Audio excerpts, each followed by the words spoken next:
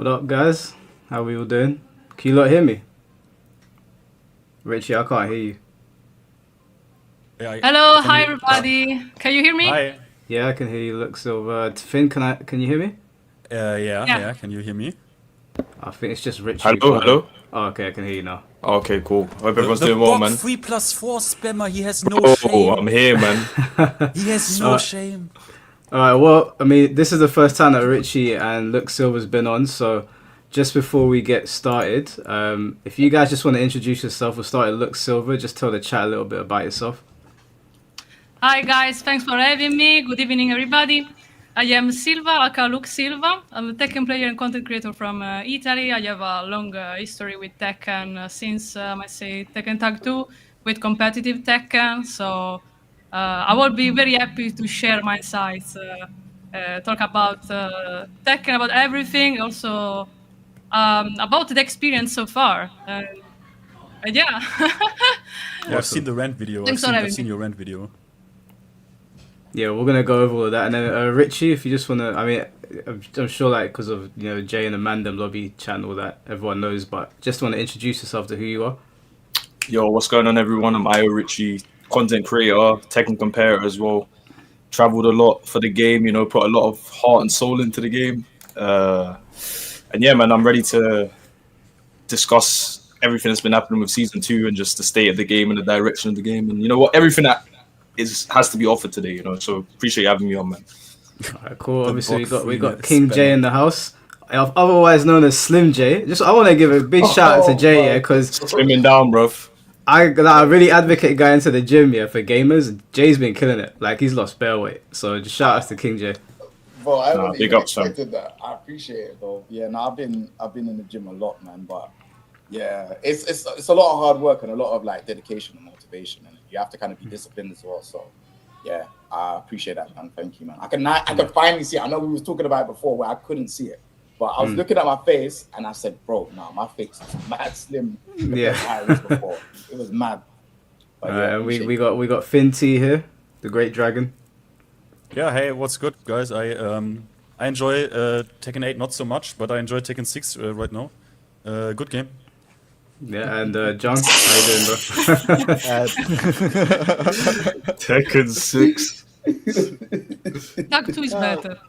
Yeah. Yeah, Well, Tekken I'm 7. just a retired man now. That's what I would say. Yeah, we'll get to that in a bit because I saw your video, but I wanted to start with LuxSylva. I want to ask you, are you still playing this game? And if you are still playing it, what is the experience now that they've done the emergency patch? That's a very tough question so far. Okay, so I'm gonna be honest with you guys. I haven't really touched season 2 that much, and I tried just a few times just to see what was going on. So I tested Anna to play her on stream, and personally, I really liked the change they did to Anna. I love their design, also how her moves looks, how it's fun to play, because I think she's the best addition to season 2 so far. Talking about the changes though, they felt like very, very overwhelming, way too many changes.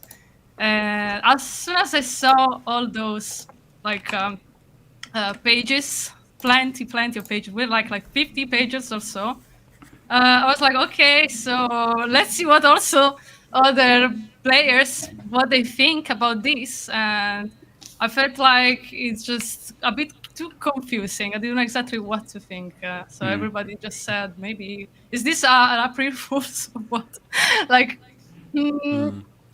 personally, at the moment, I was just testing a little bit with June and Asuka, but most likely Asuka, especially after they added the bug. Like, actually, there's so many bugs as well. Like Asuka has got new crazy buffs, and I didn't really touch her back in season 1.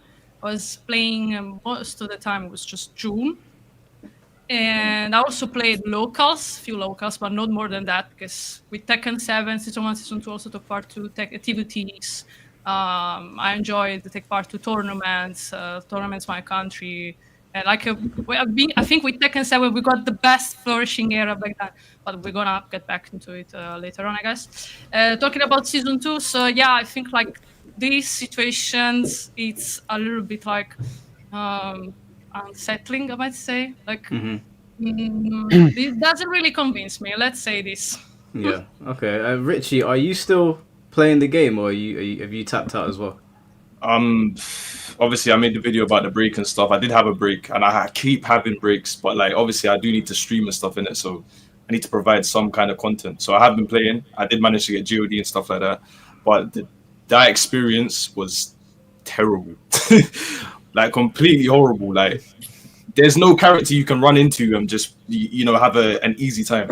And you'll be playing against anyone. You'll be playing against someone playing your own character, and it's just in a state right now where I'm not comfortable in any way. Like, would you say that like there's no matchups that you have any fun with whatsoever?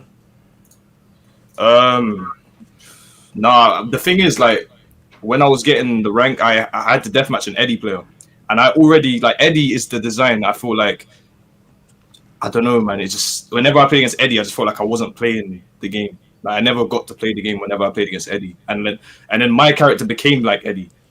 So like now I'm playing a character that I obviously it's Leo in it, so I respect it, but like I don't like what I'm doing. I don't like what I'm doing on the game. Like it feels crap. Like when I win, there's no satisfaction.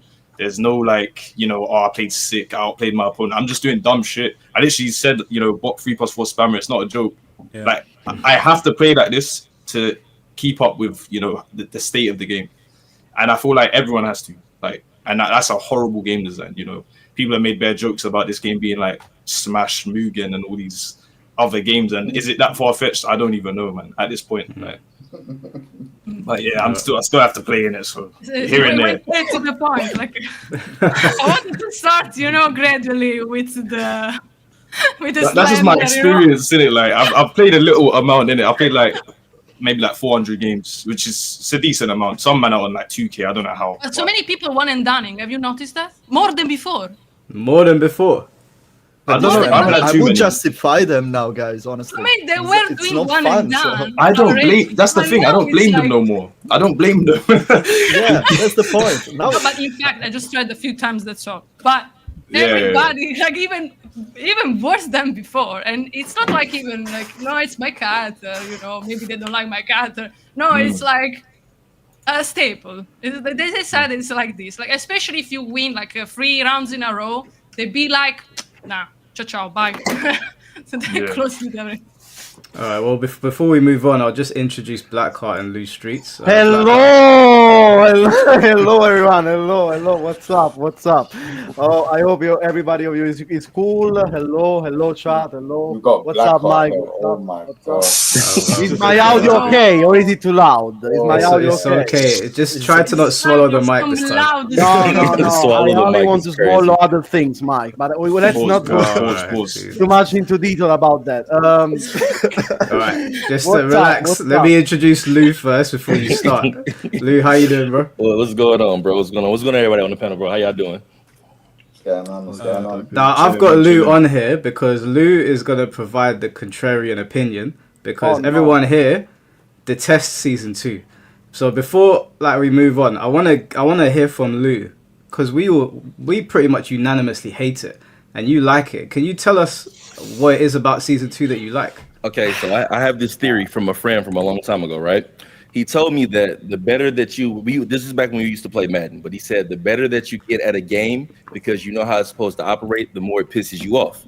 So about a month ago, I made a video that said Tekken 8 is fun when you're a scrub because I'm sure that I don't know as much as you guys. So it's kind of like I don't have the legacy of the past games haunting me for this game. It's some shit about this game that I don't like, but I don't despise it because I don't have any other form of reference to compare it to. What about when you compare it to season 1? So my biggest 2 gripes for this season compared to season 1 is, so I've heard about like this whole thing about throw text being made easier by pressing 1 and 2 separate when you don't bind the button. But I feel like it affects combos too, because I'll press one button and that button will linger to the next part in my combo. And the same thing for buffered sidestepping. Those are my 2 biggest gripes from this season compared to the old one. But as far as the new moves and shit, like I enjoy it, except for when I'm getting knowledge checked all the time. But I mean, that'll come with experience. Right. Okay. So do you not? So was Tekken 8 your first one? So I played Tekken 7, but I didn't play it until 2021. So I played it for like what 2.5 years or something like that before this game came out. Okay. All right. I wanted to ask Jay, obviously, because Jay was at the Chris Eubank and Conor Ben fight playing Fatal Fury. Are you now like what has it been like with Fatal Fury coming out? Has there been like a lot of Tekken players moving over there? Because I'm seeing more and more people starting to switch over to Fatal Fury. So I think what's happening is with Fatal Fury, there's people that are on the fence about the game, and people are like, "Oh, should I spend this amount of money for the game?" They don't really know if they will gel well with the game. They're still on the fence, isn't it? Like we've never. I'll be honest with you, I've never seen an SNK fighting game do as like really well outside of King of Fighters. King of Fighters is like usually that kind of like that premium title when it comes out SNK, but SNK have got titles like Art of Fighting, Fatal Fury. Like these titles are known, but they're not as common, right? This is the first time you're seeing all this big promotion, all of these like the game is so sick. Like Fatal Fury, this new one is so sick, and the reason why for me personally I think it's so sick is because a lot of the new games that are out now, like say for example Tekken 8, Street Fighter 6, they have these like comeback mechanics, and they have like mechanics what kind of carry you to kind of like be good at a game, so you can never really tell if someone's actually good at a game. Whereas Fatal Free, you're always learning new. There's a lot of mechanics in there. There's defensive mechanics, there's aggressive mechanics, and it's like if you lose to someone, it's not like, oh yeah, like I could have won, I'm better than that person. It's always like, oh yeah, no, they have skill, and you're always just laughing, bro. Like I'll be streaming like 8 hours of it, and there's people that are like literally better than me, and I'm like, oh no, you know what, he's sick. I literally will say that. I can't say the same for Tekken 8.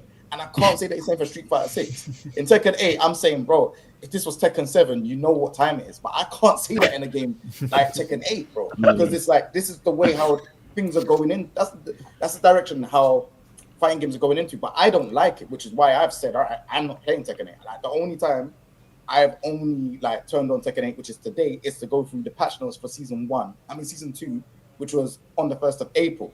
So that goes to show you how like I'm just disconnected with the game. I haven't even done a video talking about the whole of patch season 2 at all. Like I've only started doing it today. Okay. Like, it's been a whole month. Do you know what I mean?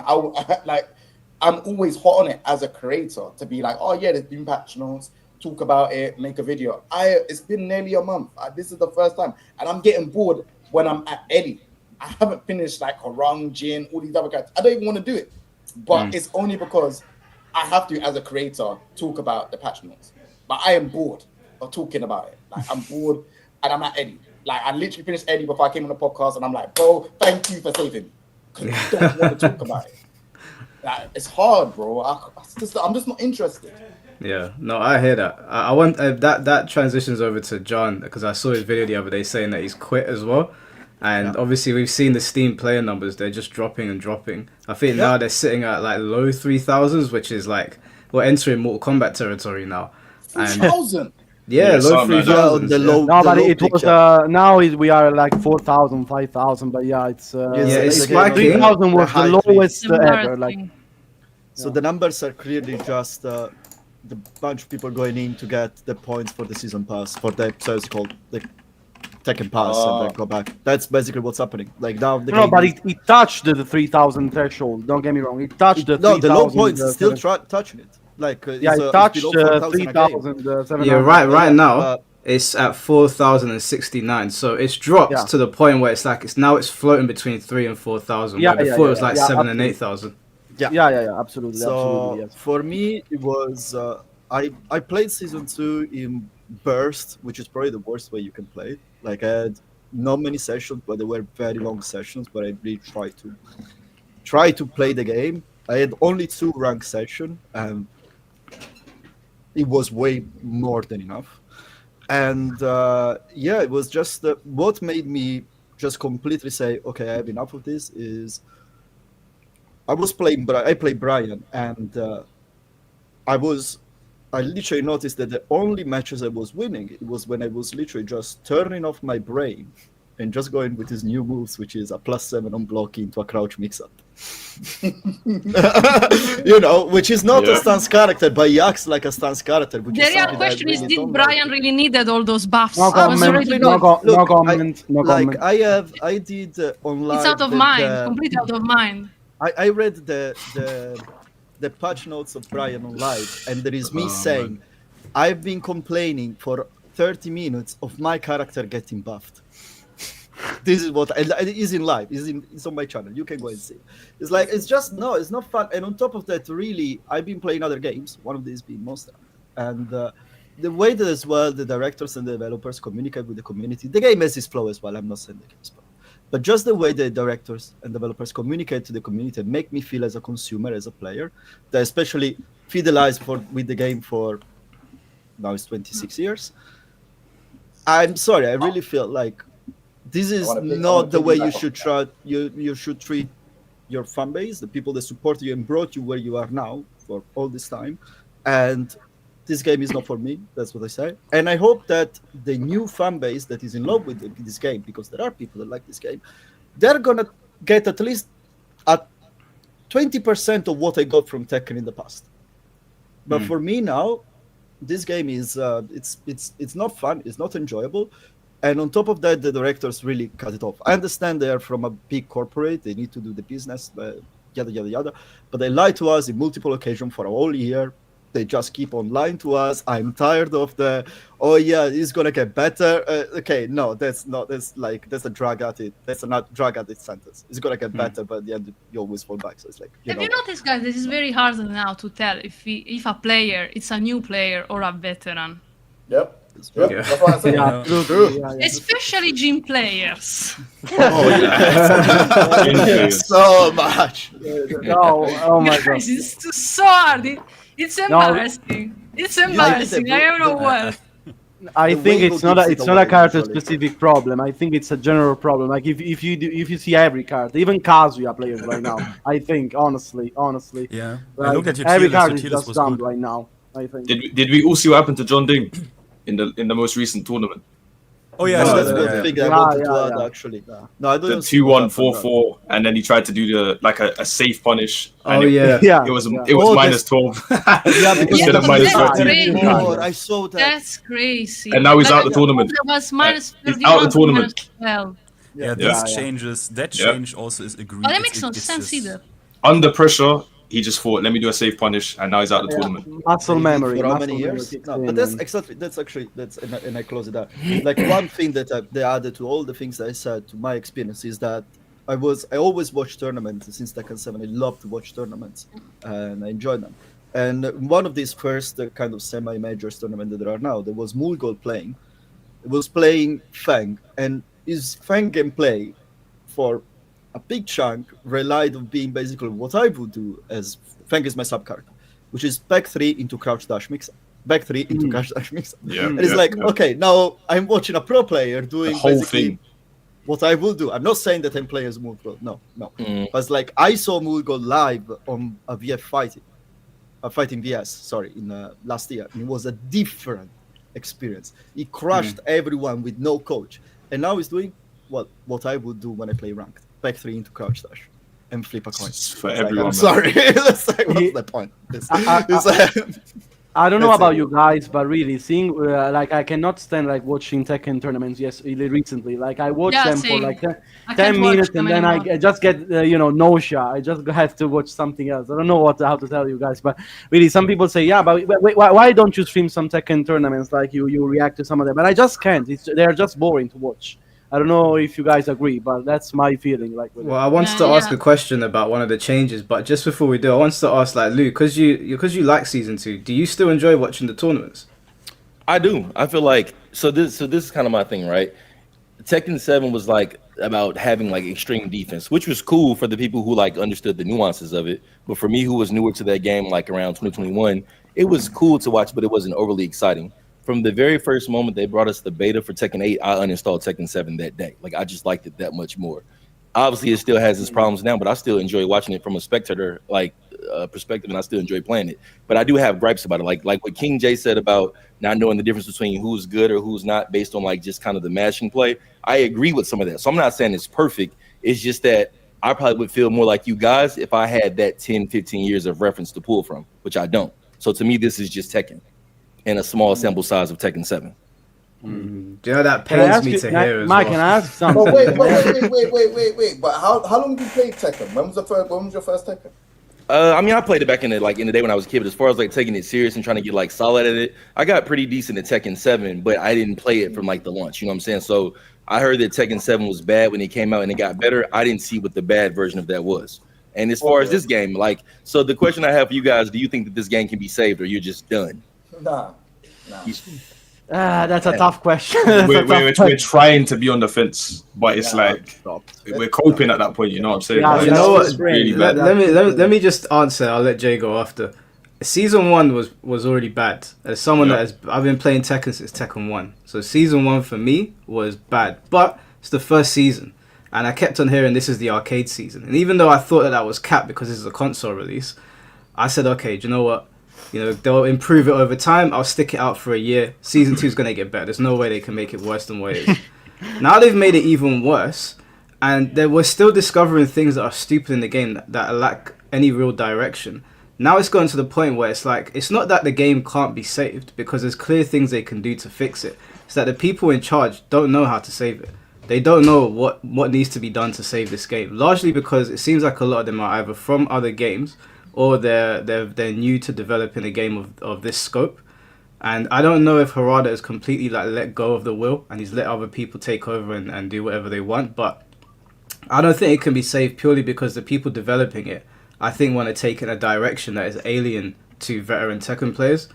So I think it will get better if people like you that like Tekken 8, I think it's probably going to continue to be more Tekken 8 going forward. I don't think they're going to do what we want them to do. Which is what exactly? Just from for me to hear directly from you guys. I want them to restore character nuances and identity. So there's characters where they've patched out weaknesses, which makes it there's no point in me really using these set of attacks anymore because you've just made this thing so powerful that I don't need to. Like what you were saying earlier with Feng's back 3 into stance. The 30 minutes that I played it, I think I said in my video, I did the move once and I was like, why did they do that? Because that move was already really strong. There was no need to touch it. The sidestepping got better, but you wouldn't be able to know it because homing and tracking moves are so ridiculous in the game. Combos literally take 30 seconds. Like people are doing comparison videos between Tekken 6 and Tekken 8, and Tekken 6 combos are ending, and Tekken 8 combos are literally going and going and going. The video is like 30 seconds long, and the guy playing Tekken 6 has already put the pad down. So there's combo damage has always been high in Tekken. That's not really too much of a problem for me, but they have increased health bar to 200 now or something, which apparently has made poking even worse. 200. I wanted to ask you guys, I'll ask Jay, or was there something that you wanted to say before I asked this question? I just wanted to just kind of just tell him why I think Tekken 8 can't be saved and why I jumped the fence already. So Tekken 8, for the whole of Season 1, I was saying from the early stages I don't like the game, and I could kind of see that it wasn't changing. They were changing stuff with certain characters, and they kept on just adding things that just didn't make sense to me. And I'm obviously an old school player, so I can kind of understand what stuff they're adding and what stuff they're not adding, or stuff that they're adding to each character and making them feel exactly the same. So, for example, when I was going through all the characters today, they like to add moves where it guarantees a follow-up. For example, Dragunov, now that when he does back 1+2, it now guarantees crouch throw. Eddie, a lot of his moves now, it now guarantees a new 14-frame Punisher. It's like they do things and if they change something, they will then compensate it in another move. I don't like this because you should be able to just change stuff and then just leave it. Because if you do things and compensate for another move, what happens is you have more issues. Before Season 2 started, I said, them adding new moves is going to be problematic for the game. They added a bunch of new moves. I thought they were going to only add one, like how they did in Tekken 7, but they added 3 to 4 moves with everyone, and the stuff didn't make any sense. And then they've changed and tweaked stuff with the characters to then make these new moves be applicable for your gameplay, and it's just not making sense. And so when I started seeing all of this stuff on like, you know, matches, tournaments, streams and stuff, I'm saying, yeah, I'm out, man. This is not it. This is not it for me. Like, I literally said, all right, cool, Theta 3 is coming around, and I've never looked back. Like, I still, when I look at streams now, people look miserable. When I look at tournaments, for example, I can't watch it no longer than 10 minutes. Yeah, That, yeah. like, and that Yeah, is same sad. feeling. Same Yeah, feeling. that's sad as someone that is a person that used to live, sleep, breathe this game. I can't watch it. Like, even if it was a Tekken World Tour final, I'm not really interested. Like, it's just that's just how it is, bro. Like, it's sad. The new moves are just the key of the all the characters now. That's the point. All the new moves, they are so. It's not that they added a move and you can use it. No, the new move is what you need to use because it's the strongest tool you have now. It's like that's what you do. Basically, most of They're the so moves have- strong. Most of the new moves have zero counterplay. Pick one of for every character. Pick at least one new move and it has no counterplay. Really. No, But it's the crazy thing is that they buffed the movement, the lateral movement, but it's pointless because No now reason. it's true. Now you can sidestep a little bit better. But I ain't really gonna use that because anyway, the moves are too powerful. Yeah. So So it makes Yeah. it makes no point. Like, most of these moves that characters have, Alyssa's move where she's spinning around like an idiot. Like, when I that saw move that is move. +7 on block. Like, and if you try, and people will be like, "Oh, What, but you June's can move? sidestep." Alyssa. The Alyssa. one where she Alyssa, spins yeah, around. Yeah. like, that one looks also the animation looks so ugly. I can't So look at it. dumb. Like, watch new move. Bad. so So ugly. Yeah. Like a the lot of character animation, has already a good level of cringiness itself. And okay, I think everybody's agreeing with that. But that move like goes beyond every expectation so far. Yeah, by the way, new Guys. moves, they look ugly. Sorry, go on, Black. Yeah. It's ugly. Yeah. But not See, only yeah, that one, I think also the new Devil Jin move looks like doesn't belong in the game. It's like they made it like 10 minutes before the release. There's something wrong with it. Like, I'm means pretty this? sure nobody really tested everything. Like, who even really just checked all the changes for season 2? No, because it was discouraging for everybody. It's way too many changes. Like, also you say one thing and then you change the idea. It's not very correct towards your fans or Yeah. players. Like, that's horrible to do. Seriously. Speaking of that, speaking of testing, guys, I don't know if you saw, but today they discovered a new thing. There is an infinite against Zafina. Yeah, I don't know if you saw, but there where you didn't keep see bouncing. An infinite. Tekken Yeah. basketball, So yeah. dumb. Yeah. So dumb. It's the dumbest thing I've ever seen. It's Zafina's bouncing on the floor like a basketball. Yeah. Maybe It's we literally saw that. It's literally that. Because they removed the possibility of using hit dash on a grounded opponent, but they forgot that Zafina counts as grounded when she's in Mantis, so you can do hit dash over and over again, and you don't lose hit, and she basically dies. She cannot Okay, do yeah, I anything. see. She cannot do But anything. who tested the game before the release? Also, this why this it looks like they didn't really test.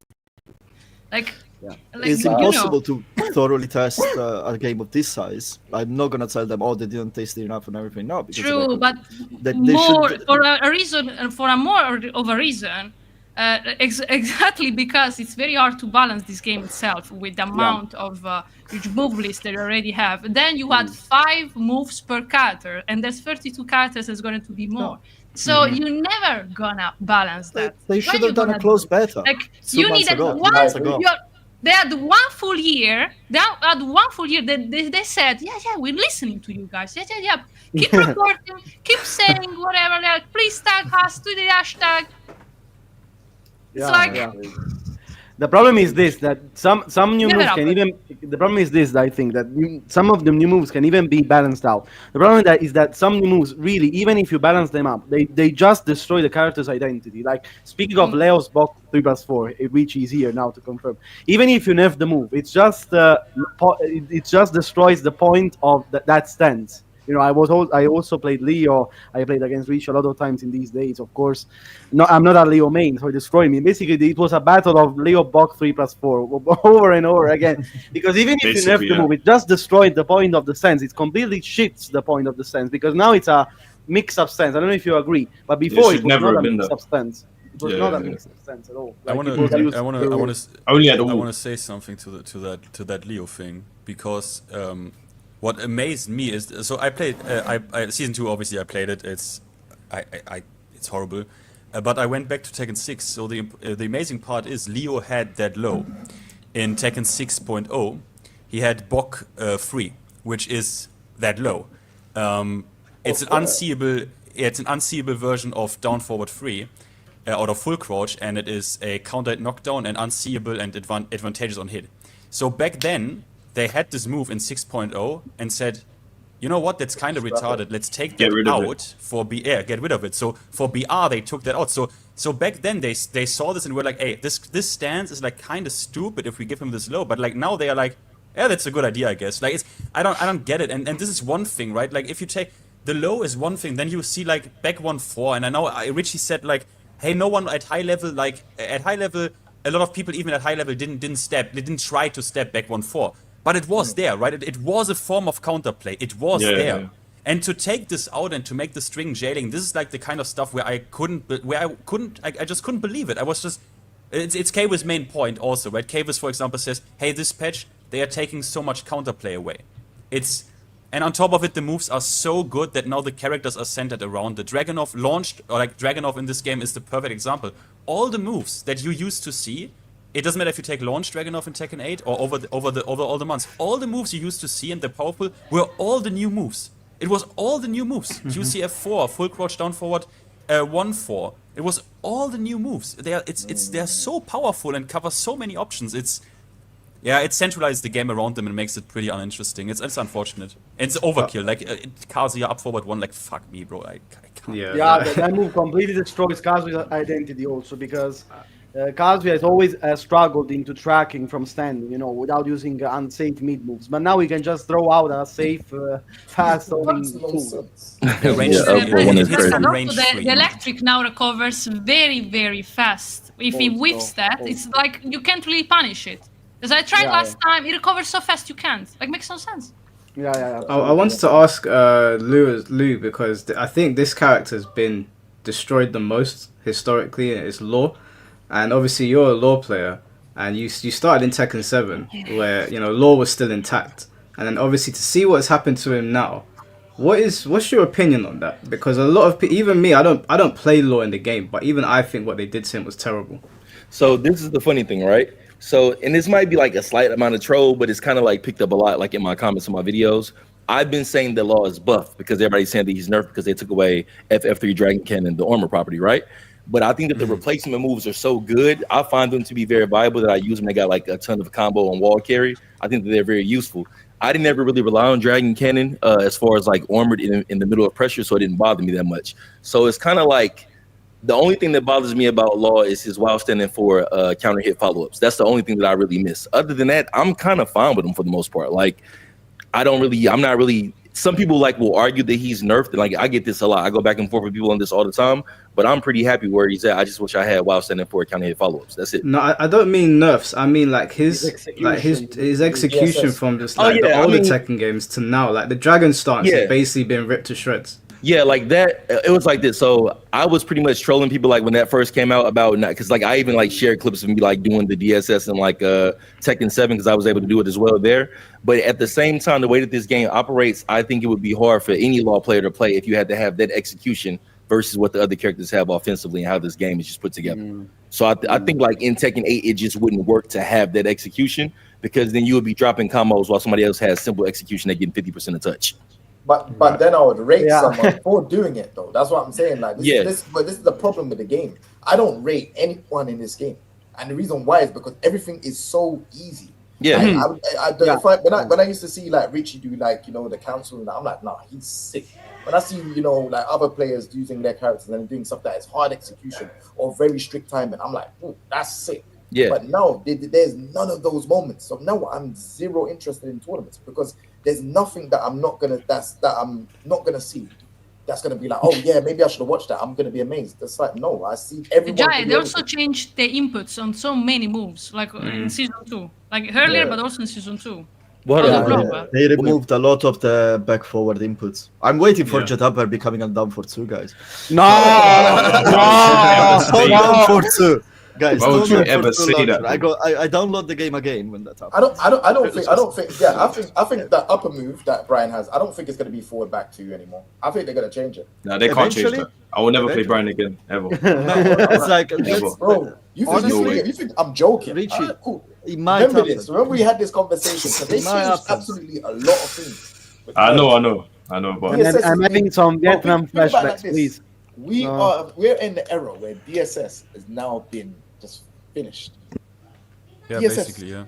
Like what? You would never think. I would never think that. Like, but Law is a legacy character. So Yeah. like, we're saying that. Oh yeah, forward back two with Brian is gonna be like it's not gonna. Bro, we're in that era now, boy. They already did that. If you read the patch notes and you get to Paul, the wording is basically that some of his inputs felt challenging, and that input included back forward.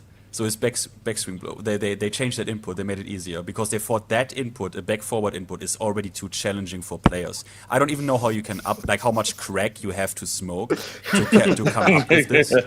It's a bit crazy. Like it's a bit crazy that you think that is like God forbid you are challenged in a competitive fighting game. Yeah, God forbid. It's I don't know. Yeah, right. Isn't Feng's back sway changed Yep. as well? Yes. I was gonna say, Yeah. bro, I turned it on, and I was checking out the moves, and I was like, am I stupid? Can I not do this move anymore? And then I check it, it's up back one, and I'm like, I was like, I said, why? Why did you do that? Imagine Lee players and Blazing Kick. Yeah. Then now you can buffer it easily. That change is wild. Yeah. Blazing changed kick. it?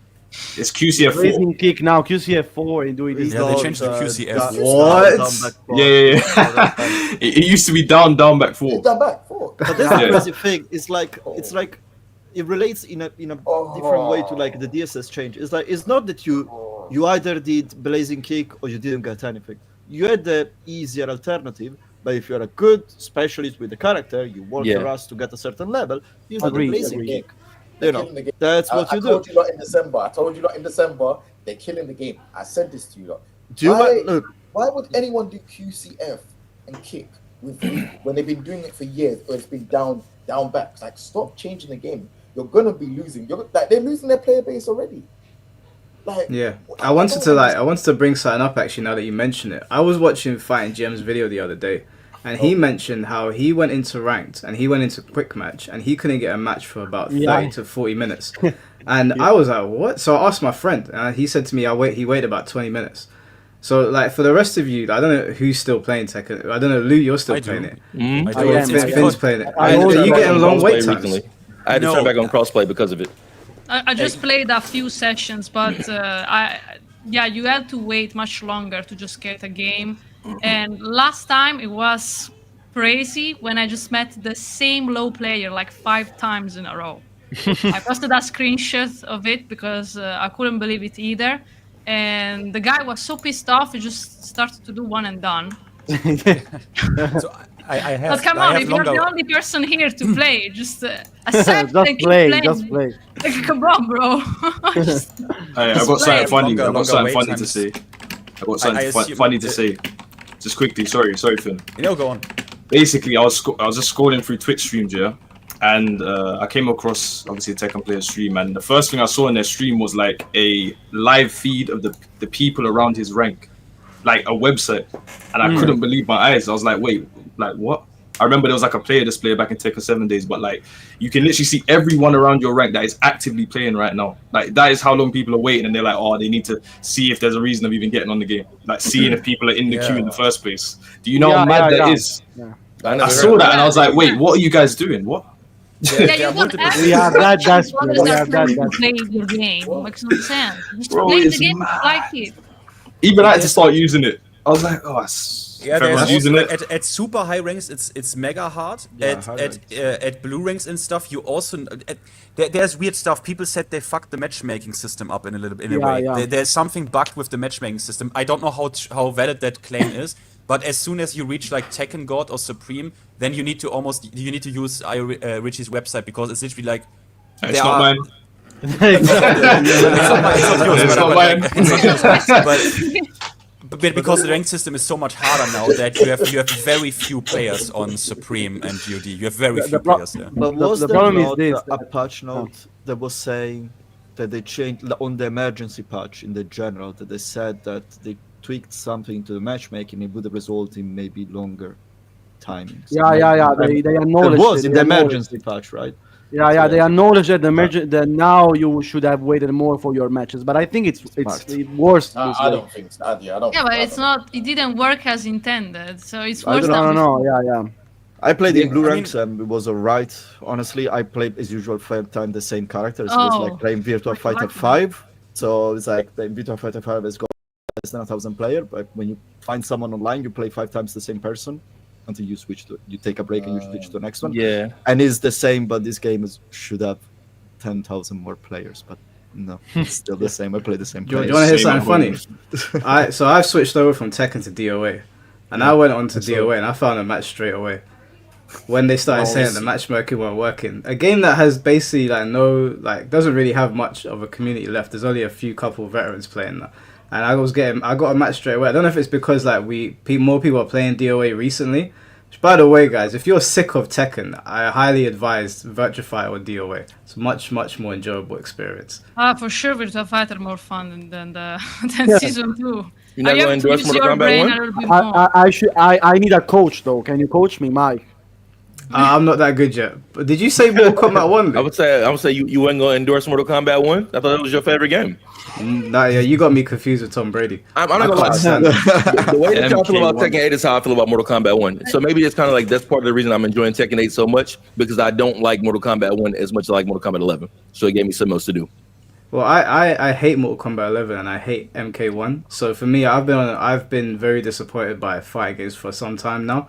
I was an MKX guy, so to see what Mortal Kombat has become, like 11 and 1, I think that they're terrible fighting games personally. Mike, can you tell indeed that just after, even before the 1 year the game died, talking about Mortal Kombat 1, the community is not very active itself. They're not really playing that much online either. I think that it got really bad in the beginning and it started to pick up now, especially because Tekken has fallen off the face of the earth. Like I think more people are shifting back to other games, so I am seeing more Mortal Kombat players a bit more active. Not anywhere near where it should be, considering it's the highest selling out of all of them. But it looks like the T1000 did like push some life back into it. I don't know how, maybe a little bit of life. I think most people want another Mortal Kombat game now or something else from NRS. But people are asking me, what do I prefer, MK1 or Tekken 8? If the developers weren't incompetent, then I would return to Tekken 8 because there is a way to fix it. I just don't think they can. MK1, there's no way for me to go back and have a good time. The foundation's too fucked. Yeah, for But facts. So you do you were think- to play Mortal Kombat 11? Over MK1. Okay. Isn't the American Yeah. community maybe more active with Mortal Kombat than European one? Because I don't really see that much of a community Europe for talking about Mortal Kombat. Same thing for SNK games. Yeah, the America Mortal Kombat is America's fighting game, I guess. I mean, I know it's not the biggest, but that is their game, one of their games. So for us, I mean, there are still people here playing it. I'm in a Mortal Kombat UK group chat with some of the top players, like Foxy's in there. I think Ketchup and Mustard were in there at one point. I don't think they're in anymore, but there was a couple top players in there, so it's still active. I still see them streaming, but it's MK1 did not. It just didn't deliver. There was even a video that came out yesterday where they were saying that Mortal Kombat lost its way. Like just the presentation is just completely gone It left. sold pretty well. That's the fun part because Off the goodwill of Mortal Kombat 11 is how it sold well, but it was a terrible launch. It sold well, but people wasn't really playing. It's like Because people it's very buy casual friendly. It's very because they casual like friendly. the fatality, but then they don't actively playing. That's what I noticed. But it's Oh, all let's if go MK is Frame. weird Let's go because Frame. MK is a weird game because you can play MK11 or 1 right now. Both games has like 3,000 players on Steam, like both at the same time. Well, MK is right always now, MK talking is about always, when it right came now. out. When it came When out. it came out, I don't know how well it did. Mortal Kombat is always like a bit more of a console title, I think. Not like the PC player base is a bit small, I don't know. But Mortal Kombat is a weird game. You can play both titles right now if you want on PC. They have an active player base. MK is weird.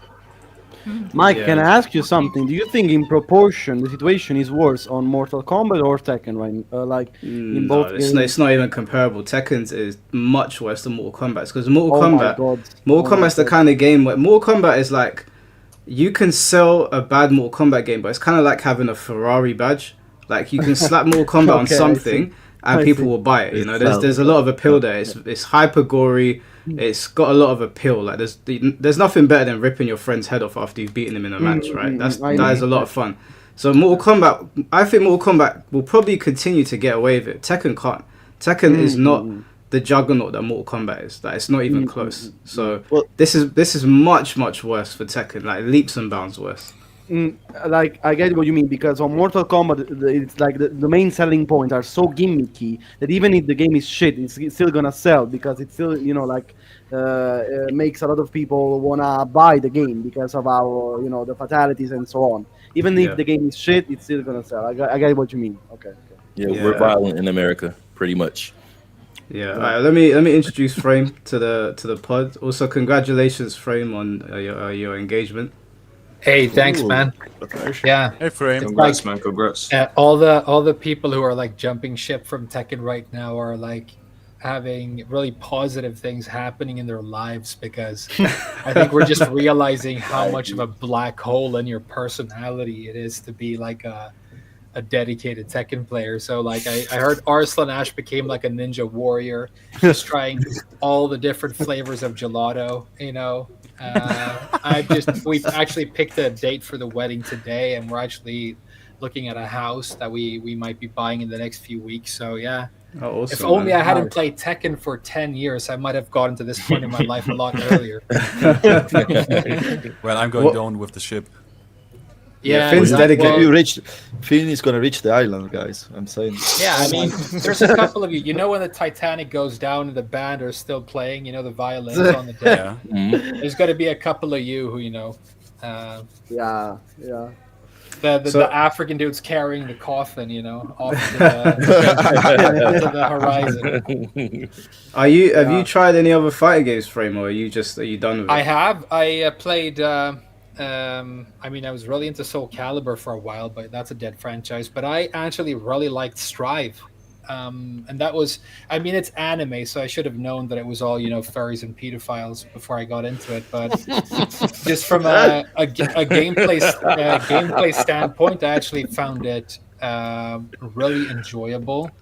And the only reason I didn't stick with it was because content was coming out for Tekken, so I ended up like gravitating back towards Tekken. And I also, didn't want to be thought of as a Guilty Gear player, but Strive was pretty cool. I played DNF Duo for the 2 weeks that was relevant. Yeah, same. And What is with Marisa in Street Fighter, bro? Did you stay with her, Marisa? You played her a bit? I stopped playing Street Fighter 6 altogether, but it's simply because it's like, my joke about Street Fighter has always been that it's just Pong. Like, if you're moving on a 2D plane and you're just shooting a ball back and forth, that's called Pong. That's the oldest video game in the world. And that's all Street Fighter is to me. It's people walking back and forth in 2D space and they're shooting a blueberry back and forth. Obviously, there's a little bit more depth to it than that, but I just felt like it was really cool for a couple of weeks. But the fact that the characters have, like, let's be honest, 9 moves total. Basically. Coming off of Tekken, it feels like a severe simplification and dumbing down of just move list and character complexity. But to be fair, Tekken 8 is already a severe dumbing down, of character complexity. And you're running less than 9 moves per character in current Tekken 8. So maybe I shouldn't be so harsh on Street Fighter, That seems to be like the main focus of a lot of the main franchises right now, is that it should be like a three button game, because if everybody uses 3 buttons, then you can literally play rock, paper, scissors, right? Yeah. Yeah. I want to ask you and Blackheart and Silver a question about your locals, because I was talking to some people in different parts of Europe, and they were saying that their locals are like disappearing. Well, not disappearing, but like the Tekken space is like disappearing, or they're switching on Tag 2. Is that happening in Italy as well? Sylvia, go for it. Go first. Go. Yeah. So actually, the Italian community has always been very active, talking about Tekken since the very old Tekken games. Always been very active, taking part to tournaments, like organizing tournaments before esports, especially. It was the community to organize them, so there was both organized them, still is doing that, but also other members of the community, they were doing it like, in different parts of Italy, so in Milan, Roma, some in Sicily, Naples, and it was thriving very much during Tag 2, because that's the one I can Damn. also tell. You played a Raleigh, boy. Huh? The police in the background. No, I hear the police in the background. Oh, It's, that's me. That's It's me. the Carabinieri. I No, find no, it strange. No, it's London, man. I'm sorry. You mentioned. Jay, we can't really hear you too much. Also, they said from the chat, your volume is a little bit too down. My volume is low. Oh, okay. Yeah, I have to Jay, close the I window. think your volume's down. Me? Yeah. Jay. Jay, Less yes. than 1 2 1 2. Yeah, you're Can low, quiet. really low, hear man. you. A bit Low. quiet, yeah. Oh, It's a bit hold low. on. It's a bit low. It might be the sounds on here. 1 second. It's better, so we don't hear Leroy downplay. But I guess if you want, you can still. Oh, You can still. Leroy downplay, you know. You can still hire it up. You know. So, Can you hear me now? Yeah. Yeah, that's Okay. Yeah. okay. Right, Now it was coming from my. You know, it was coming from the controller. It was on the. From it was the pressing- controller. Yeah, that's why you Man, couldn't hear from- me. You had your controller, the mic was enabled. Yeah. I was expecting someone to tell you earlier, but okay. I appreciate you. So what I was saying, that the Italian community was like had more than 100, maybe 150 players, active players. I remember on nationals, and then with Tekken 7, I think it's when the community was flourishing the most. But then of course we got TVTs and all. But for Tekken 8, like personally, I stopped to. I took a step back for tournaments since some years now, because I don't feel like the game really made me motivated anymore, and for other feelings that I didn't had towards the game anymore, like going to tournaments, it's a lot of effort, energy, and everything. But I especially talking about season 1 Tekken 8, I also felt like the game wasn't in the state to give it's time, the time that it needs to be studied. So talking about the locals for Tekken 8, I noticed that yes, now less people are taking part to tournaments, and people is not really traveling anymore that much. It's just always the same people, I noticed, and there isn't really new blood, new players joining tournaments. That's the thing that I think I notice the most, and that hurts a little bit, because when there's a new Tekken, you're expecting new players to join the community, so the players that were playing the old Tekken games now, like the cool, in a sense, retire and then give space to new players. Also, I was seeing like usually some players were helping the new players to take part to tournaments, but that's something that I stopped to see recently. Well, also the general sentiment since season 3 Tekken 7, well, of course we had the 2020 and etc. But I noticed that the general sentiment of the game wasn't really positive overall. But still, people was still playing season 4 Tekken 7. Tekken 7, yes. Still, there were some tournaments, some events. There were like 70, 80 players. At OTBs, of course, there were like 150 Italian players, and then everybody else from the rest of Europe.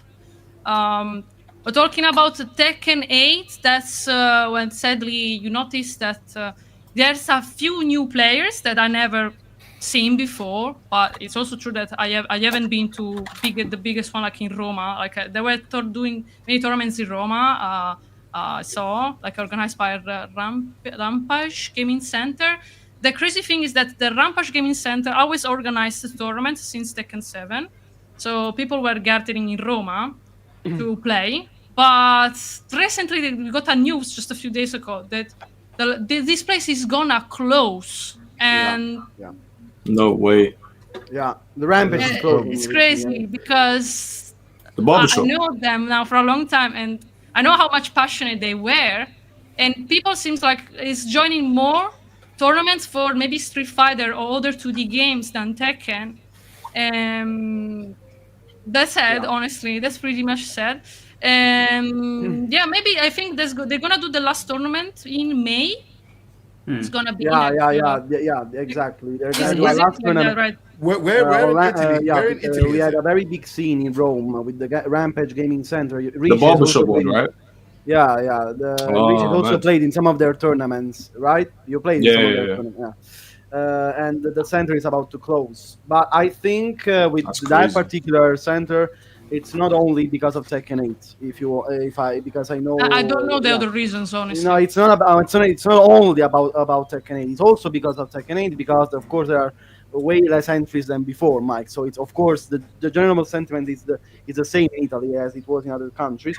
But with Italy in particular, there's a huge contradiction, I think, because in Italy esports are not a huge scene, especially in Tekken. They are not a huge scene. Like we had a very few esports sponsors before.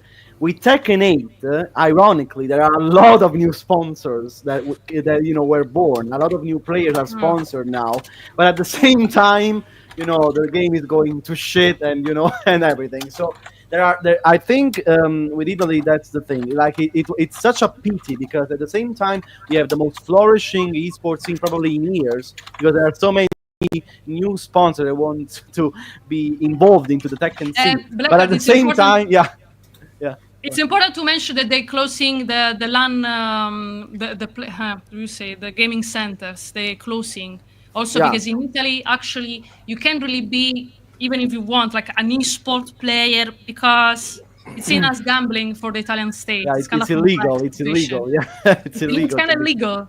You There's a can't. solution. Wait, guys. hold on. It's illegal to be a sponsored player. No, but you cannot have you cannot have tournaments with prizes unless you follow a very strict procedure with the Italian government. So, like for example, I cannot organize tournament prizes because otherwise I get into jail probably or like a very huge fine. Probably that goes to jail. Yeah. I mean, they organize tournaments sometimes, but when it's about the winning prizes, you can't really say there's money in it. So they have to say no. It's like you won like an arcade stick, for example.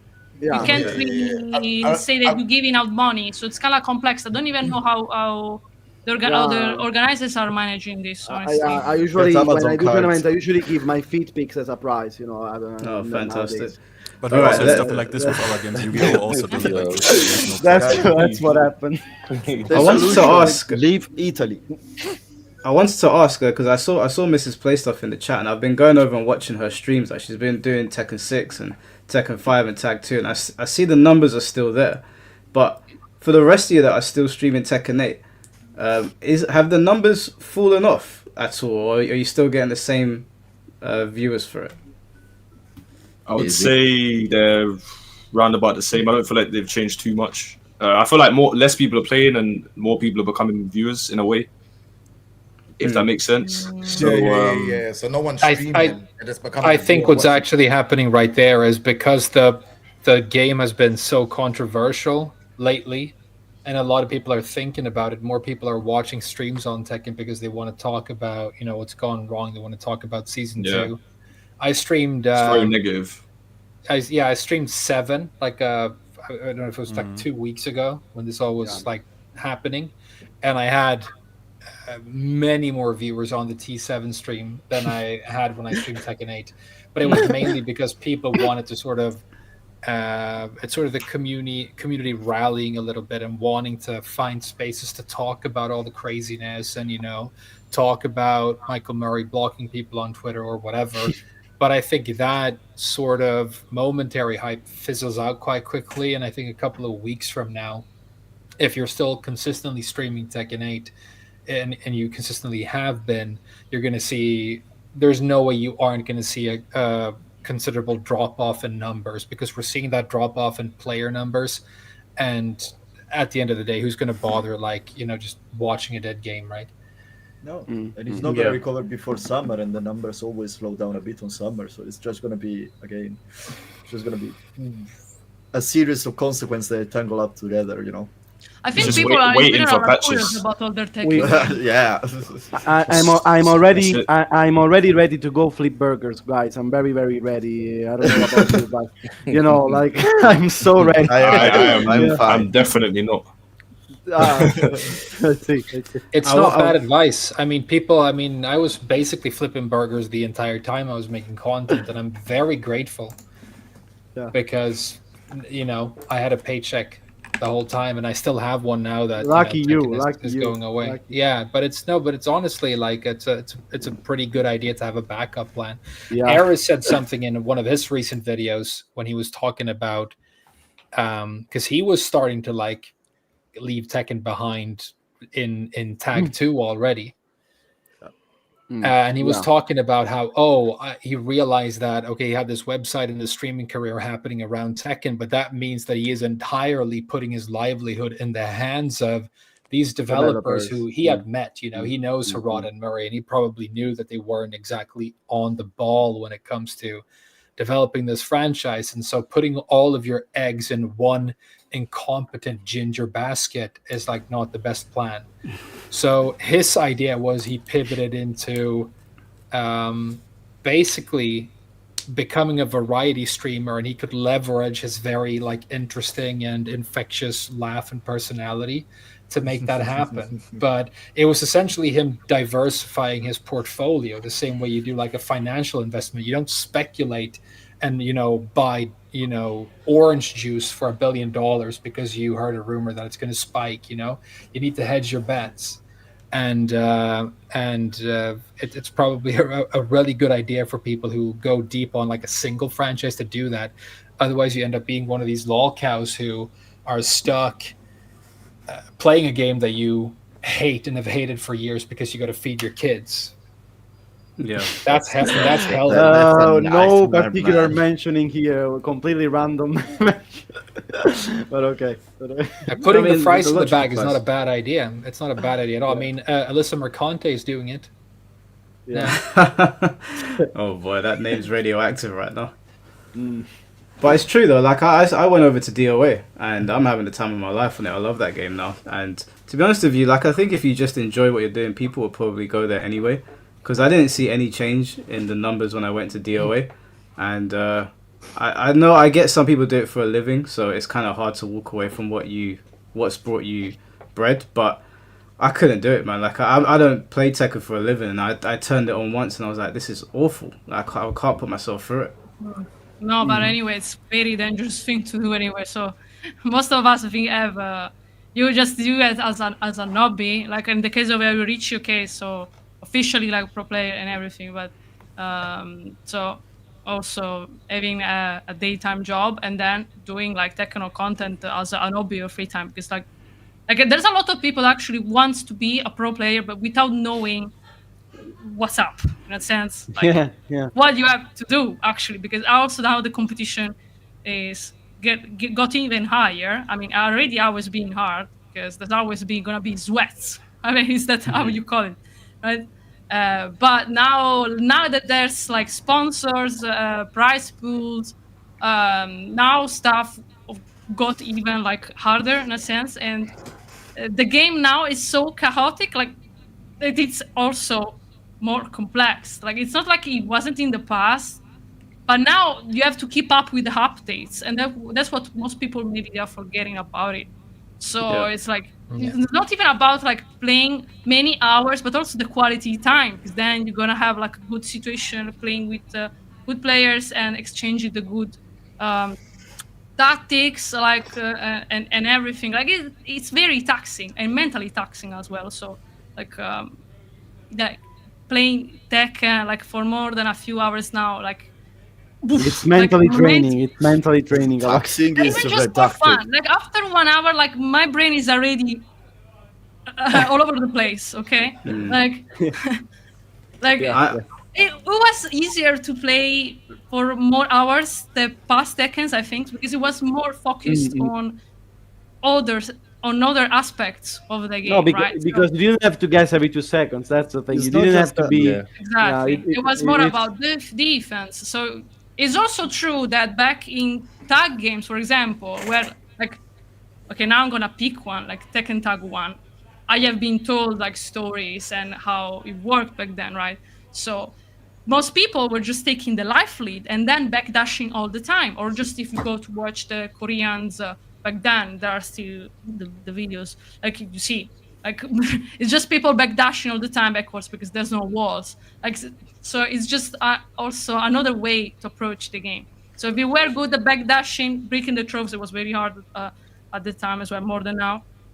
But I mean, it was giving you, you were creating the good skills that you could use that on the newer Tekken games. Problem is that now this thing is kind of blurred, like, because you can't really use it anymore that much. Like, I think the best skill that I could pull off, like that I can take from the past experience, is the breaking throws, because everything else I just can't really use that. So the side step, backdash, now for everybody it's easier to backdash. So this complicates a bit the overall visual about the game, how it works, and also how to apply that to talking about esports and competitive. Okay, I have a question. I want to work our way from Frame all the way up to Silver. I don't know if Frame will know, because I don't know if I don't think you've been playing, but I want to, like, because I've seen a lot of people talking about on Twitter, who do you think is the most egregious character in Tekken 8 Season 2? I honestly couldn't tell you because I quit before Season 2 dropped, and Season 2 had a lot of changes, and then I've only seen... I read the patch notes and watched some videos on characters that I care about a bit, but I'll just mention that I have that's a niche thing for me, but I've had a problem with Devil Jin having a launching hell sweep for the longest time since previous versions of this game, and I think that creates the difficulty with balancing that character. You know, people say the character's weak, but he feels really strong, and it's because he has that very, very powerful 50-50. That's a huge risk for him, but also a huge boon. And then it didn't do full combo damage, but in the previous games, even if it didn't give you full combo damage, you could still use it to get positioning, put your opponent in the corner, get a wall combo, set up other things, your Oki, whatever. The fact that now just gives you, I've seen bread and butters that do 63, 64 off of the hell sweep right now, seems crazy to me. But minimum. Yeah, minimum. And then I mean, Jin was, in my opinion, probably the number one biggest problem for most of the Tekken 8 when I played it, and as far as I can tell, he's only gotten better, and the combos that I've seen are ridiculous right now. But at the same time, it's almost a question that doesn't really matter anymore, because I think all of the characters were so overpowered that balance was like it was in a completely different country than it needs to be in Season 1, and in Season 2 they took it a crazy step further in the wrong direction. So I think the worst character in the game now is probably quadruple S tier, right? And so yeah, it doesn't really matter, because some sort of Saudi prince is going to buy this franchise and put the KFC kernel in it and make him even more broken. He's going to have 12 frame electrics that you don't even have to execute, and that's going to be the end of it. So but yeah, I don't really have an opinion on who's worst right now. I would have to get in and play the game, and it's not likely to happen anytime soon. No one is worse. Trust me. I think, at least, I played a lot of this game. I don't think no one is worse right now. Or even Lee. I think most people are saying that Lee is dead. But Lee has still got some huge things in this patch. Overall, maybe he's a little bit worse than Season 1, but it's not like he's unplayable right now. People are making it seem like Jin or Lee are unplayable right now. That's bullshit, in my opinion. That's just bullshit. I don't know. I want to, before we get to you, Blackheart, because you're next after Lou.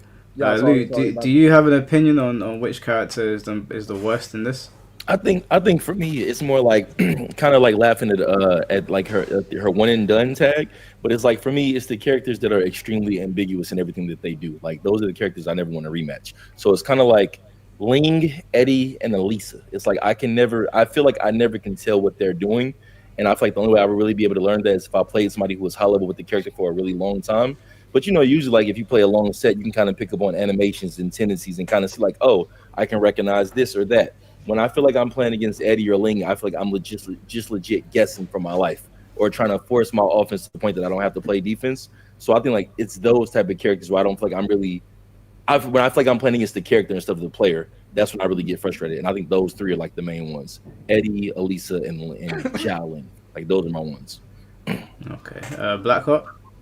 Honestly, playing some ranked, honestly, every character feels worse right now. In my opinion, like I cannot think of a character that really is now more pleasurable.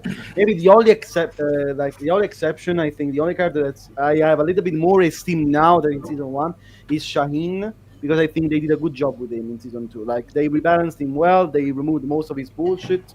On Shaheen, I can say maybe the new Shaheen is okay. I like the new Shaheen. The rest of the characters are completely broken out of control. I think the worst, really, right now to fight Lars. Completely bullshit, complete out of control character. He can do whatever he wants. Bullshit completely. Just seen some clips that are out of mind completely. Yeah. Also, but it's my personal taste. Gian, prepare yourself. Brian can suck me every day of my life. Fuck Brian. Fuck Brian. Fuck Brian. Fuck.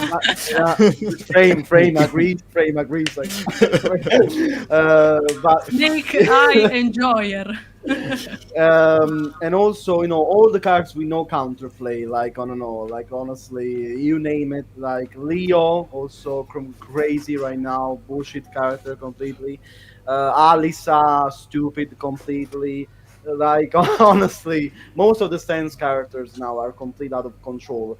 June instead, my love, is she's nerfed. Buff June, please, thank you. And Steve? No, I'm joking. He's joking. I'm joking. It's about to pop Yeah. off. But yeah, every card is just trash. So only good, positive. Shaheen, good. The rest, disgusting. Raven also. Fuck Raven. I don't know if Mortal is seeing us right now. He will Mortal, go you're under the fucking radar for a carried. long time. You're That character fucking will carried by your fly under shit the radar. character. Okay, let's go on. That's Let me ask It's Finn. always the same. Like Jean, Lars, Paul with the new law. The law is insane. Like what they were thinking. It's bouncing people all over the place. Like Everyone needs a new low, apparently. bouncing around the screen. Like, also You don't the like new the rival. Boklo? Hey, Rich, you don't like the Boklo? Just look at my name, man. What 3+1 Oh, spam, bro. Listen, I've been rinsing that I'm low. out of the loop, and even I know that. They're It's gonna so remove the dumb. new law for Leo Ricci. Yeah. Gonna remove It's, that. it's so dumb. It's more dumb than back 1-4, in my opinion. It's ridiculous. Yeah. Finn, do you have a take on it, on the worst character? I mean, it's like literally comparing. I don't know. It's every character in this game is crazy and has stupid shit. Like even with Lee, that they think like, hey, let's make full crouch, don't forward 4+ on hit. Like why not? Let's do that. And it's like it's probably somewhere like if you want to make like who is the biggest culprit, you can say like, oh, Steve, maybe Leo, maybe Lars, but it's. For me, it's the overshadowing problem here is that, what I thought about what Speedkicks said, and Speedkicks a lot of the time brought up the term fun, like fun. I watched a lot of Chris T and Chris G in Street Fighter, and they also bring up this word a lot. And I think, Ayorichie talks about this also a lot, which is problem solving. Like in fighting games, problem solving is a fun part, and it can be a really fun part. And that is why we have the famous practice mode that every decent player tells the fucking scrubs to visit once in a while to solve problems, to solve situations. So the more situations you have in a fighting game that are really easily creatable and are not solvable and are oppressive and put one person like in a huge favorable situation, the more I think unfun it becomes. So in Street Fighter, you would point to drive rush button or throw loops. In Tekken, you would point to things like, well, Leo back 1-4, but you can go Steve, you can go Lars, you can go every fucking character in this game. Or previously, unnerved heat burst, heat dash on block, heat smash on block, and all these situations are so easily creatable from in every single round that it's just it's the game. It's a game. It's a game. It's not even a character. It's just a game. You can't solve it anymore.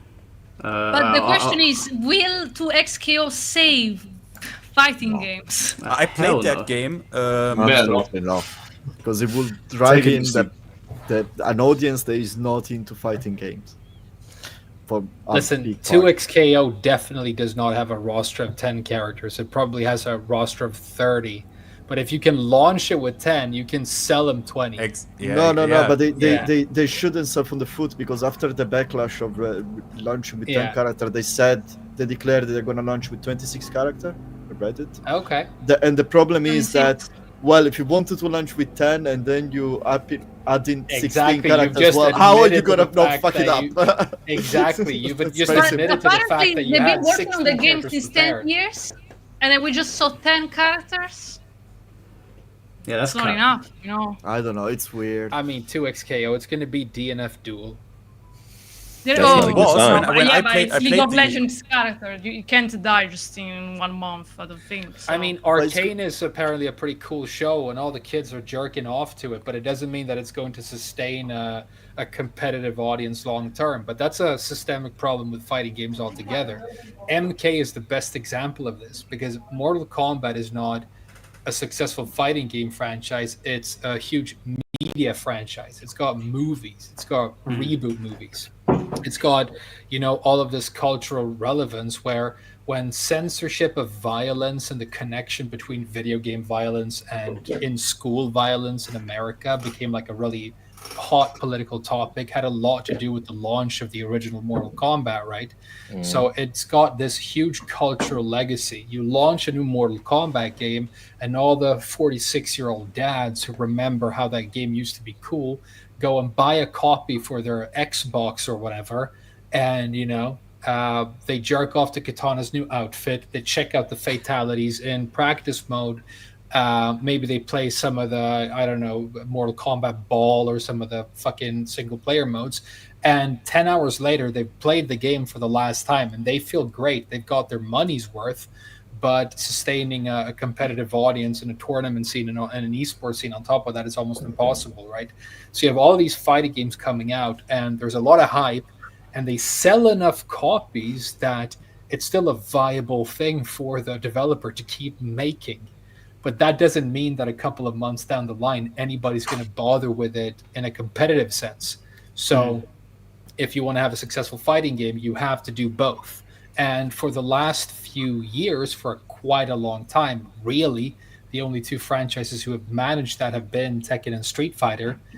Tekken isn't really managing it any longer. And so we can pretty much stop referring to the genre, I think, as fighting games and just call it Street Fighter and Street Fighter copies and Street Fighter likes. Kind of. I mean, that's sort of where we ended up. So Mortal Kombat is not investing in the esports, basically.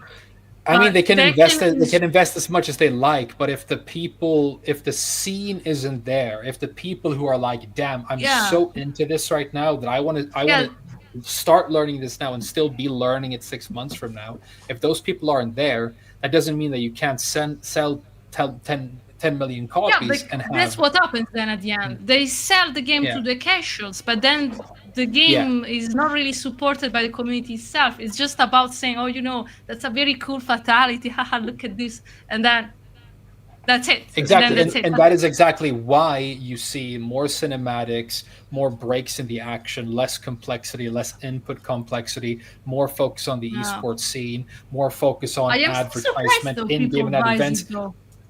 Because it's turning into a cutscene. No, I mean, I'm saying that the gameplay still feels very stiff.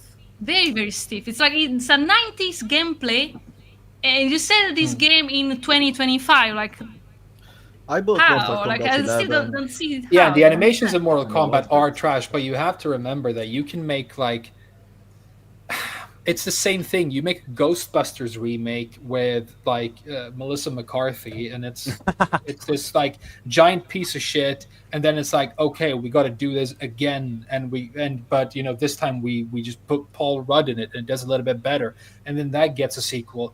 Entertainment, like the entire entertainment industry right now, is you can sell literally the same thing to people over and over and over, because not only is it efficient and easy, it works because you're selling it to a huge majority of mainly complete fucking retards. And Okay, but so why people is waking up about season 2 then? So there's a little bit something that doesn't come up with all I of think this, it's big. I think it's big because I mean, okay. So there's this. It's like it's reductio ad absurdum. Like you can take things to more and more ridiculous. If you're in an argument and somebody makes a counter argument, you take that to its most illogical and absurd extremity, and now you've countered their argument. It's kind of like that. Like Tekken has been getting more and more ridiculous and more stupid for a really long time. And it's just that it got so ridiculous that even if you have the IQ of like a non-military trained German Shepherd, you can tell that it's fucking dog shit, right?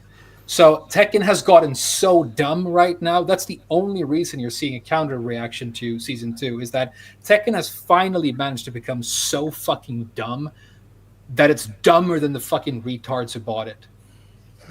Okay? Damn. It has a huge audience of complete fucking idiots, and they're trying to sell the game to those fucking idiots. But now the game is so another stupid. contradiction. Now I'm gonna Yeah. tell. There's another contradiction. You know, so the development team of Tekken, they want to make the game more entertaining to watch as a spectator, because I noticed from the talk show they do in the podcast that they're really interested to make people be involved and watch the tournaments, you know, because Yeah. they're investing in esports since TVTs.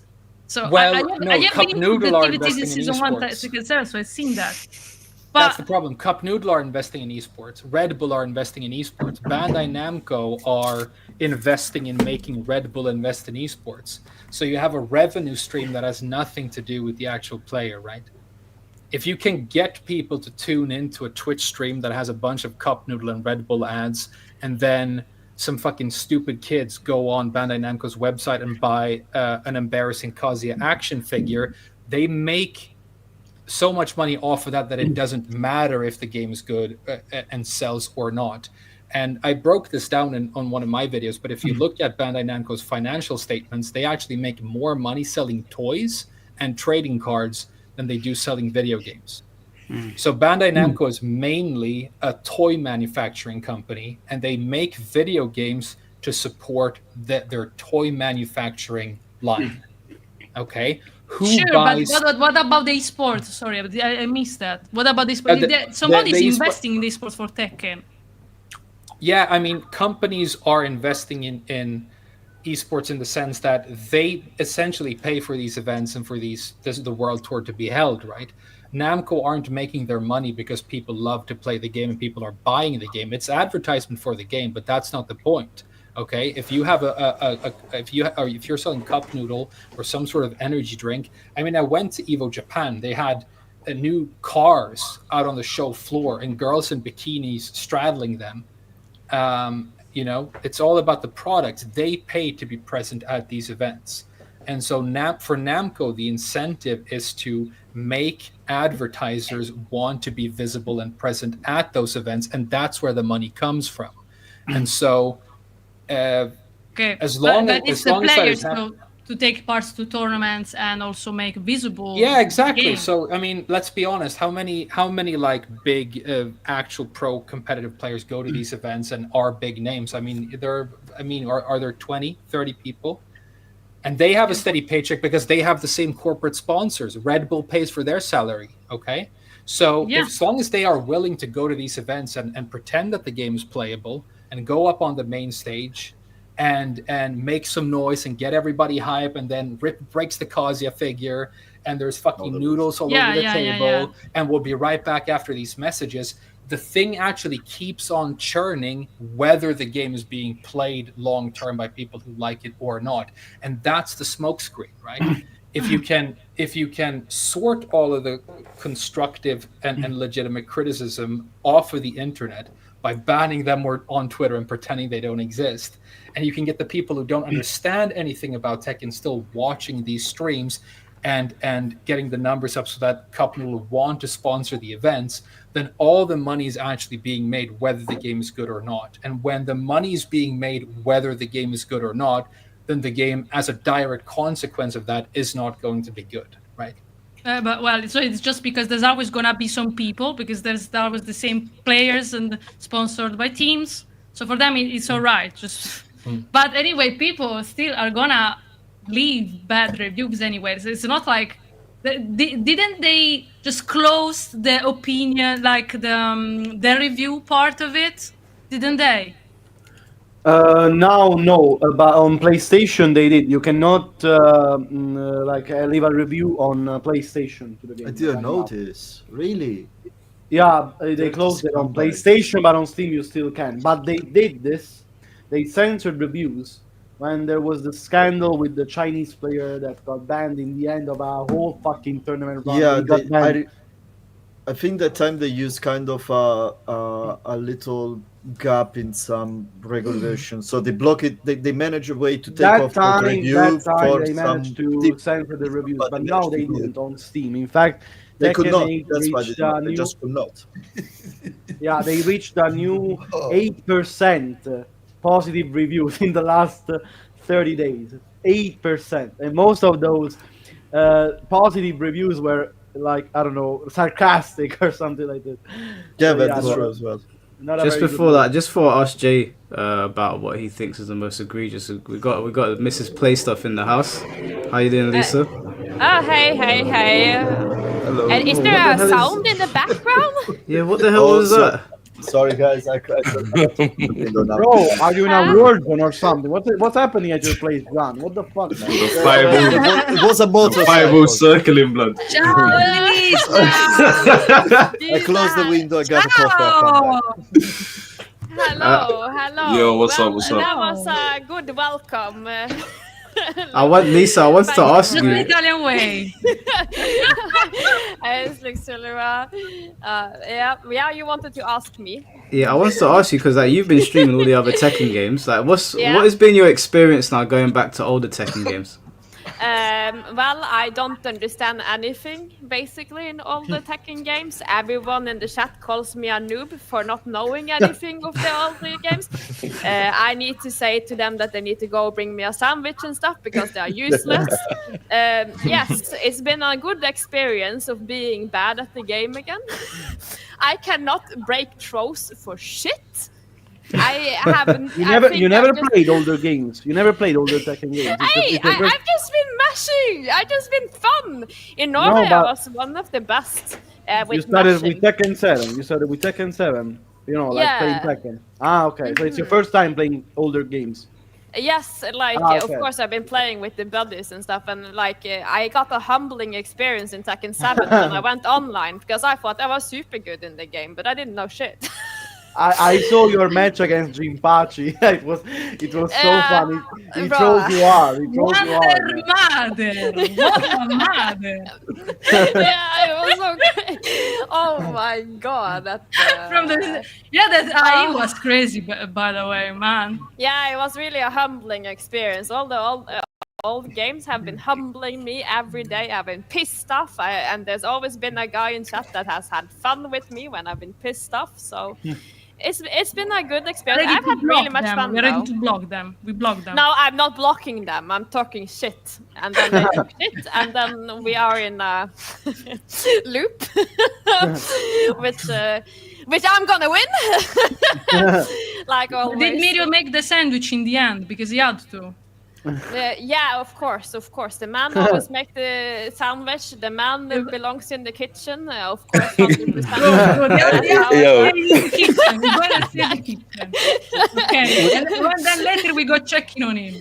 Yeah, but of course, also like Lee mains, of course, they are supposed to be in the kitchen, 100%. As a Nina player myself, why should I be in the kitchen? That's the truth. I'm not That's gonna lie. how it is. Which Tekken game did you cover for now? I'm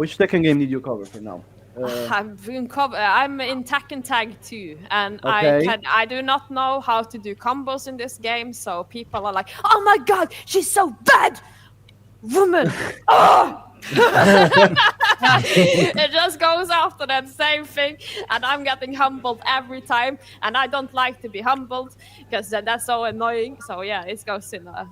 I think Michael Murray should make you a sandwich. He's definitely not doing anything more important. Do not backseat, please, guys. No backseat, please, because she knows it all. Well, no, but me and Murray, we could have been good friends, you know. We could have handled this in the first. I mean, it'd be a first 5. for him to have a good friend. He's following one of us. I'm going. He's following. I think next time I stream, because I thought it was so cool how you actually wrote something that was so much more diplomatic than any of us have. Yeah, and got blocked for that a long time. And got blocked. Now I have this cool idea. We should do this live because I don't have Twitter. I never made one. So I'm thinking next time I stream, I'm gonna make sure that it's like business hours in Japan, and I'm gonna create a Twitter, and I'm gonna try and speed run getting blocked by Murray. Yeah, there's been I don't know. So we should do a community vote to figure out what I should tweet at him to make sure that it goes really quick. That's hilarious. Then That's hilarious. You can because you're not literally in the set cool a kids world club if record. you're not blocked by Murray. You know what? I'm actually offended because he blocked the chillest guys ever, but me basically said "fuck you" multiple times to you on Twitter. Well, he didn't block. he didn't block me. Is he following some of you guys? I think yes. No, he doesn't follow. Nah. Me. Because he follows me. It's so mind-boggling. Like he blocked Because it was Lisa, but I because told was in a every Tekken game. World Tour, I did the top 32 activity 2018. So he spoke to me. And He said spoke that he to liked you, my damn galactic Chloe. Galactic Chloe, really? Yeah, that's nice. Silver. Wait, Jay, does he follow you? Yeah. Well, that's what happened. I don't know. Yeah, I didn't what they got, expect you when I famously see get that he block blocked you. Of course, I was like, what the hell is going on? Bro, it doesn't like Norwegians.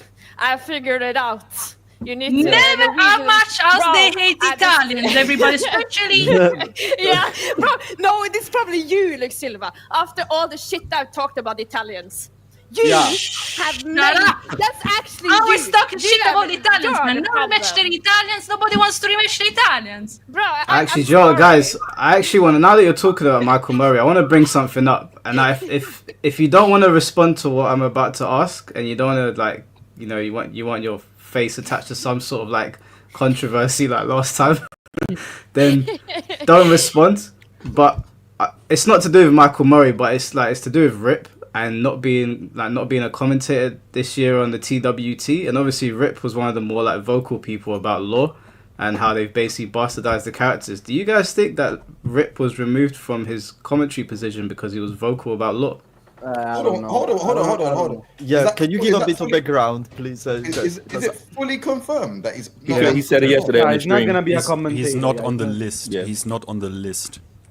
Yeah, and I want to stress that of everyone that I saw talking about characters who had been working closely with them, Rip was very, very vocal about what they did to lore, and he's not on. And Rip's he's a legendary commentator at this point, right? We all know his voice, and he's been taken off. Do you guys think he was taken off because he was talking too much? It's just speculation. I don't know. It's very risky. That's what I'm saying. Do you think? I'm not saying. We're not saying that we know. It's very risky. It's very risky. Jay's out. The Tekken Mafia will come to us. But so if you want to talk to your community, grow a pair. Don't ban your best commentator because he's talking truth. I say, because that's not how you were do the it. best commentators. Fucking hell. No, it's come on, it's insulting to the intelligence of the people.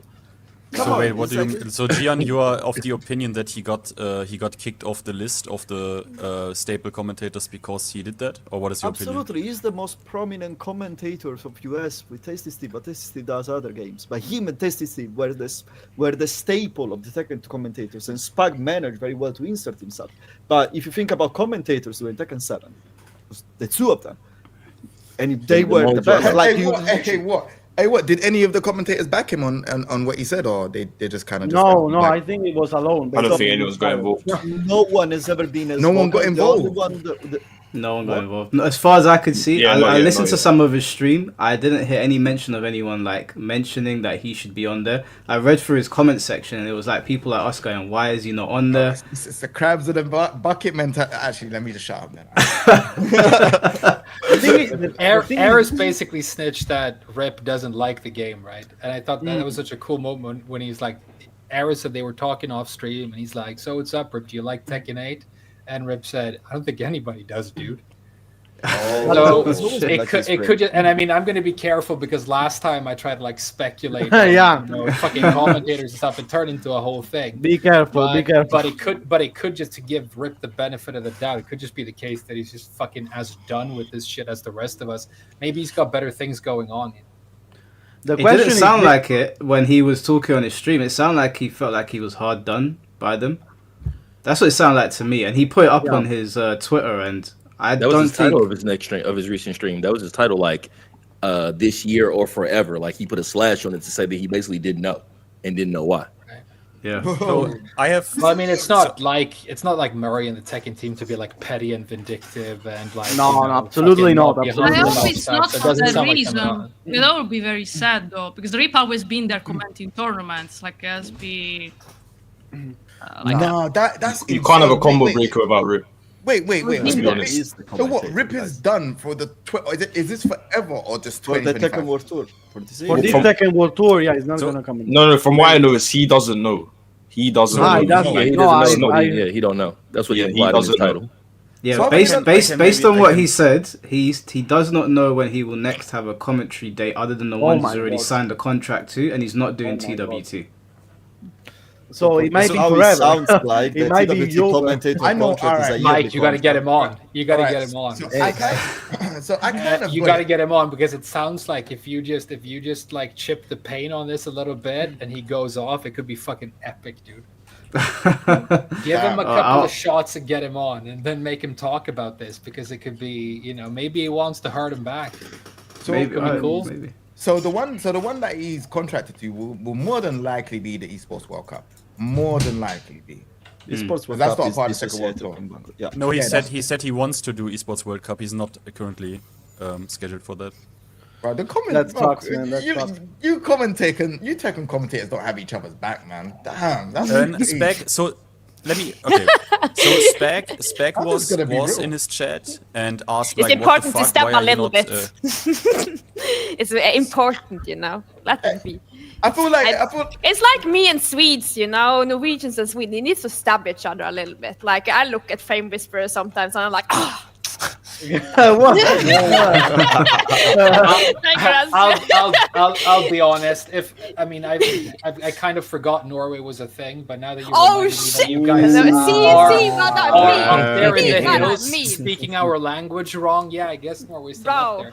And I mean, the only reason Hey, Wow, look, got okay, deep, you someone got stop deep. him! Someone stop him from if talking. you didn't have oil in your oceans that made you very, very good friends Yeah.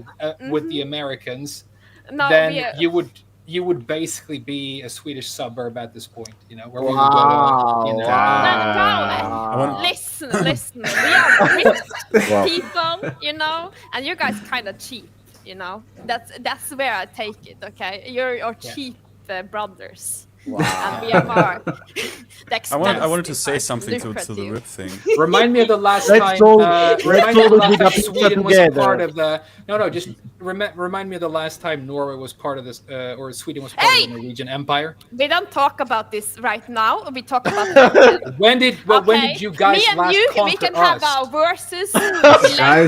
Guys, I don't want NATO knocking on my door. Okay, let's just. I was let's just saying, I mean, like, yeah, it's getting- It's all good. good. It's Yeah, with we Sweden are and just Norway. sorry. It's very We banter brotherly, so sisterly, much. you know, I've been called racist for all the stuff I said about Sweden. which is but we just ridiculous because banter. we're ethnically identical. Guys, let's have a Yeah. pizza all together. Let's solve it with a pizza all together. Ba-ba-da, ba-ba-da, ba-ba-da, Let's ba- take a pizza.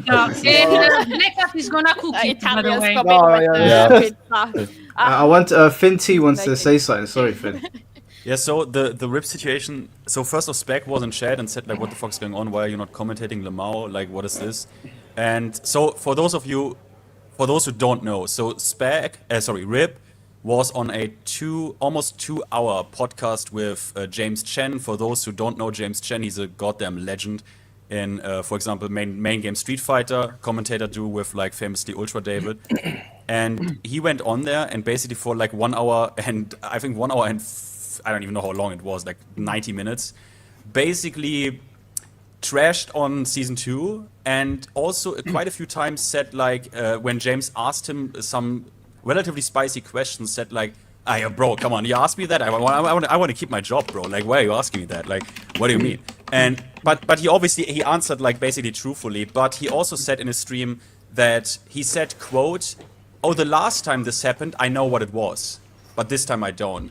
So what he means by the last time it happened, I don't know if anyone knows what he talks about. I know what he talks about. I don't want to open this. People who know what he speaks about because this happened before that he was not on basically the commentator list or was. Yeah, I remember that.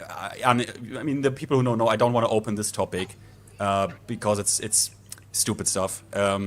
So he says he doesn't know. No one knows, but obviously. I mean, the coincidence is the coincidence would be relatively wild, wouldn't it? So I leave it up for everyone to interpret themselves. But he was on a whole show with James Chen and basically ripped into Tekken. I also famously have talked about his statement regarding Law that he was really like hurt by this, what they did to this character. So yeah, it seems anyone can make their own opinion about it, but yeah. The problem is that now everybody's talking shit about season 2 about Tekken. So who are they gonna call if they really follow this procedure? Who are they gonna call? Well, No, the that's ones who not fall true. in line. You call the actually ones who fall in players line. there are players that are talking well about the game. I saw only basically 2 people that were happy with season 2. Basically, I don't know Only the 2. name of the podcast. It doesn't have many views, but there is some good players. There is Perugin, for instance. There is some other tournament players. I think they're all from US. Yeah, and I had It's beef on, with some of them. Like Shadow is defending season. No, 2 there was no Shadow, but it's like you Yeah. can see that they're all happy with season 2. You know, at the end of the day, hey, I said it. If you like the game, you're more than welcome to enjoy this. I hope you get a tenth of what I got from 26 years of Tekken. That's it. That's all what I will say. Because for how they're treating us now, don't just like you like it now. Next year you might not like it anymore. That's it. Yeah, absolutely. So yeah, it's the fact with Rip, it's sad because he's the biggest voice. That's the weird thing. So if he was like, you know, we have a new commentator that he did a couple of events throughout the Tekken World Tour last year, but now he's talking shit about the game. Okay, we don't renew him. Plot twist. But Michael now is the is next Tekken commentator. Plot twist. They're gonna call Michael or plot twist. If they called me up, it would be a disaster for them. I already I told them for free. You can pay me, but I'm not gonna not talk shit. Huh? Is he going to commentate? Who, me? No, Michael said. No, he is Michael. Yeah, me and Blackheart are gonna commentate on Friday. I am gonna commentate. Yes, I am gonna commentate. Yes, of course. Tag 2. Yeah, we're You gonna commentate. you gotta commentate under that name, Hater Rambunctious. Yeah, I've been updating it. It was Hater Marvelous. Hater. It was Hater Marvelous. Hater Supreme. Hater Supreme. Hater Stupendous. Now I'm Hater Rambunctious. But I think I know that like a frame whisperer had to go real quick, so that's why he jumped off. But I think that I've been watching Rip talk about Law, and I don't know how you can't talk about Law in the way that he has. Like they destroyed the character. For them to remove him from his commentary duties after everything that he's done in the Tekken scene, because it would be a thing, right? You would sit in a meeting like this and you would talk about who's going to commentate. And your mainstays are going on to commentate, and Rip's the main one that's left out. It must be because he was talking shit about Law. Good communication. I Shout out to really that hope man. it's not because of this. I really hope it's not because of this. Really, I really It hope is it's because not of because of this. it is because he's been the only one that's been really vocal with these things, you know. And at the end of the day, I understand. It's not. I understand their decision, what they base the decision on, but this gives you really an idea of the consideration that they have of everyone, which is zero. You're just a number for them. That's it. Yeah, yeah. You are Well, the amount of money you have in your wallet. let's Period. call it ace and a spade, and it. Like the way how I look at it is, everyone is fighting for a position to be a commentator there. When one drops, no one is really trying to defend the other one to say, look, that person should be in that position. Yeah, they want That's that just how spot. it is, and that's the problem with like this community overall when it comes to like trying to position ourselves into this. It's like no one's got no one's back. It's kind of like, oh yeah, you know what? Let's just get there. I honestly can't see why Rip is like confused on whether he's commentating or not. Like he's very good at the job. He shows up. It just doesn't make any sense. Like I don't know what the ins and outs of it are, but it just feels like Tekken's just falling apart anyways, man. Just jump ship and go play Fatal 3, man. Yeah. I'll be honest. It sounds like tried. you're fully out. I'm fully clocked out of the game. I'm fully clocked out at Tekken, bro. I'll be honest with you. I literally told you, bro. I tried to read through the season 2 patch notes. Bro, I am a content creator, bro. I have not done season 2 patch notes, and it was out April the 1st. It went on the 29th of April. I am struggling to read it, bro. I'm getting bored I'm on Eddie, so I have to do Jin. I think it's Jin is the next. No, Horang is the next one. Bro, I'm not even interested. You better not read your Orang lines. You better not. Trust me. You better. The thing is, I don't think it's about like how much there is. I think it's the stuff you're seeing. It's just not the interesting. depressing stuff. Not interesting, fam. They're just putting No. foolishness on every character, and it's just like you don't see any changes that give you a positive insight or like a bit of like, I don't know, a Happiness, dopamine rush bro. or happiness or anything that makes you feel like, oh yeah, the game's just, this is a good change. This is a good change. There's so many bad changes. Like you look at the heat engager change, and then you will look at this character, and he's just got like 10 different bad changes. You're like, okay, cool. Yeah. And you go to the next character, it's the same. It's just, you know. In your Endless opinion, cycle. guys, which is the Endless character that are the worst changes? Like, if we don't consider each Lars. Objectively low, but for me it's Brian. Fucking hate I'm Brian. not gonna it's lie. probably low. But it's Lars low. is the Objectively, best. it's low. But I Yeah, think Lars. I think Law or I think Shaheen's changes are quite bad. They're not that great. I think they're fair. They've just changed him too much. Yeah, I don't think they're. They literally told you, like, listen, we've made this one ridiculous move. You need to use it, and that's it. Yeah. Someone Yeah. That's the interested 1+2. Steve, actually, guys. Sorry to interrupt. Steve Steve is actually there as well. I listen, a character that is like, okay, so I was watching a tournament the other day, the Saudi one, Riyadh Clash, and I was enjoying it. Believe it or not, I was enjoying it. Yeah. So no, I was enjoying it because a player, Luffy, who's a player who I've always wanted to see compete, he was competing with Paul. Did he use Paul? He used Paul, yeah. Yeah, okay. And he was sick. playing against like all of these dumbass characters, bro. And like he was doing bits. And then he goes in the finals to play against Atif. Atif's playing Anna. Atif's 2-0 up. And then Luffy's making the comeback. 2-2. Atif switches to Dragunov, closes it out. And then when they play the next time, what character does Atif but pick? Steve. Panda. Panda. Went Like, back to Panda The as well. worst game, like, obviously no offense to Atif. Atif is the greatest, you know what I mean? He's up there, whatever. But the gameplay clocked my brain out in a way that is just not, it's just, bro, I was getting excited. I was enjoying it. It's kind of good in season 2. Very good. Yeah. Very good. Like I that don't character's like got waning moon. It's got obviously the bears now they have like a homing mid that's -2 from the bear thing. But Yeah. that. Okay. hunting bear stance. Yeah, the homing mid. Oh, you mean waning moon -2 at the wall? homing. You mean Guarantees what do you call it? Front flip. Guarantees counter hit launcher. What's the other move? Sidestep 1+2, 0 on block. Step 1+2, yeah. 0 on block. +6 if he goes into hunting bear stance. Guarantees while standing 1-2 While standing on hit. Yeah. Absolutely. So The, like, the fam, waning moon, oh the my waning moon was God. at the wall. No, yeah? but not only that, but Panda also has an unbreakable Yeah, grab that exactly. is worth splats. Yeah, now. wall splats at the That's wall. an Wall splats at unbreakable the throw wall. Yeah. now. So Oh yeah, And- that was it. That was it. Okay. So And last thing I want to mention, bro, the change to the throw from the hunting bear stance. yeah.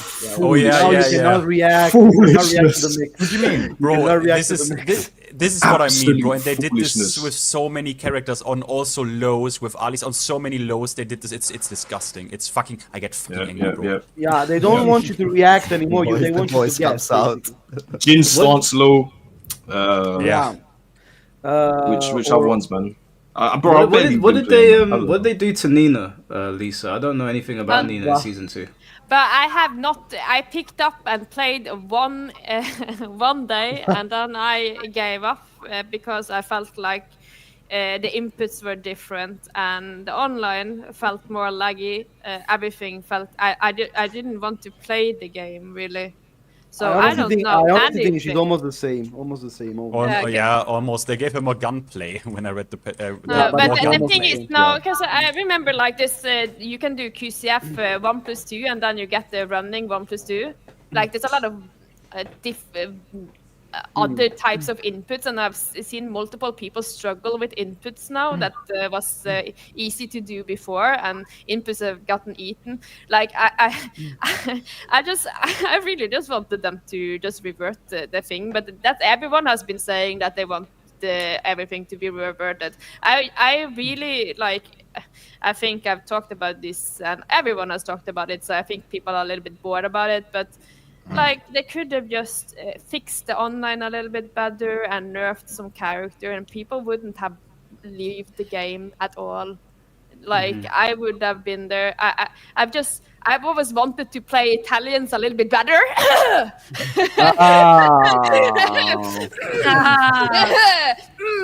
Not me, not my Italian. I met you more than one time, Queen. I don't know if you know, but you're in a discussion with 3 Italians, not one. Yeah, 3 I'm Italian as well. Gian sei italiano. Yeah, I'm Italian. I, live in Italiano. Lo- I left Italy 8 years ago, but I'm Italian. He's a traitor. He's a traitor. He's a It's traitor. Italians now. Where are the other Norwegians? It's so among us. Everyone knows Ian, and I never know if they're Italian or not. And then it's always like when I meet an Italian, it's like, oh, but my internet is good.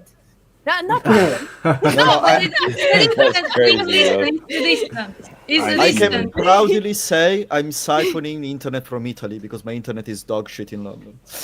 I can But now, the internet I'm now is playing from the center, you know?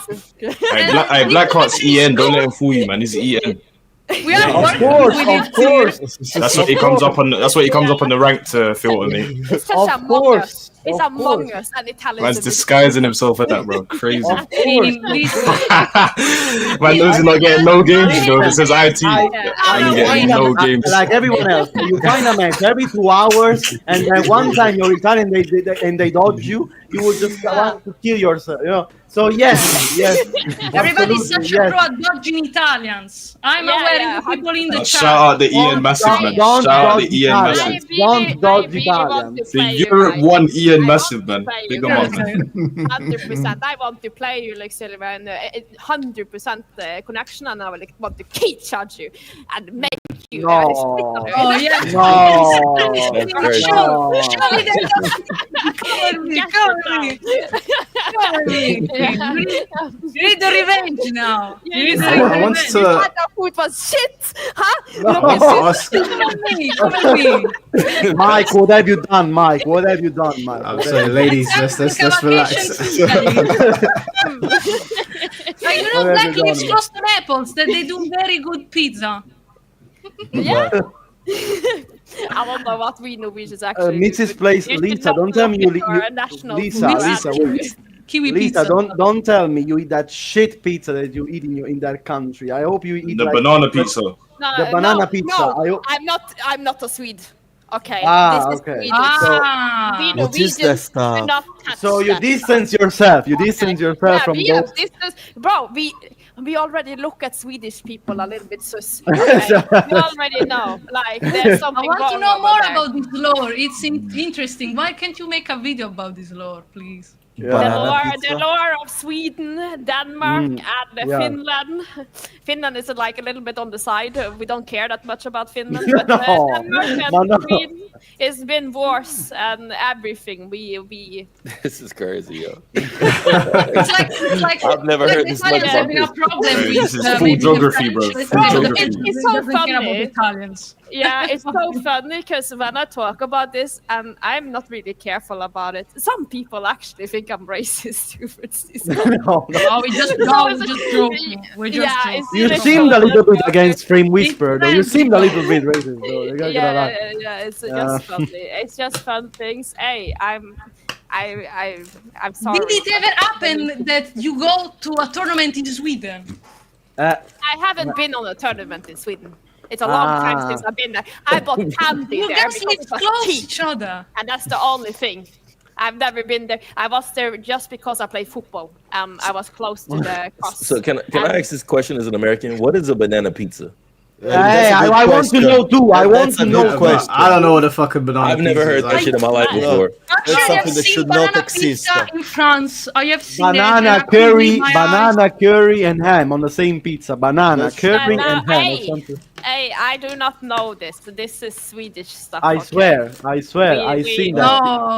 I don't know, definitely Lisa. not eat that. You disappoint me. You need to know this. I need this lore. I need this No, I right need now. no, I do not go there. I don't. Do not go Not there. even for a little vacation. No. No, Maybe but- they have a little. Queen, do they I have a question. over there? Every time I go into Team stream, I show the finger, but they can't. No. See. Okay. I have a question for the American here.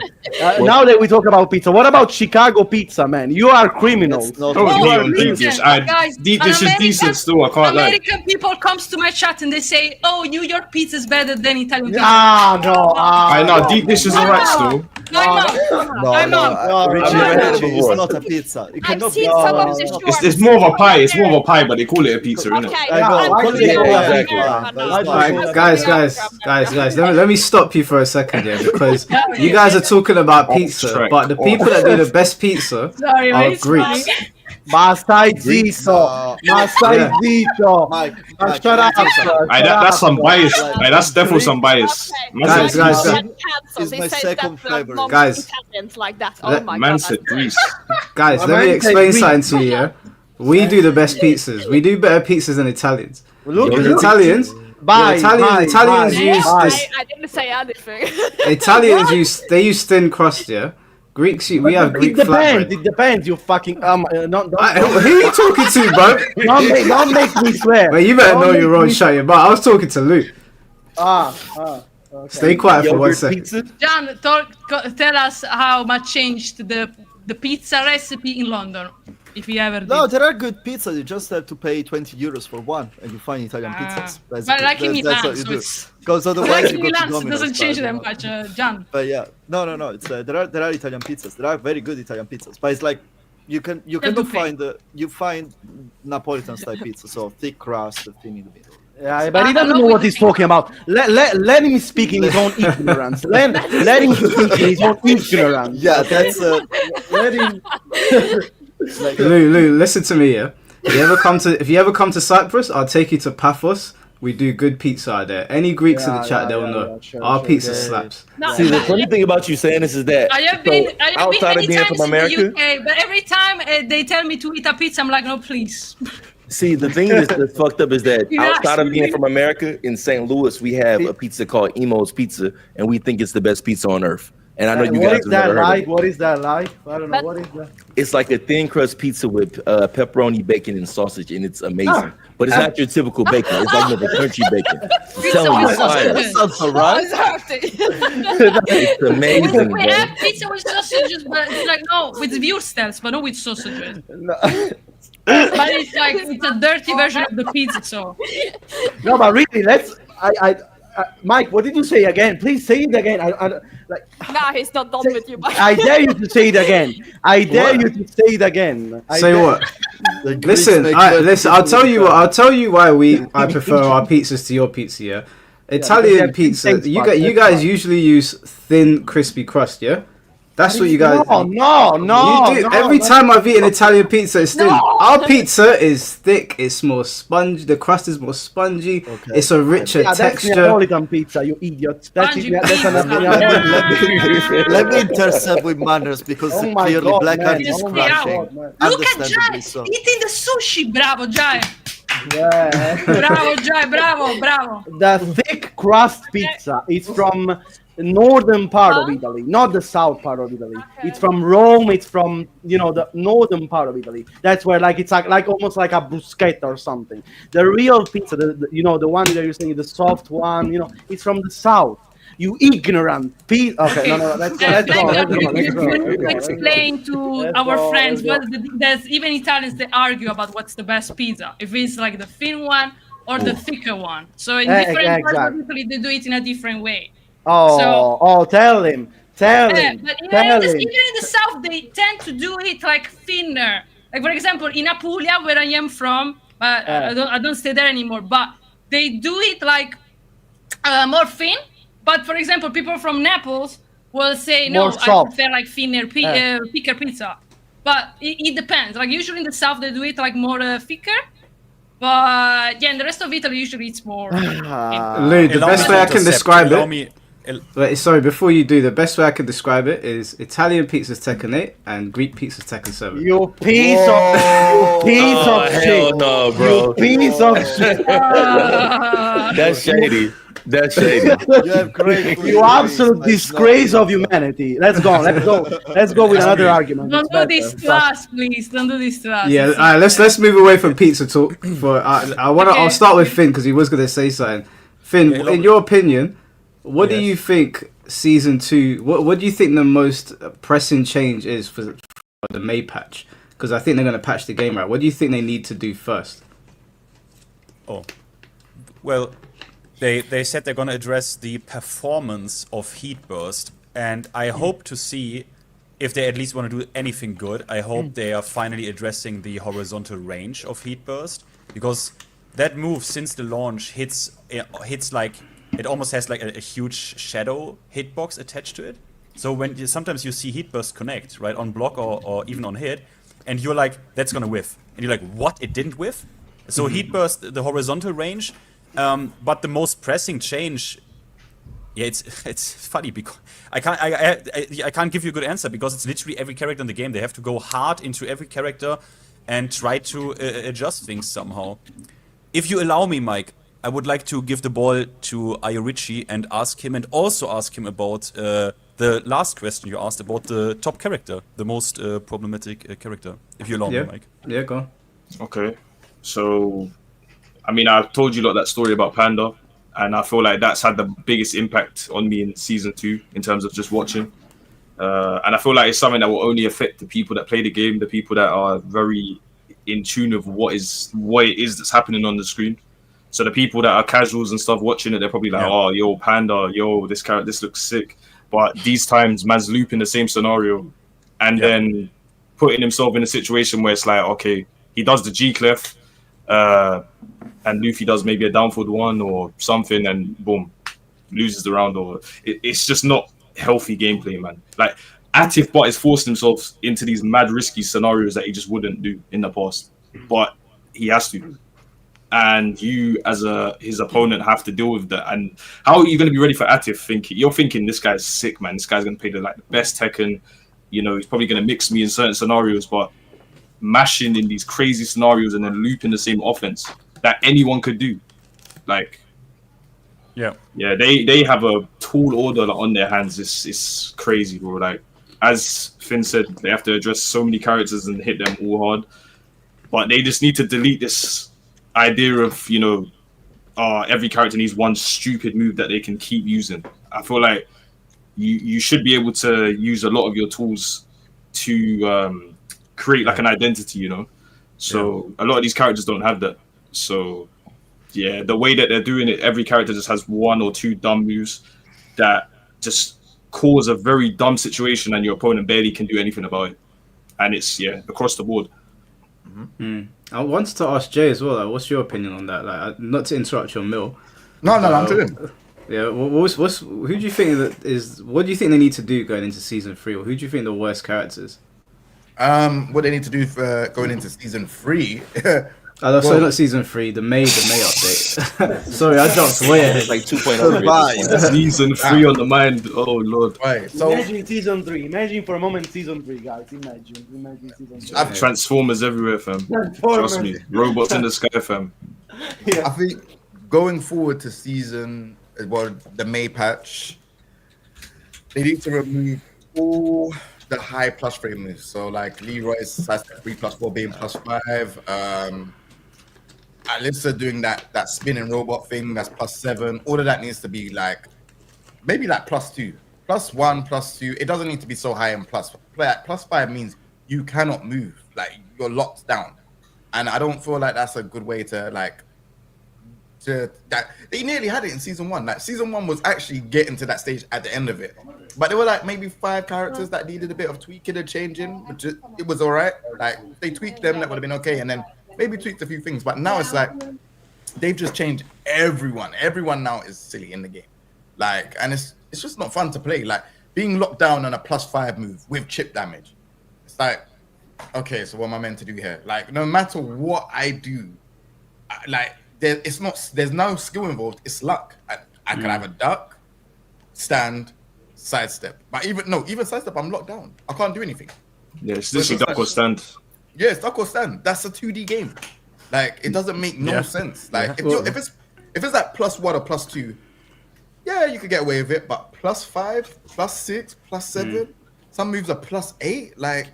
Fam, it puts you in a scenario where Power Crush and Rage Art don't beat the 4-1+2. So you put yourself in a scenario where, you risk something, but at the same time, the opponent is very limited on what he can do in that scenario. If he tries to move, he gets hit. Tries to Power Crush, gets hit. Ducks, gets hit. So many characters force them scenarios. That's what I'm saying. I feel like it's not enjoyable to watch. It's not enjoyable to play. Like there's been tournaments where. Like I know they're there. Level Up Expo was there. Didn't even care. Didn't even want to watch it. I don't care for Tekken because this thing of having high plus frames and you can do this and there's no defense mechanics. It's just like, or even no defense stuff to help us. It's like it's boring. Like I just can't get my head around why it's taken this long for them. They've been around for 30 years. It's taken them this long to be able to create a balanced Tekken game. Now, I don't want to hear that stuff about they haven't had an arcade. That's BS. If I've been doing something for 30 years, I must have an inkling of how to balance a game by now. 30 years is a very, very, very long time. Very long time. So this no arcade, I'm not trying to hear it. Like, and if it also doesn't make sense because every vanilla version. 1 year later, the arcade version came out, and the BR version or FR version came out, and it always toned things down. They did the opposite on purpose, right? Like on purpose. This is design decision, guys. This is what they want. Yeah. We clear. Yeah, sorry. I didn't want to interrupt. Sorry.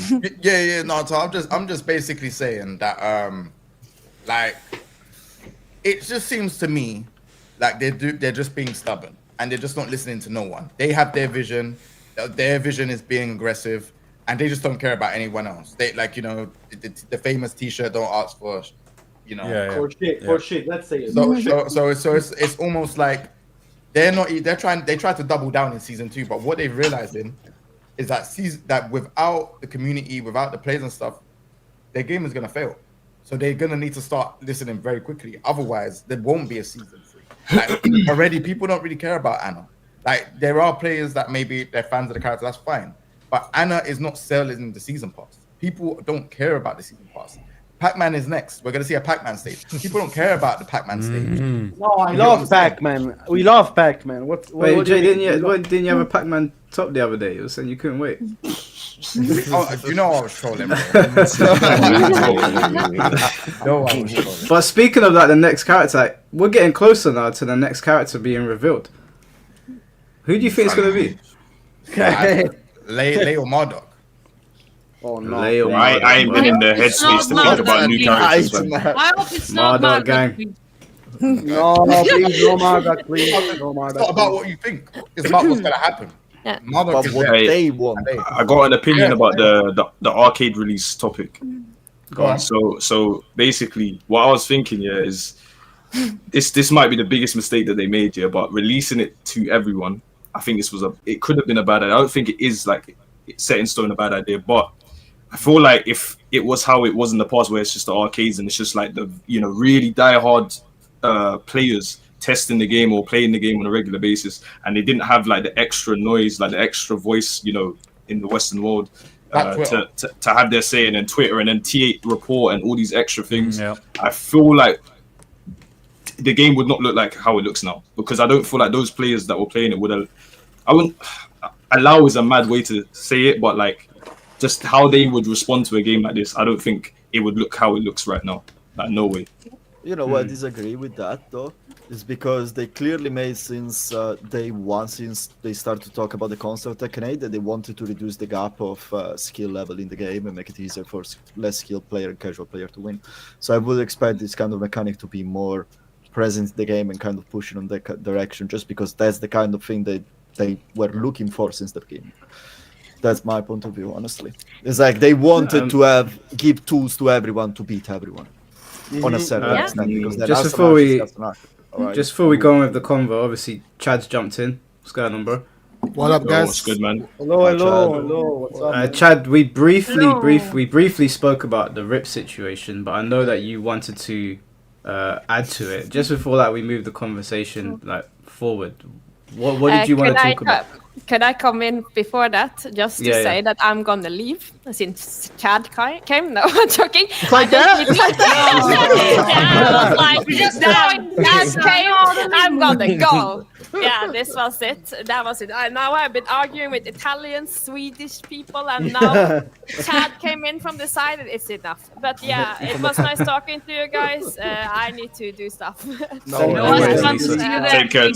Bye, Lisa. Norwegian has the best fish. So that's something. Bye. Ciao. Yeah, sorry, go on, Chad. Basically, all I'm saying is this is why we chill. Hey, yo, Tekken 8 is the best game ever. I don't know what you guys are talking about. You guys are hating. Tekken 8 is the strongest product. Force mix-ups are the best. I love this product. Also, hit my links. Hit your free Chipotle. Know what I mean? Don't forget to buy your Kazuya. Don't forget to buy your Kazuya skateboard. You know what else? Hey, if you're in the market for some shades, can I sell you on some? What was it? What was that monster? Gentle monster shades. Shout out. So wait, Chad, is what you're saying is that you believe that he was let go because he wasn't shilling hard enough? I believe that he is not. In the good church of Tekken, we do not have time for heretics. We do not have time for people. We do not have time for these free thinkers giving their honest opinions. You must say what the party tells you to say, and what the party tells you to say is that everything is okay. Can I get an amen? Amen! Tekken 8 is the future. Preach. No, seriously, I can't believe this. I can't believe it, actually. I can't believe it. It's fucked up. But I've said this before, Tekken isn't the game. Tekken is the players. Like, the thing that makes Tekken worthwhile, the streamers, the content creators, It's just a April Fool's joke. Yeah, just April Fool's. The funniest April Fools.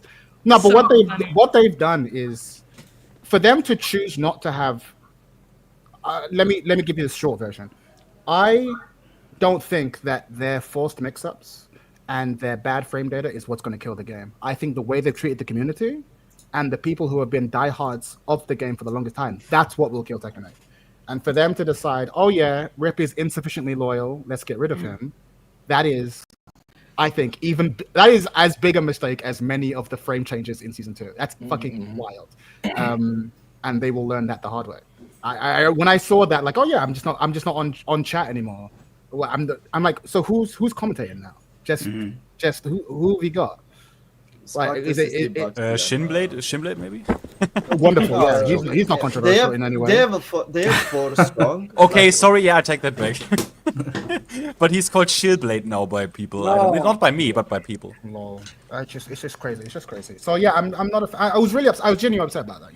Like, I wanted to add to that because I had Emery Reigns on here before, and obviously Emery's big in the DOA scene. Yes. And we were talking, and I brought up the topic of how he was at one point on payroll when DOA 6 came out, and I was because he openly admitted it in his documentary, and I was asking him, you know, like being on payroll and seeing how the community reacted to DOA 6 and how much they disliked it, because he's such a DOA purist and a loyalist. Could you speak out about it the way you wanted to?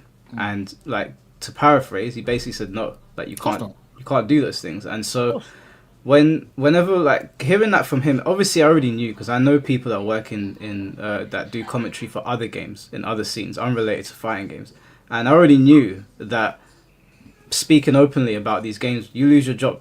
And even though Rip has not said it and the Tekken team have not said it outright, it's pretty obvious what has happened here. And when we were talking about this before, a lot of us were, you know, getting accused of like drumming up controversy or whatever. But it seems pretty obvious that if you're trying to stay in their good graces, or if you're commentating for them, if you say something that goes against the game, you're out. Like that should be obvious to everyone. Yeah. The thing is, it's, and to be fair to to be fair to our corporate overlords over at Bandai Namco, if I do pay you, I do expect a certain amount of loyalty. I do get that. Like I think a good example of this is like Tasty Steve. Tasty Steve knows the game. He understands. Like, Tasty Steve is not allowed to say, even if the game's in a shit state, he'll be like, man, I love this song. He'll just be really positive. And Brad, he doesn't pretend to be a voice in the scene as a commentator. And that's a professional thing. So there's no disrespect. And I think, but Rip obviously is old school. I feel like he is grandfathered in to some extent. And in a weird way, Tekken has always been the cool kid, not the most popular kid, but like the cool kid. It was always a little bit edgy in the fighting game space. This is why we had voices like Eris and Rip. They were always a little bit out there. Yeah. And so watching Eris fall out of his own accord, obviously, and then Rip be pushed out is like just further evidence that what they want from Tekken is not what the Tekken fans want from Tekken. Like it's a really big blow. I'm really not a fan of this at all. And yeah, I have nothing more to say than just like this is worse than the frame data stuff. Like, how are you going to push out Rip? Like, how are you going to push out Rip? I truly feel that way. Like, yeah, so it's like, yeah. So you're only allowed to have a voice if you're only saying good things about the game. Like that's where we're at as a community. Okay, cool. Yeah. Let's see how that works. It's so mental. It's so mental. Did you know that he was on James Chen podcast a week prior and said when James asked him like questions about how shit is the game actually, he said like, "Oh, you're asking me that? I want to keep my job, bro." Like it's it's so almost comedy. You know, it's like almost comedy that it happened in that you know causality chain. It's fucked up, man. Yeah. It's, I will burn them for this. It's well, I mean, I can't burn them. I can't burn them anymore. I don't know what burning plan you're doing, but like I can't burn them any more than I already have, which is just like stop playing the game. I'm playing Street Fighter now, trying to get my Kimberly up. We'll come back to you, Kimberly. Oh yeah, FinnT beat me like 10-0. I'm like, you know what? I'm tired of being bad at this game. Let me learn. So I'm gonna come back and body this pool. But until then, I'm man, that was the Bombay. I can Tonton, thank you for the $5. Tekken 8 isn't a product, it's oil from the snake oil salesman Harada with ingredients from the vision of the pasty white goblin sage. Oh my god. Wow, Tom, man, Jesus. The goblin sage is crazy. How dare you say that about our Pope, our good Pope, Good Pope. He's definitely getting blocked. He's definitely getting blocked on Twitter now. Please be sure to check out my Chipotle links in the description. I still find it crazy that Michael Murray blocked all those people, but me and Blackheart never got blocked. Imagine. I think it was just random. He just noticed few messages because he probably doesn't have lots of time to see it all because I think he gets tagged all the time. So just happened to see certain messages are just randomly blocked, but it's. Yeah, but maybe if you block too often, they like block your Brooklyn privileges for a minute. Like they temporarily stop you from doing it. Oh, really? Possibly. Huh? They do that on Facebook. Oh, I didn't know that's a thing. If you block too often, it's like they think you're like spamming, like your account's getting hacked. Maybe they'll take it away. Do it anymore. Yeah, that's true. But the problem is that apparently he's blocking people from Reddit, like random people from Reddit, and then he goes into their Twitters and blocks them because there are some people on Twitter that have nothing Tekken related and I get blocked by Murray randomly. I don't know why. So don't you think it could be the algorithm thing then? Don't you think that's crazy though? Like if he's got a script that is blocking, that's even worse. Well, it's even worse. Yeah. That's even worse. How did Arzanash fall into the crossfire then, isn't it? Like he's not going to go out his way to block Arzanash from. So I don't know. Man. I think he just didn't notice it was Ash. Was reading Twitter. He was on a blocking rage, and he found a tweet he didn't like. And rage. Yeah, that's how I imagine it. That you want to? They sit down, they go down. Oh, this guy talks shit. Block. This guy talks shit. Block. This guy talks shit. They don't even read who is it. They just say, oh, this person is talking bad. I don't think they're doing that. Until a certain extent, oh yes, with all the but shit how I do you get block? yes. How do you block Arslan by mistake? Like, let's say that he's right. You don't check how who it do you was. block someone by mistake? Really, I want to understand that's how crazy. does it happen. Crazy. I actually want to ask that as well, because I got into a few back and forths with some other creators on Twitter, and they were saying you can block people by mistake. It's a very common thing. I've been on Twitter. Funny. I've been on It's Twitter the for process. years. I have never accidentally done that. It was my friend who wait, brought wait. it on the keyboard. So the only way to block Wait. Arsenal by I want to mistake- ask one question. I want to ask one question to this. Like, but guys and girls, like Harada knows obviously who Arsenal is. Like, how much of a retard would he be to say, you know what, I'm blocking this guy? Like, He didn't read his name. He didn't read the name. Yeah, but then He it just was an blocked. accident, wasn't it? Huh? Yeah, but But then it's it was not an accident, accident. wasn't It's it? just the proof that he doesn't agree with what we say. Just politically cannot block it because it would have too much of a backlash. But isn't that the You same? would not Isn't like to that? block it? He has the plot armor being Arsenal. But what has he That's it. tweeted? What has Arslan even tweeted that could have made this happen? It doesn't make sense to me. He would be the greatest No, idiot wait. to block Is- Arslan Ash. Isn't this the same Harada that's like replying to like these flipping, twit longers? Yeah. Like tweet longers, like Yeah. No, there's I- no I- way Harada's It's going not through even Twitter and replying blocking to people. It's people's not. It's not fucking happening. nonsense. To the ones asking like for proper things, it doesn't reply. I think. Hold on, but I think that this, to me, this is actually the perfect example of like when it rains, it pours. I believe that too. I I don't think- think it's Barada. I don't think it's Harada either. Like it's somebody managing his account or like their social media Somebody manager or has something running like his that. account. That's what I here's think. the- no, but I here's mentioned the that thing. to be fair. I've worked before. I've worked for like marketing companies that like they don't just use Twitter the way that we use Twitter. They have like sophisticated apps that interface with Twitter, so they can do things en masse. They can schedule posts, all that kind of shit. And on a program like that, it can be easy to like just block the wrong person or have algorithmic scripts. If a person tweets me and has the word shit, fuck, noob, scrub, auto block, right? And so I can see that happening. Like so. But then let me ask you then, Chad. Do those scripts do they run like at a certain time of the day? Are they temporary? Because if that was the case, Harada's block list would be insane. And I haven't sworn at him. I've never sworn at Harada or like wrote anything like that. But I've tagged him and I've said this is nonsense. Like what is going on here? But it could be a case of like your post wasn't bad, but the people who commented under your post were bad, and therefore the entire chain gets blocked. Right. Okay. Like there are all kinds of scripts and systems like that, because when you're interfacing with thousands of people, you're like, I can't deal with each individual one. System just scrub through this shit. Again, I'm not saying that's the case, but I think I'm willing to give them the benefit of the doubt. And what's ironic is if the game was in a better state, most of us would be willing to give them the benefit of the doubt. But because they fucked up so many times, Yeah, exactly. It's really all it's like just was Exactly. random. Like I don't know, like we really It's like have the to do cherry the on top of benefit a of the huge doubt. mountain of shit. Let's So say. we are Exactly. accepting that the community manager of Tekken is a script, basically. I buy that. Yeah, that's But what do you know what's funny about this whole situation is that Marvel Rivals has been going through something similar where they've been making mistakes, but their developers have been dealing with it much better. Like they've taken the criticism on board, and in their changes, they've been saying to people, we're not perfect, we're sorry, this is what we're going to do to fix it. And apparently the rollout is like quite quick. I saw Ninja talking about it, and then contrast that with Tekken where they're like, sorry for doing this, and then they do it again. It's like. And then we get blocked for saying, "Hey, why are you still doing that? But Like, why are you still breaking?" What country is the company responsible for Marvel Rivals from? I think they're Chinese. Is Tencent is Chinese. Oh, for real? Interesting. Yeah, then they But they are the definitely people in copying charge Western. of that? You want another instance? They're copying the Where Western style. Then go on. Like I say many times I play Monster Hunter now. So Monster Hunter has a cheating problem, but it never becomes really a problem because it's mainly kind of a co-op single game. play. It's a co-op exactly, game or yeah. a single player game. So you don't care. Oh, he's cheating. Who cares? It's a dumb. Now the cheating becomes a problem with the last update because there are time attacks. Okay, and there are exclusive rewards that you can get if you're in the top 10,000 times. Okay.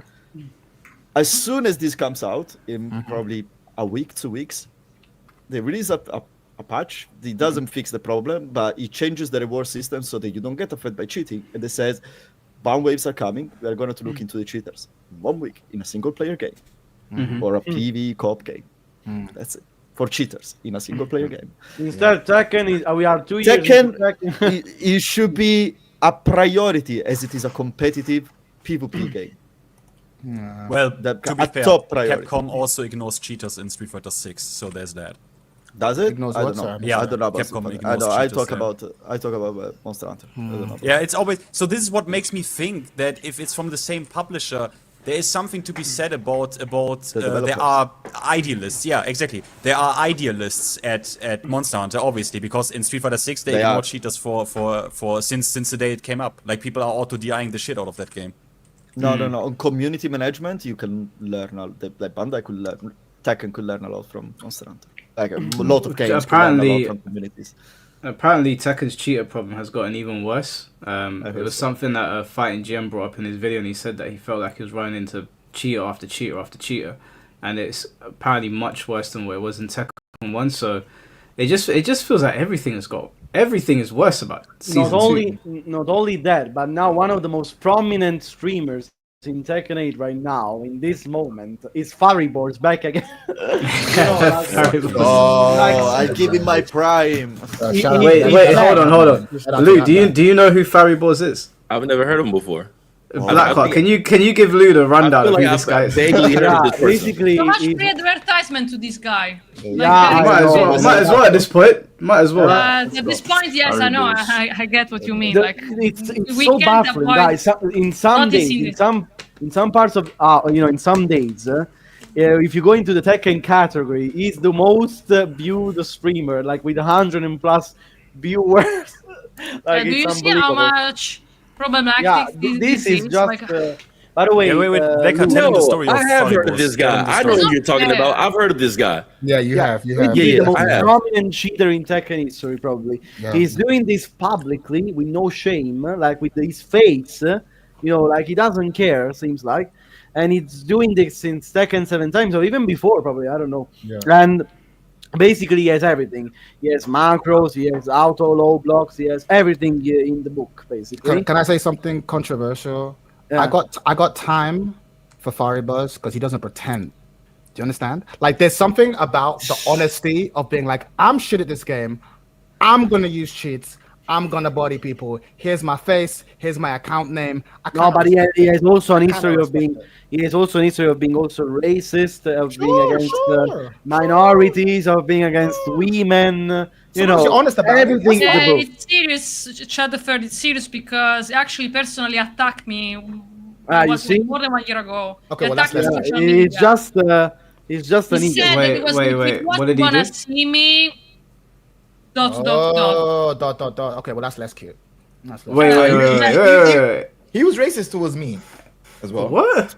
Oh, Everyone's This is racist like- against he's you. like It's the fun. Tekken villain? It's fine. I'm racist against you. It's true. It's fine. It's fine. That don't count. That don't count, bro. No, I'm joking, bro. Wait, what? Wait, okay. Well, let me start with Silver. What did he do to you? You just said he's gonna assault he you. said the crazy thing is that I saw this guy in Lyon at a TVT 2 Imagine. years ago. He was there. He even had the guts to show up himself, and I just noticed that he saw me. I didn't want to, I just tried to go away. So what happened is that, I mean, just to give out a little bit of context, but 1 year ago he wrote a message on Twitter. He said that if he ever gonna see me, he's gonna air word. How can I say? Oh, He's okay. gonna, Yeah, we got you. understand? We know how you He's gonna guys work. sexual assault. And can I Like- ask what prompted all of that? What was the interaction beforehand? It's because somebody were talking about him, and then I said, yes, it's a shame that he's doing this. Like, that's not good. And then he just saw my message, and then he just left a comment randomly after my comment, and then he just said that. What And a then disgusting word. Honestly, I felt so. It's so disgusting to a level that the way I felt, it was I felt horrible. Also, especially for a person like me that I traveled a lot to go to tournaments, take part to tournaments, and then I feel threatened like this. Like, Yeah.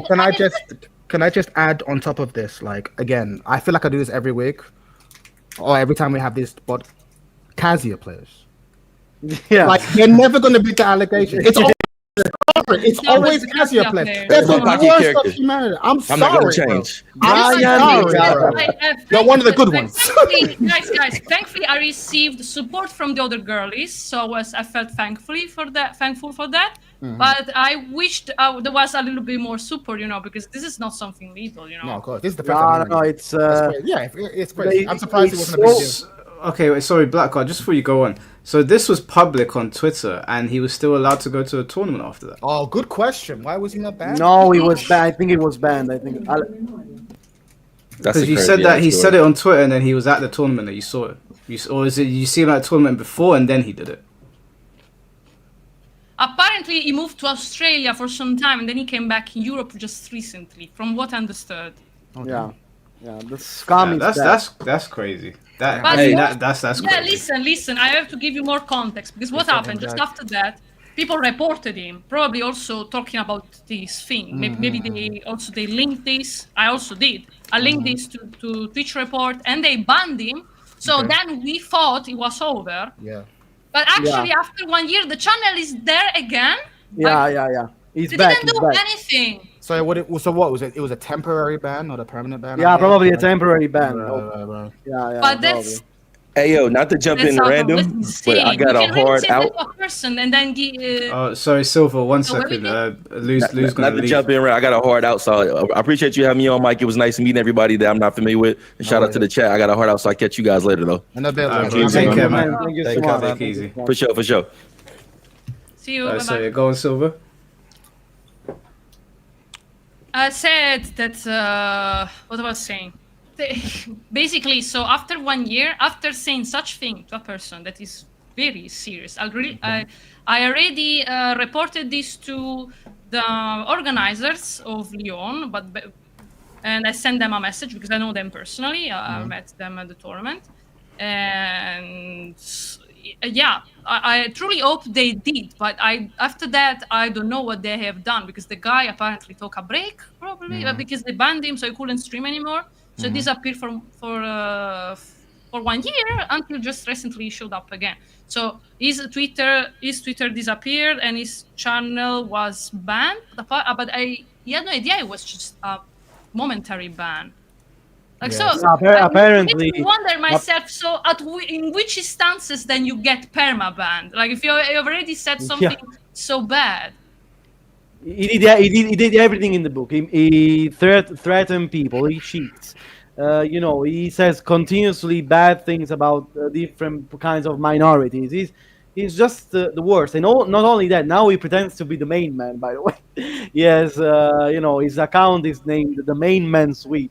So yeah. Wait, I think it was reported for that reason, because you sure. can't impersonate somebody else. Yeah, but in fact, I'm constantly every day reporting him for this reason. But Twitch is just saying no, we don't find anything wrong with this channel. So okay, because he makes some money. He has a following. He gets few ad revenue. So they'll keep it for as long as they legally can. They'll only ban him if his behavior puts the company in legal liability.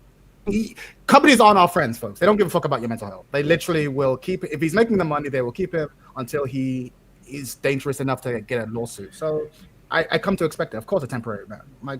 That's just what it's like. This can't be a temporary ban, guys. Like seriously, this can't It shouldn't be, but it is because money always wins. I don't like it, but I know the world I live in. But what kind of money? Like I don't know. Yeah, what Chad is saying, Everyone- unfortunately, that is the reality.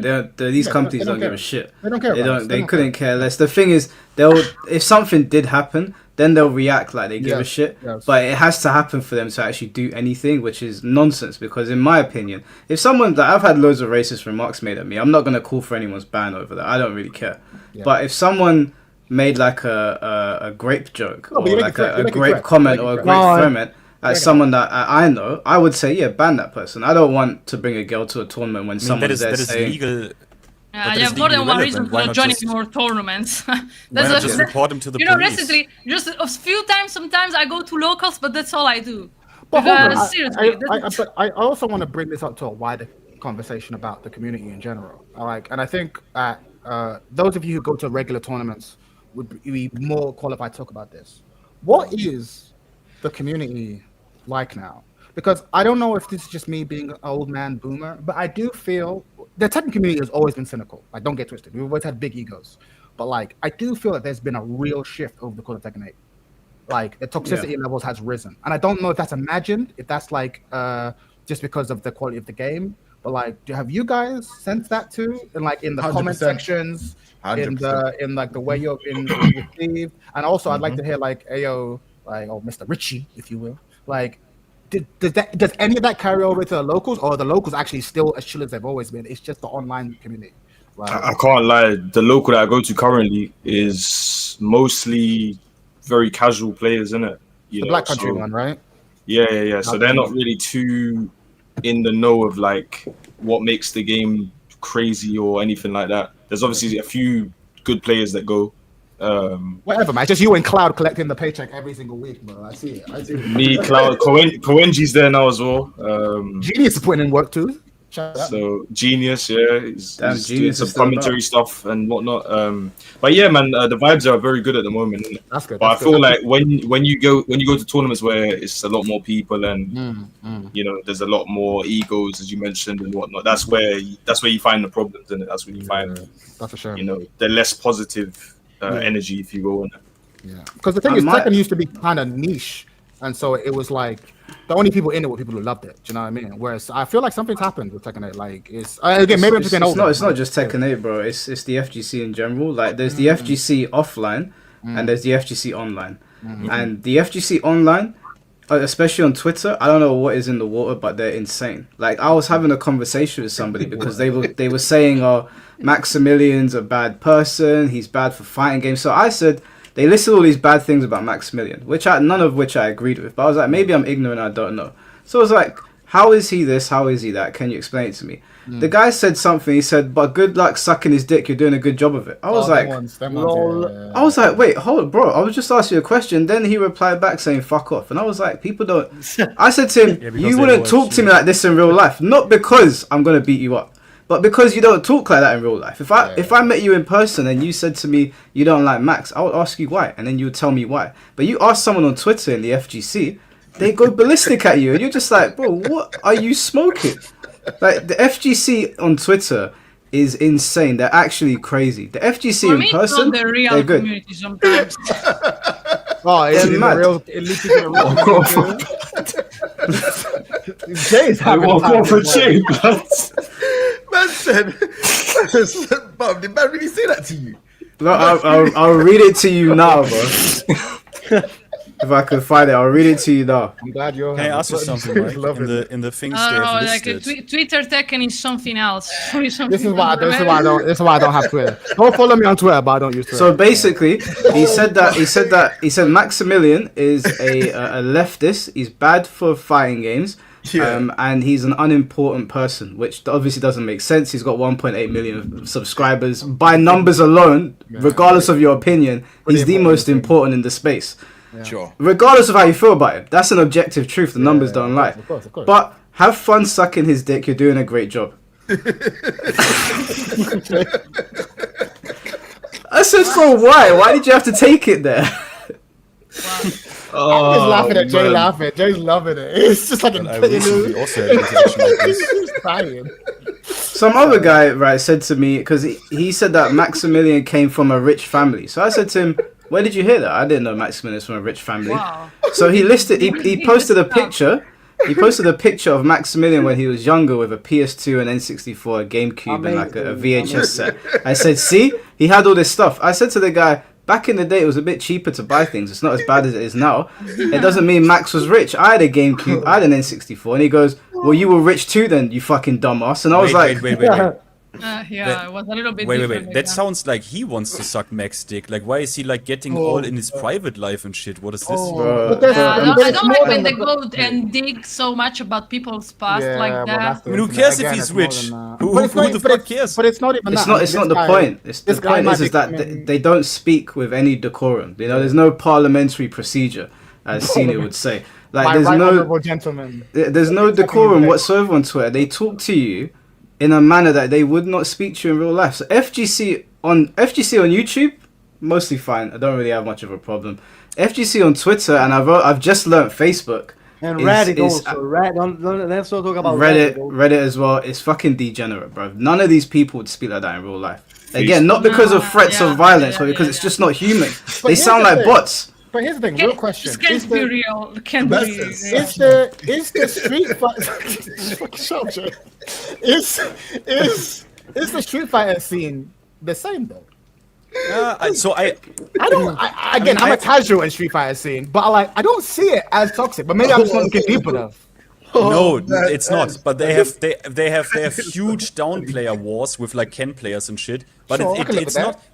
It doesn't reach this level. From Yeah, I yeah. have watched a lot of Street Fighter content since 10 years, Yeah. and I have not seen in comment sections or on Reddit or under videos. I've not seen this level of shit that flies. In Tekken especially, I've not, but in Tekken 8 specifically, I have not seen that. But Street Fighter also, they have like, they make their jokes about Ken players and whatnot, but it's nowhere near. That's character banter is healthy. That's normal. But like, the toxicity. Jay, don't. Wait. So What is good? He said that, yeah. And you tweeted him. You said, what did you say? And what did he say back? I just need to hear it, bro. I said to him, why did you have to say that? Like, why did you have to take it down that road? Like, I said to him, we're just having a chat, and then he cussed me again. King J is laughing on your misery, Mike. What did he say? I wouldn't. I can't. He said something like "fuck off, leftist" or something like that, and I was like, "What? We weren't even talking about politics, bro. It's crazy. I mean, it's actually mad." Once you said that the thing about the Greek pizza, I agree with this guy, though. I'm not gonna lie. Fuck off, you leftist. Fuck you. But to answer your question. To answer your question, Chad, the FGC, to the Tekken community more specifically, yes, it has gotten worse. I think part of that is because Tekken 8 kind of opened the floodgates, and I don't mean this in a disparaging way, but Tekken and Soul Calibur and Virtuify always had like more mature scenes. There was older people playing it. When I would go to tournaments, I'd see Jay, Cobra Commander, Dinosaur, Lionel. Like, these are older guys. It didn't used to have that many young people in it. More young people have come into it. I don't mean this in a disparaging way to anyone that's like 18 or whatever.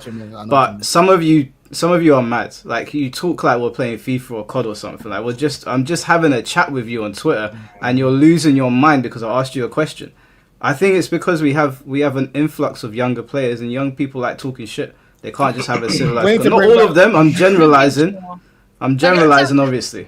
Maybe there's new casual then. It means that there are, because you can't really, I don't really find them that so big. Hey, we need to bring back bullying. Basically, we need children. Look, we need to bring back the era where if you said the wrong thing to the wrong person, you got punched in the face, and when you told the teacher, they'd be like, "You kind of had it coming."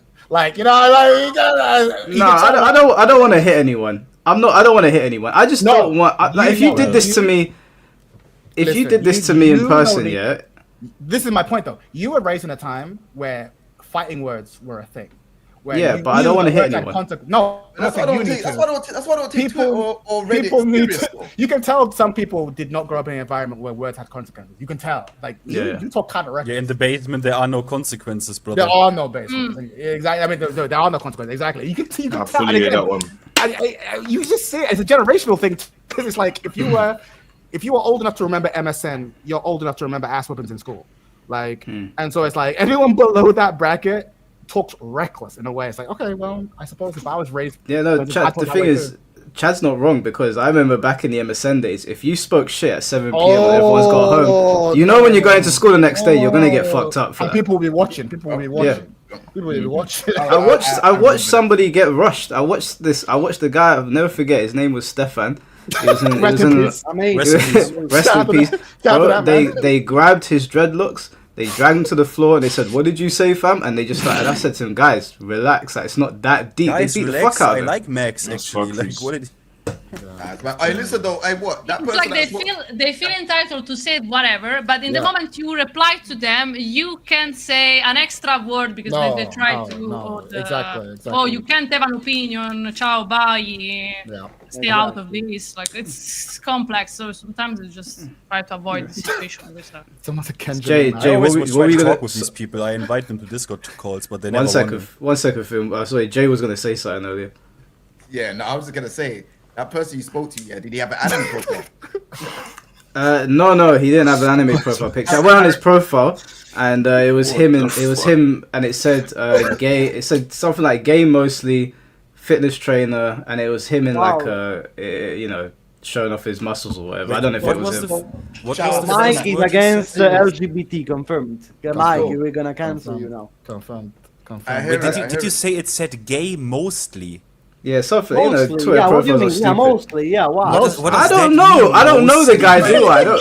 What am I supposed to tell you? That's what his profile said. Finn, I are don't you know. against this? Are you against this? Mike's getting Mostly gay. Mike's getting Do you want interrogated. to explain this to me, Blackheart? You as an expert, what does It's that mean it's mostly? neither. Sometimes you wanna lick pussy. Sometimes you wanna grab a dick in your mouth. Oh, but man. the What majority fuck, is man? gay, It's so right? simple. Okay. Alright, see. I'm gonna go. It's so simple, man. But mostly cock, bro. Mostly. All right, Blackheart, rein it in. Okay, bro. I thought I have to I thought it was like a slang or hey, mostly gay. It's like I don't know, like I don't know. I thought it's like a meme or something. No, Man, it's that season 2 is wild, guys. Am I right? Man, that's season 2. Yo, Yeah, it's hey, yo, mostly Richie, gay, you, bro. It's you mostly enjoying gay. top tier Leo? I know I am. Woo! I'm chilling on season 2, bro. They I'm get, chilling. what you mean? They finally made that character top tier. You know how everyone's been saying Leo's secret top tier? It finally became true. How can you stop playing now? Yeah. But you know, I actually want to bring something else up about the FGC that I've noticed on Twitter.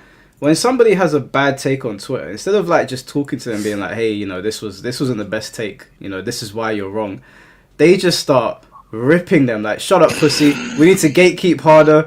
Like I saw people in this guy's comment section just ripping him because basically he put up a picture of Fatal Fury and the max player numbers were like 3,000, and it was like, "Oh, I'm not going to play this game. It's basically dead," or something like that. That's schizophrenic. Yeah. Wow, schizophrenic. Oh my god. And I saw it, and I was like, and I saw the replies, and it was just a stream of people saying, "Get bent, pussy," or this, that, and the other. And I was like, why can't you just be like, bro? I'm telling you, even people that are like, I saw Margin Obama in there. I saw Tyrant retweeting it. I don't think Tyrant said anything crazy. They were cussing him. Look, it was a simple. Like even if the numbers are like 3,000, you can still have a good time on it. Just talk to him. But it's just people like ripping into him. I was like, you can't have conversation with the FGC on Twitter anymore. Everyone just wants to kill each other. Bro, I ain't gonna hold you though.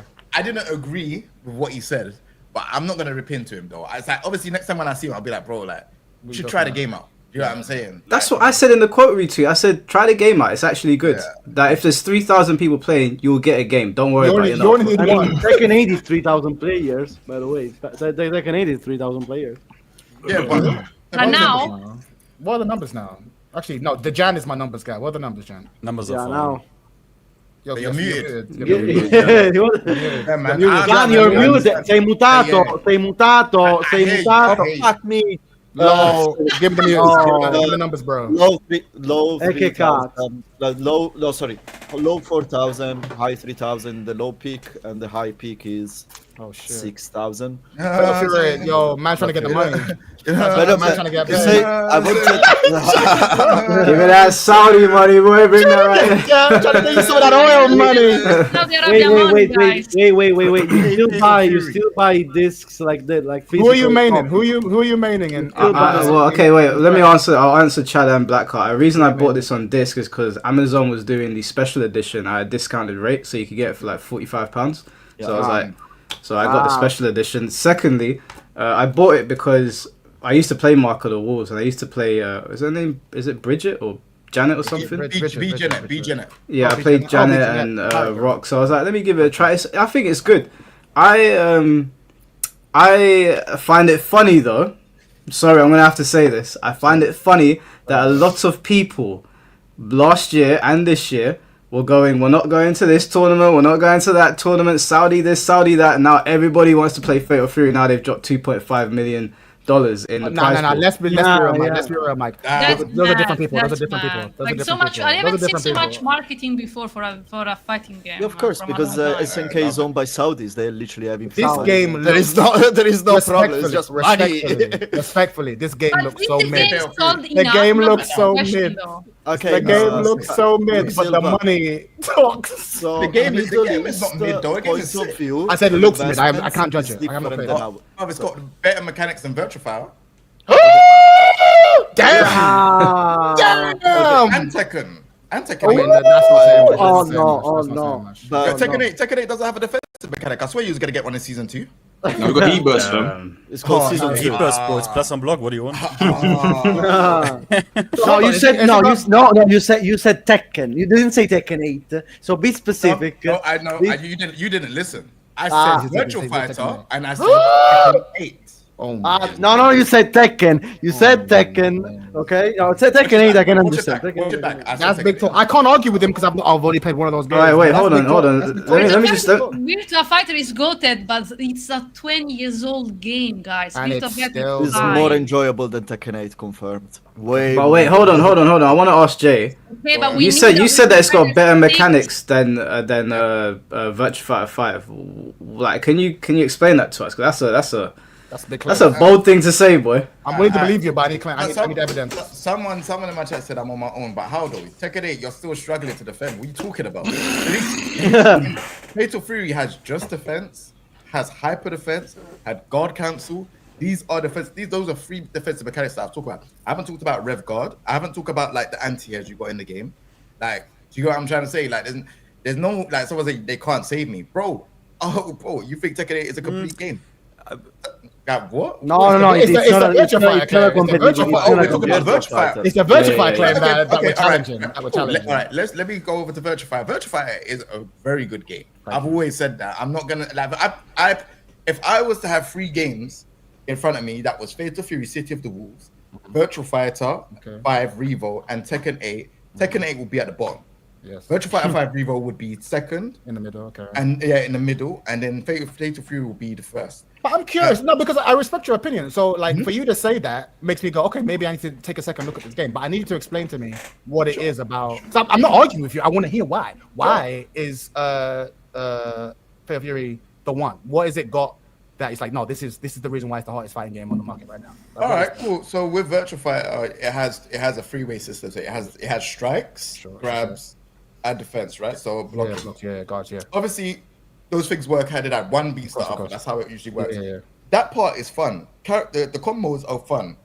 But the thing that makes Fatal Fury for me a lot more interested is the combo routes that you can do. Because obviously the way how the game works is you do like your lights you do a light into heavy or crouching light into a move, right? But you'll do like maybe like an EX move, aka what they call rev arts, and then you could cancel an EX move into another EX move, and then it like launches them up. You can have them launch them up, and if you launch them up, you can cancel that move. So say for example, like Ken has or Ryu has like Shuriken, and it launches you up in the air. Yeah. I can do it and break, and break means that you just will stay on the ground and they will launch in the air. Right. So you Like, do so FADC. Basically, yes. Okay. The game has so No, that much makes sense. So no, I see what you mean. So you're basically the core mechanics are strong, but also like the combo mechanics are actually really combo interesting. mechanics Okay, are mad okay, sick. no, I hear you. Like Okay, the that's defensive interesting. mechanics, like the aggressive mechanics, like and then like you can't abuse it because you can go into like a burnout type of state. Like, No, you're where telling you me, can't bro. use You're telling mechanics. me. I respect Bro, your the opinion. game. So you're telling me. I'll look and into it. I'll look into it. And the thing is like I'm not sitting here like people are like no, like you lot are saying Tekken is like your Lord and Savior, bro. I've been around in Tekken before you even been around playing the game. You get what I'm saying? I've been around Tekken since Tekken 1. You're calling You know what I'm yourself a trying to say? boomer, basically. So Like a boomer. whatever cool word you want to use. I'm just saying that I've been around for a very, very long time. So I have been supporting the game for a very, very long time. But I can see good mechanics. Sorry, Wiggle Fuffle just said is something. he Fatal taking Fury the has bag similar of- mechanics to fighting EX Layer. You shouldn't have said that. I have to check this out. That EX Layer, I could do some Skullomania shit, some pull and put them. KJ, you're shilling, bro. You're taking the bag. I don't think it's similar to FinnT. Like, FinnT Slayer had like the kind of like the gem system, which is like Street Fighter. No, yeah, fuck that stuff. And We're talking about like the it's core. but we're talking really. bro, But what the combos like? Bro, the combos are sick, bro. Like Confirmed. I'm only Bro, trying someone to is, tell. I'm telling you from an Damn, aspect of man. someone that has I'll played get rid of them. different fighting games. You get what I'm trying to say? Gonna slide Can I it. say, actually, from someone that doesn't play 2D fighting games, I understand Yeah. the basics of it. Fatal Fury is probably the best looking fighting games, as it's easy to understand. Even if you don't understand all the different guards that you have, you can understand when someone is defending and punishing. And the combos, they have the exactly good length for someone that is watching the game to find them interesting, but don't get bloated. Okay. The game has potential of growth because it's gonna be getting the biggest injection of money that every fighting game has ever get, because they literally have infinite money. Because that's how they. And that's season just pass how they- 1 is free. You're Yeah, paying but- for but a base. Can I ask that's one actually- question though? Can I? That's I want actually to. Alright, but just quickly finish. Yeah, sorry, because, sorry. Go on. Sorry, go on. Because go it on. connects as well to something that was saying LuxSylva. She said, Yeah, go on. how is it possible? Do they even sell enough? Obviously, they did not sell enough. Not close to enough to put a price like that. No. No, of course not. No, this is investment. money. The This is difference investment. is This is that investment. who owns It's them. investment, It's not. It's the way that they invest. It's like they don't care. That's No, but how it's it not works even- but it's- with but it's- everyone. but I don't hold want- I lived. No, I didn't live in Saudi. I lived in Dubai. I see how it works. It doesn't matter. They have the money. but it's- They just toast the money. No, The no, but Esports it's, World Cup it's is- no, I'm That's with just you. what I But gotta do. it's more than that. The though. game is forget about the money. It's the game is sick, bro. Like, No, I know. I No, it's valid. I want to know. ask something about the the game game. is sick. Go on.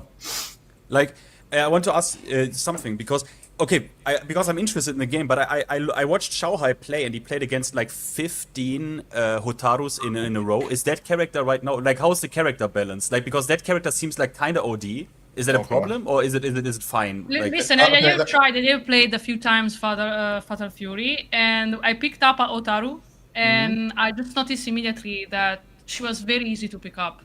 Very easy to pick up. Easy combos as well. Like I'm not super into 2Ds, but I really like his thinking games. Damn, I gotta pick up another fighting game to be ass at. This is the worst. And Yeah, we can do it together, that's what I Chad. noticed. Yeah, So she must be yeah, also yeah, pretty yeah. good. No, I believe you. I trust you guys. That's kind of wild. And I'm hearing that. I know it's nothing like EX layer, but dude was saying that you could connect EX moves into EX moves. I'm like, oh, okay, interesting. That was kind of my shit. That's kind of what I meant. Okay, okay. I'm hearing mechanics I like. So Hotaru, Kain, and Billy Kane, they're the top 3 at the minute. Like they're trust the top 3, top 5. yeah. That character is Would you say it's a problem? Like, would you say it might become a problem? I mean, everyone's kind of annoyed to play against her, but she's not. It's not like no Tekken 8 problem.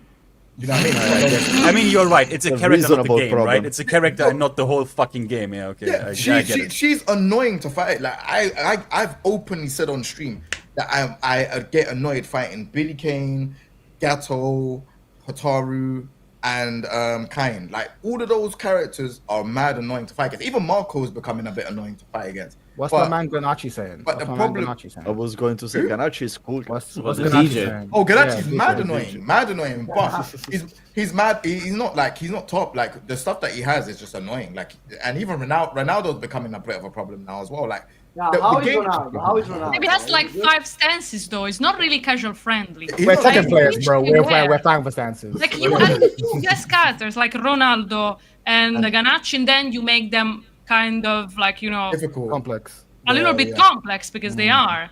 I've been But asking I you- like complex characters, to be fair. I don't necessarily like hard execution, but I like characters who are like I don't know. conceptually complicated. I So- definitely feel that it was a weird kind of direction. I feel like Ganache is quite easy, but People I are feel going like, on Kodachi. Kodachi is going on a lot.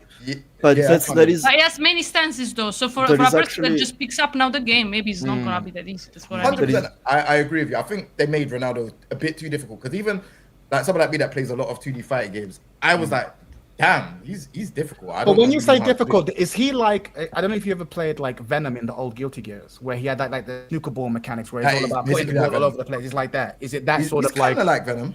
he's playing a weird geometry game as on top of the fighting? It's not game? that. It's not that difficult, but it's Okay. like you just have to like whereas most characters you do like crouching light into a special.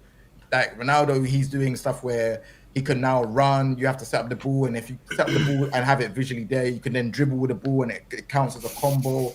It's very difficult to kind of like explain here. Like I would have to be like, all right, well, this is how Ronaldo works, and show you. But yeah, the game is sick. There's characters that are kind of annoying, or they're doing mad damage. But like again, this is the first like they've done open beta test twice. This is the first launch. And on top of it, this is another reason why I feel like it's better than Tekken. They've already announced patches already. Like the game's already been out for a week. They said, all right, we noticed this. They patched out the Marco Infinite. The Marco Infinite's not in the game no more. They patched out like loads of different things. They're active with responding. Like it's not a joke. Like they're serious. But with Tekken, it'll take us a month. Yeah, it takes a month to fix 2 bugs. There we go. Like so. When people are saying, "Oh no, Jay, no, bro," I like Tekken. I've been around supporting Tekken for a very, very, very long time. You know what I'm saying? But I am seeing Fatal. So here's a question. Let me finish. Also, you didn't mention, Jai, that when they found the infinites, they patched it in one day. That's what I'm saying. So this game found the infinite. People posted up like, "Oh yeah, look at this," and then obviously you have on Twitter. You know how these FGC people are. They'll be like, "Oh yeah, look at this, man. Oh, this game. Oh yeah, play Fatal Fury, man," and mocking it. Bro, they patched it in one day. What are you saying now? Like it's just annoying because everyone that's on the fence about it's like, bro, the game that you are playing now, whether you play Street Fighter 6, you still don't even have more than 4 costumes yet for one of your characters. Like you still have maybe two costumes for your character. You're still waiting, or are you getting updates for avatars that you don't even use? That's one. Tekken 8, you lot have had how many bugs? We've now got a new bug with Safina bouncing up in the air like a basketball. Like what was the one before that? Sadirabamoni are working properly. What was the other one before that? What Anna, where everyone can when Anna can just swap your moves. Like so like. Just think about it. You're getting the season pass for free. These characters that are OP, they're not busted. They're just stronger than the average character. That's crazy. No, I hear it. I hear the support. I'll look Breaks into it. Kid, thank you for the $10. Seat of the Wolf mechanics are so important. Every character ball is viable if you're sick. Shout out to him. Yeah, the game I think is also rewarding more the skill, for sure. Oh, the game is I heard it. And But that's they're always including good, characters. And they're including characters for free. Apparently, they're including characters for free that are outside of the season pass. So like, you're getting. So yeah, there's gonna be characters that are gonna be. They said it in the Evo showcase that they're including like maybe all the Fatal Fury characters are coming back, but they're just gonna be including them, dropping them in the game. Bro, come on, man. For free. For free, apparently. We'll see. I know Season 1's DLC is all free, so Ken, Chun-Li, and the other two I didn't know characters, that honestly. Wow. I didn't know it was free. Yeah. But it's a bit of a thing where I think like they have almost that Season 1 is like part of the base game. But whatever. How's the netcode, Jay? Yes, FinnT, no, that was something I was trying to bring up for a while now. I think. You think the season pass? You think 10 of them lot were part of the base game? Yeah, I think they're finished. Right? I think they're finished. I think they're done, and they could have put it in the base game. Hear me out. I'm not complaining. I think it's smart because if you have a smaller cache, you can make sure it's balanced and you can learn things and you can make modifications. I'm not complaining. What I'm saying is I think if there's one thing that every fighting game developer can learn from this, it's how to spend marketing money. One, spend 1.5 million less in marketing and then put it in your first prize pool is great marketing, turns out. All right? Yeah. Great marketing. And then secondly, why not have a free first season pass? Why not? Keep people coming. I think these are good marketing moves. I really do. The prize money that like I don't know. I don't understand how that simple lesson Bandai couldn't take it. Not even Bandai. Like the Tekken team couldn't take it. Actually, this one is probably Bandai from Capcom, because we all know what a big news was when Capcom announced. Yeah, Capcom Cup first prize for the guy that gets first is $1 million. I don't know how they didn't get the hint. It's like, okay, we are Tekken, we cannot be less here. What do we do? Oh yeah, the total price is going to be $300,000, and the first prize is gonna be 150 total. It's like okay. And now what's happening? Now Tekken is the third most profitable. The Tekken World Tour is the most profitable tournament of the proprietary one. Like the proprietary tournament. It's the third one by a mile. Can I say what I like about Fatal Fury is it does. Correct me if I'm wrong, Jay, because you obviously played it more. But when I played it, it didn't have like a skip neutral button. It didn't feel like it was. You know, in Street Fighter 6, it's like drive rush. I'm out. You're in the face. I gotta play neutral. Fuck this. I play Kimberly. I don't want to play neutral. Fuck this. Yeah, I love. Just one stop. I'm out, bro. Yeah, I like it when you have to play neutral. Like, I don't mind if there's like one character that's like Kimberly where they're running and stuff. But I just want to teleport in, bro. I ain't got time. in this game, I know you can run, but for the most part, you're playing the neutral, right? Like, you're not. There's not a skip neutral button, is there? Gosh. Sorry, bro, there's no, more Exo was in the chat. like, there's no skip. There's no skip. I'm a Tekken player. What is neutral? I don't know. So neutral is like I'm joking. I'm messing. Guys, try to not speak. Time there was Guys, some neutral. try to not speak. Try to not speak over each other. Go on, Jay. So basically, what I'm trying to say is that there is no neutral skip. You run instead of dashing. So a lot of characters in fighting games, there's usually dash. In SNK, their thing is run. So you just tap forward, you double tap forward and hold forward. That's how it works. The only character that dashes in the game, but it's risky. Yeah. But anything, if any approaching forward, it's risky. Which is good. With Marco is the only character that dashes in the game. He just dashes instead of like runs. I don't know why that is, but yeah, that's it. But yeah, other than that, there is neutral skip. Okay, where? Who's skipping? There's definitely not neutral skip in Fade to Fury. I've played it for like at least 30 hours stream time. There is no neutral skip. Like, C4, I sent you the link, bro. If you want to join, I know he's always depend got on your definition of contrarian takes. Jay, how's the netcode? I'm gonna take my leave. I'm gonna take my leave. I need to go sleep. Alright, no worries, Richie. Love for having me on, man. Appreciate it, bro. No worries, bro. Good to You see lot you. take care, man. take it easy, bro. Bye, Richie. Peace. Yeah, I want C4 to come on because he's also a commentator, so I have questions for him. Good question. It would be very interesting actually. Okay, he said give me 5 minutes. Okay, cool. Oh, sorry. I mean to ask. I should have asked before he left. Did Richie say he's competing? Does he feel like he's competing in season 2? So I'm curious to know how competitors are like. I'm kind of done. Didn't he quit? I feel like he quit, but I don't know. Innit? I can't speak for him. I don't know. No, of course I should have asked. I didn't think of it until I saw he was leaving. But I'm curious to know how many vets are leaving. Oh, I'm not playing. I'm done. So Sylvia, you want to say something? No, I just have to say that I gotta go. No, that's okay. Thank you for jumping on. I know we've been here for a while. In a bit. Oh yeah. No, thanks for having me again. I had tons of fun, really. They're really probably enjoyed gonna stick for 11 hours more, Sylvia. So I really suggest you running before. Really? Are you gonna just for all the night, like? I mean, it happens. Yeah, It happens. Well, They go on for long. They go on. We're not gonna go. We're not gonna go for That's super a long fun time today. for sure. No, But I really not gotta 7 a.m. today, Mike. go. No. Have a Ciao good one, Silvia, guys. ti amo Bella. Silvia. Tanto. Ciao, Mwah. Vinikites. Ciao, everybody. Bye bye. See you later. Bye, Silver. I go Me work and on my Silvia are Duolingo. very huge friends in real life. We love each other a lot. And Very good. Very good. Last week I mentioned Wait, VF5. allow had me, most Mike, lineups, Mike. 78. Damn, that's wild. Let me just read out this super chat, Finn. Avocado Meat TV. That I always love that name. Thank you for the $5. Last week I mentioned VF5 had more signups than T8 for my regional. In the end, VF doubled the entries for T8. 13/6. T8 players skipped out. Damn. But what I'm trying to explain is coming from a place of experience of what I've seen over years. It's not like I'm saying this stuff because I'm jumping ship and I want to troll. Like, No, but why not jump ship? You jump on the thing that's worth your time. There's nothing wrong with that. bro, Like, you don't I'll keep it a buck with you, bro. Like, I'm not gonna say too much, but the way how SNK has been with me just playing their game and the way how I like their game, No, I get that. There's been way more than what Tekken and their developers have. No, same. You know what I mean, and Same. I don't even. I'm not even a person that really wants to say too much about it, but they greeted man and said basically thank you for making content for their game. They really appreciate it. I've never heard that from I've never heard that from Namco ever. But that's how you build a community. No, yeah. Full disclosure, That's what I'm saying. I've gotten no money ever from Sega, but like literally after maybe I was streaming for like a couple of months, like a month. Like, I'm trying to get good, It's like, hey, we see your work out there. We're loving what you're doing. That was it. Just a comment in my chat. And I was like, But I just want to highlight as well, because you know certain people will kind of have their own version of what I just said.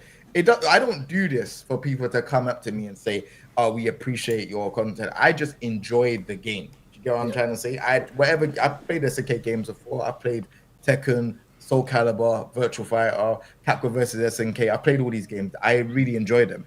Obviously, someone giving like appreciation of me making content for their game is a bonus. But it was very nice to hear that, and from the actual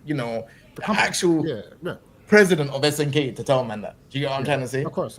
No, that's not. You don't have to explain that because it's so that's like, what I'm saying. Like it's just, and I've never had that from. Like I've been doing Tekken for like over a decade now, and I've never heard that from anyone in their team. Like, we really appreciate your content, but I enjoy Tekken anyway, so it doesn't matter. Yeah.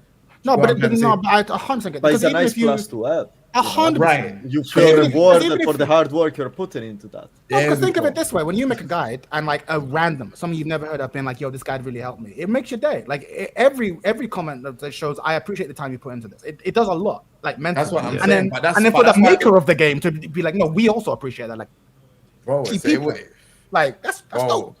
It was mad, but it's mainly the community. Like I say, it's mainly the community why I continue to do this as much as I do now, because they come up to me at events, or they'll message me in my comments and say, "Yo, we really appreciate your comment," and that's the reason why I go out. But it's just to hear from that was the first time, and I was like, "Bro, this is Capcom as well." But it's funny, the games outside of the game that I mainly play, which is where it is, man. We all need people like Eris and Ryan Hart. People shouldn't put all the eggs in one basket. It's true. Yeah, this is so true. Yes. Blaster Salami never went official. That's a crime. Yeah, his content was. Mike, What happened to him? Mike, listen. I think he quit Tekken. No. What happened to him? Mike, you have FGC reach. I'm begging you, find this motherfucker. What happened to him? What happened to him? Yeah, it was the best content. What happened to him? Wait, you want me to bring Blaster Salami on here? 100%. Yeah. Even if it's a one-on-one between the two of you, I would pay to see that shit, bro. Yeah. But he talked about it, didn't he? He talked about it indirectly. He always said it. What is going on? Wait, he talked about it ages. What was the last comment you heard, FinnT? No, he always was honest about it. He said the shit he does, the videos he does, they take so much energy and time and money to produce, and it's not no. Yes, it's not even the Patreon is not enough, and that's it. He doesn't do that shit anymore. But that comment, I remember him making these comments before Tekken 8 came out. I remember this was towards the end of Tekken 7. But the thing is, since then, he made Tekken 8 content. He did every single character guide on release. He did a couple of guides, and he said he was working on the entire cast. And I vaguely remember hearing him say that, like, I think it was a Bandai Europe were paying him to produce guides. And then he stopped after like Jack or Brian. Wait, Chad, are you sure? Yes. So C4, well, give me 1 second, bro. Chad, can I ask you, does he own Dash Fight? Who? Blaster Salami. Is Dash Fight and Blaster Salami, are they affiliated? Oh, I didn't know. They are affiliated. They are affiliated. But I don't know. Is it the same owner? I don't know. I think he helps them do something, but I don't know how. You don't own it. You don't own it. Dash Fight is run by the company that made, what was it, the We Play thing? Remember back in the day when they had that thing and they had the kind of the money laundering. Apparently they were money laundering. Okay. Yeah, I don't know if that was allegedly they were money laundering. Apparently, I don't believe that. Okay, FTC never lets you down. I want to say one thing. Please allow me, because now you're obviously C4 is here, so now you talk about Fatal Fury. But before you do that, I just want to then say one thing, if you allow me, Mike. Like on Friday, Blackheart and me are scheduled to cast a Tech 2 tournament. Which is going to be fine and fire, and hopefully Blackheart and me can before that happens, test something that we don't fuck up. And Is it online? Is it online? Is it online? Yeah. Yeah. Why have you not invited me? I'm the OG. I wanted to invite you. I already went to Fergus. Like, if you have time, it's Friday, and you Bro, just I'm need to join down. the You- Discord. You lot did it. Yeah, I'll join it. Send it to me. How dare you? I should have got okay. the first invite. And you don't. Don't be so dramatic, though. My fucking, we're gonna invite you, of course. You We're didn't gonna invite me though. This is your invitation, It bro. was. I didn't. The thing is, until Get it I live. we didn't have confirmation. We didn't have Not confirmation. only that we're gonna everything is- invite you, we're also gonna, like a We went to full red carpet only for you. It was Everything. There you go. It's a personal delivery, hand delivered. Hey, I'm involved. Yeah, I'm involved. exactly. I'm involved. We didn't have confirmation until Monday, I think, Blackheart. Oh, Right? fair Until enough, like Yeah, Monday, I where think, we were like, okay. They told me last minute, and I say, okay, let's go, let's roll with it. I don't know. That's dope. I'll definitely be watching. I need to figure out how to get Tag 2 to work properly on my thing, though. I can- I'll show you. I have- Finn got it working on my. The problem is I can play Tag 2, but I can't stream it. Yeah, because- Mike. Why don't why don't you come to Well, play? if Yeah, you you let me finish. Why can't you try? Let me finish. I can play Tag 2. Okay. It's a little bit jittery on my because my PC's like 13 years old, but I can play it, but I can't stream at the same time. The minute I open OBS, one screen goes black and the other one turns blue. Like my computer cannot deal with it, so I can't stream it either. I wanted to like start hosting Tag 2 tournaments, but I'm gonna have to. I was chatting to one of my mates and she was telling me she's gonna help me sort out like sourcing parts because I don't know shit about PCs. My PC is old as fuck. Yeah. Like it is old as hell, so I'm surprised it's even working right now. But yeah, that's why. Why But, yeah, don't you- Finn why got don't- it working for me. Why don't you just play offline then? Or are you No, I have. scared? I played it on my own. I've been No, but playing you say Tag 2 you on my can't. own. You say you can't play and stream. You say you can't do both. Ah, Yeah, that's what you said. okay. Yeah, I can enter the tournament. Yeah, you're welcome to participate. Let's see your amazing Jinpachi and Ogre team. Let's see. Yeah, when is it? 2nd of May. 2nd of May. Interesting. Boy, that's... That's this Friday. No, wait, hold on. I'll tell you why. Okay, I got a good reason. It's my mom's birthday tomorrow, and it's my birthday on Friday, and then obviously the weekend is my friends all taking me out and stuff. So I might, if I have time, I might. But it's my birthday, so. All right, fair enough. Well, are you turning how old? Turning 15. Good for you. 33. Ooh, let's go. 1 year older than Just Jay, on Mike's Discord, you go on Mike's Discord and you look through the channels and there's a section that's called other stuff. And Mike, there's expect a gift from me. called Expect a gift from me, Mike. and Bro, there's a channel what the called hell is Tekken that? Emulation. Yeah. Nice. And you check that and you scroll up to the top and I made step 1, step 2. Just watch that video and you can set it up easily. It's an 8-minute video and then you know how to do it exactly. That sounds dope. Sick. And if you need any help, just ask me. I got 6.0 by the way, but it crashes. You though. had the arcade 6.0? version. You got the ROM for 6.0. That's crazy. Yeah, it crashes though. Yeah. King J, who are you gonna Kazuya play is at the mad tournament? sick. Who are you gonna play at the tournament? Which team? Oh, I'm gonna yeah, play Ganryu. I'm gonna play Armor King and Modder. Oh no. What? Not no, Ganryu? Nah. No. Oh. Yeah. Do you know how oppressive Armor King and Marduk is in that game as a team? Wow. That's yeah. It's a nightmare. Watch this. Run out. Run out. Again. Alright, bro. I'm telling you from now, bro, that team, like at the end of Tag 2, I just love that team, bro. That team is so sick. I played that team. I played that team in VSF. No? I played that team in the VSF Tag 2 tournament. I think I came. Did I come 3rd or 5th? I think I came 3rd or 5th. One of the two. Nice. Yeah, like. Yeah, it work. Yeah, bro. Like Tag 2, bro. You know, talking about Tag 2 and not even inviting me. Oh my god, man. Oh my god, man. Damn, dog. I'm not gonna let that go. I mean, Wait, here's so a I I even mentioned his invitational. Tag 2 achievements. So It's not he invitation. has a You point. didn't see our post. It's your fault. It's your fault. You didn't see our post. I'm involved. Just shout me, let me know. But But yeah, hang on. I'm sure you guys discussed this already, but I'm really interested. I'm really fascinated by like what's happening to the Tekken diaspora. Like everyone's leaving Tekken 8. And A lot of people Like, are. yeah, the diaspora is kind of you're right. I shouldn't say everyone, but a lot of people just going out. People going Virtua Fighter, Street Fighter, I'm a Mighty Dead or Alive Fall, player now. Mighty to I Fall. saw you playing Dead or Alive. Everyone's trying. But what's really fascinating to me is people going back to old Tekkens too. Like even people saying low Tekken are just going to old Tekken. It's crazy.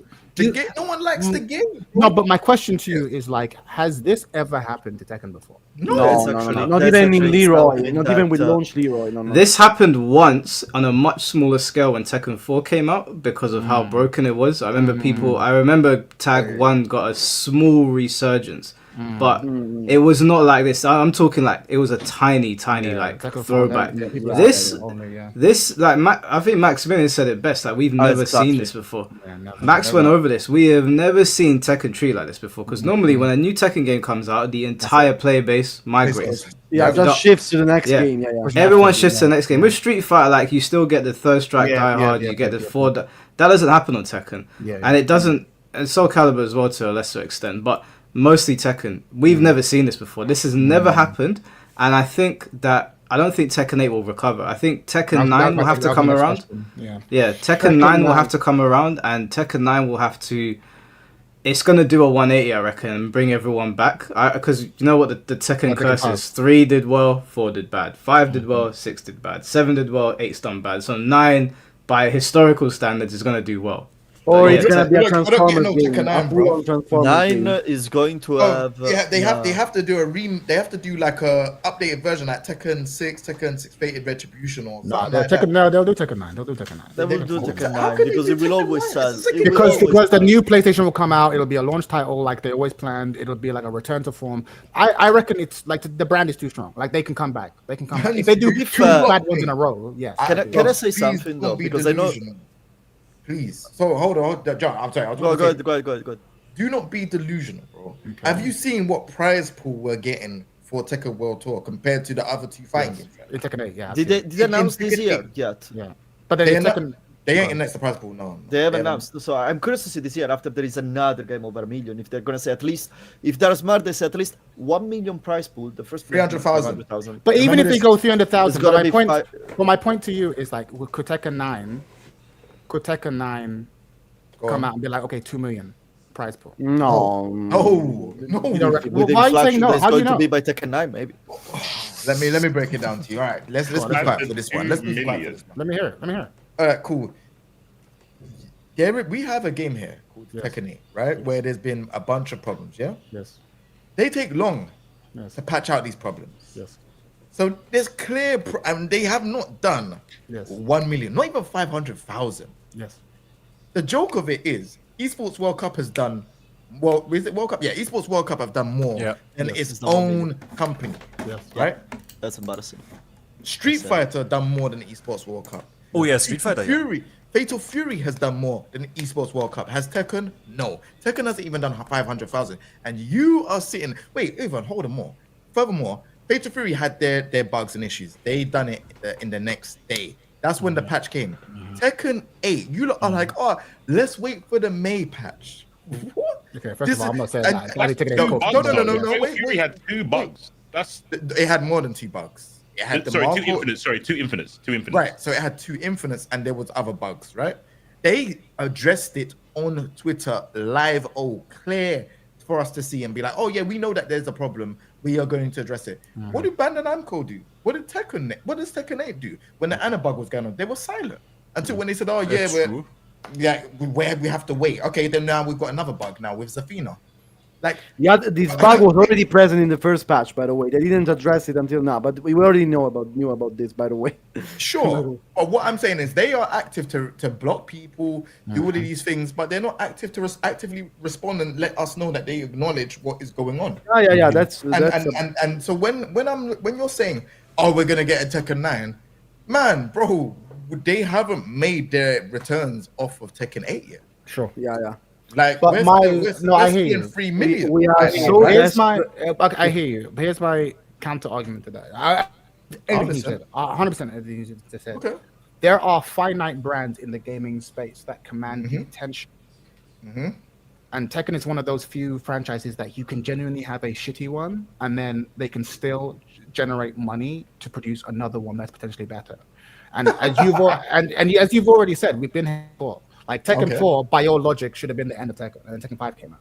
right? Uh-huh. So my point is it not possible that this or slash 355 situation where they learn their lessons, they go back to the drawing board, and they actually produce a far more solid project after everything that went wrong in So the reason why the Street Fighter 5 to Street Fighter 6 situation happened is because they had new people take over. Yes, agreed. That's how that happened. Yes. And that's the only way that will happen for Tekken. And I'm 8 saying, is that not and 9. possible? Hit me out. No, because you don't think it's possible that the Bandai Namco team, the money holders, they look at the brand. Okay, this is how big the brand is you're doing, and they look at the negative reviews, the shitty reception by the pros and the news, and they don't go, yeah, let's get all these bums out, new team. You can't see them clearing out. Oh yes, I can see that happening. Yeah, I don't From know. a money, Canada, just from a greedy yes. money perspective, you're like, these guys fucked the whole thing up. Get rid of them. Get a new old brand. I can absolutely see all their heads rolling. Nakatsu getting fired like immediately. Wait, hold on. Isn't it much harder to fire someone in Japan though? It's much harder to lose your job They in probably Japan. get him relocated it's like rather over than here. fired. No, it's not. Wait, Yeah, I don't think they treat us the same. I don't think they treat them the same as they so do the ours. Thank you, Mike. Thank Did you. that not But happen what in I know, Street there is Fighter? a law, They you got- cannot fire They got someone. Dewey gear. What happened to Dewey Street gear Fighter? devs on Street What happened to Fighter. Street Fighter? Street Fighter, the motherfucker brought Street Fighter back from 4, and they got rid of him because 5 did poorly. Yeah, and I'm sure 4 had the person who did GUI gear on it. That's what I'm saying. Don't get it twisted. I don't You- think if that's you how it fuck up, went. if you fuck up the money in the Japanese company, they are just as ruthless as British company, as American companies. They can just relocate it, guys. They can just relocate the person in some other department in the company and hire someone else to take over. There the we team. go. There is always way That's around. cool. I wouldn't Guys, say fire them because- Yeah, I'm not saying I want that. So- But what I'm trying to get you to consider is the fact that like, there is I don't think it's unreasonable to be like, no, there could actually be a clearinghouse, and then Tekken 9 will be a brand new product. Maybe it's also shit, but I can also see a situation where actually no, Tekken 9 learns all the mistakes. Proper prize pool, a more ground overlaying mechanics. You're into doing. Do fighting. you want me to be honest with you? Go ahead. You're doing the typical FGC delusion. Okay. Yeah, let me explain to you what I mean by this. Just by a new title doesn't mean that the game is going to be good. The problem that we have here is they don't understand what Tekken stands for, right? Yes, they don't agreed. understand about the frame data. They don't understand about what the audience wants. And this is where the problem is happening now. And I've been saying this from season 1. Yeah. Right? I've been saying it actively.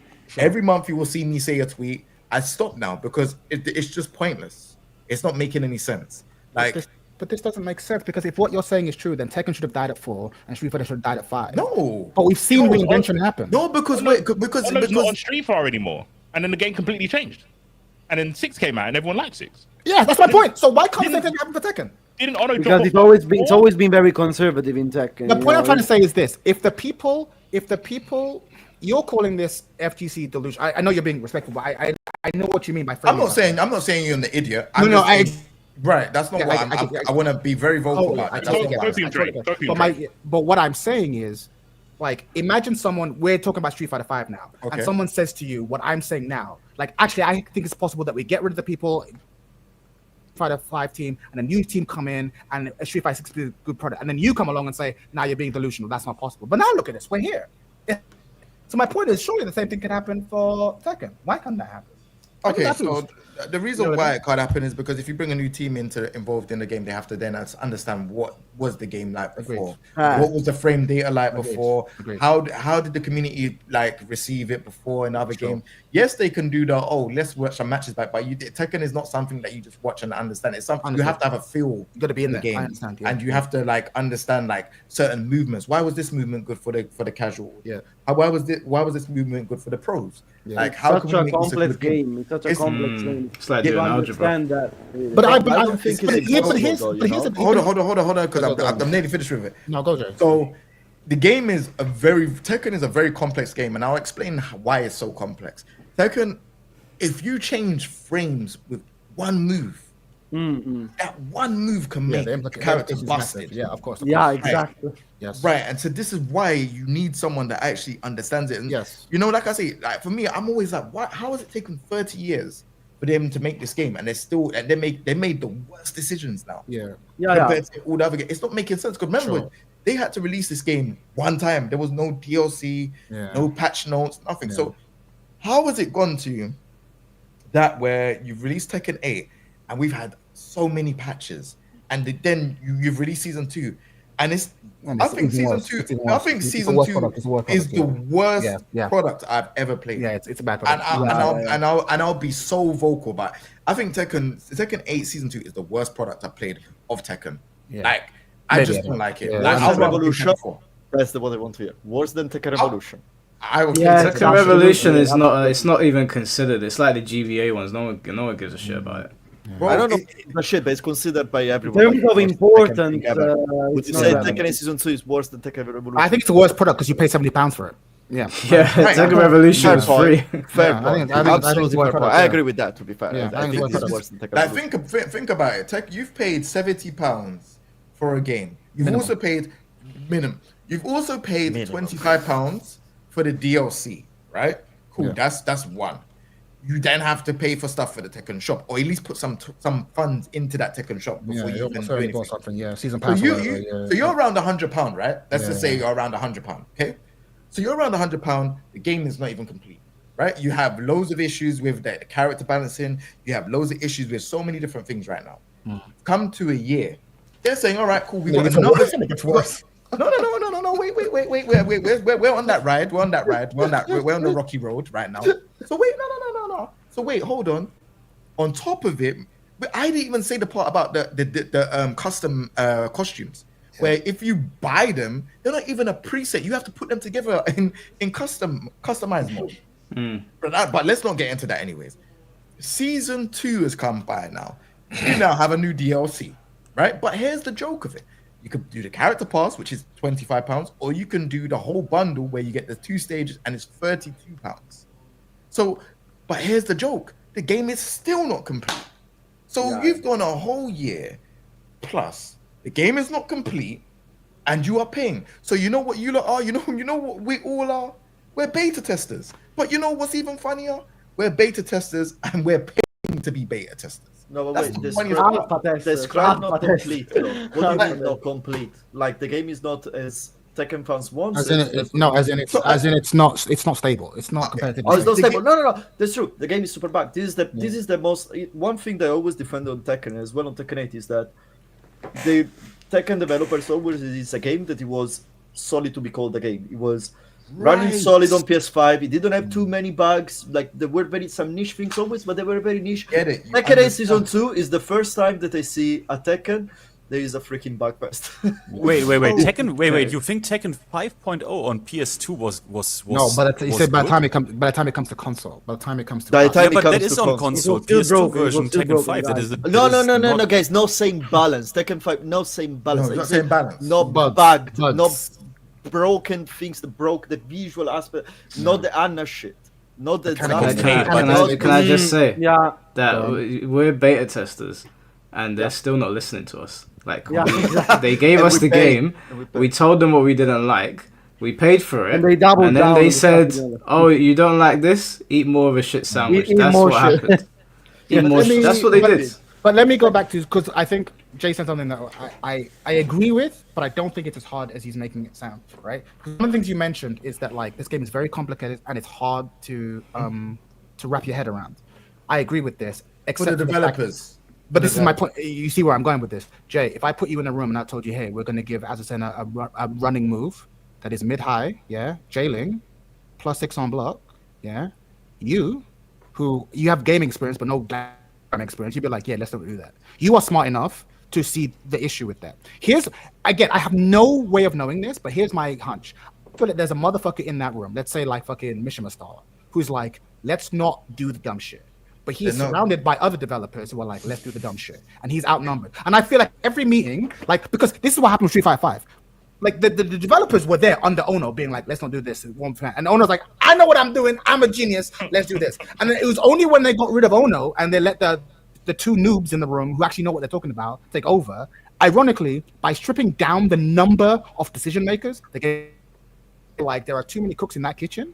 And if you actually cut down the number of decision makers down to the 3 who actually know what Tekken's about, they've been there since Tekken 5, they're pretty conservative, they just want a movement fatigue game, it could be better. I'm not saying that's what will happen, but it's not outside the realm of possibility. It's not. Don't you think I you don't think put it is. too much faith in players, or people that play games? There's plenty of fighting games that have people that have played games for years that make a bad product.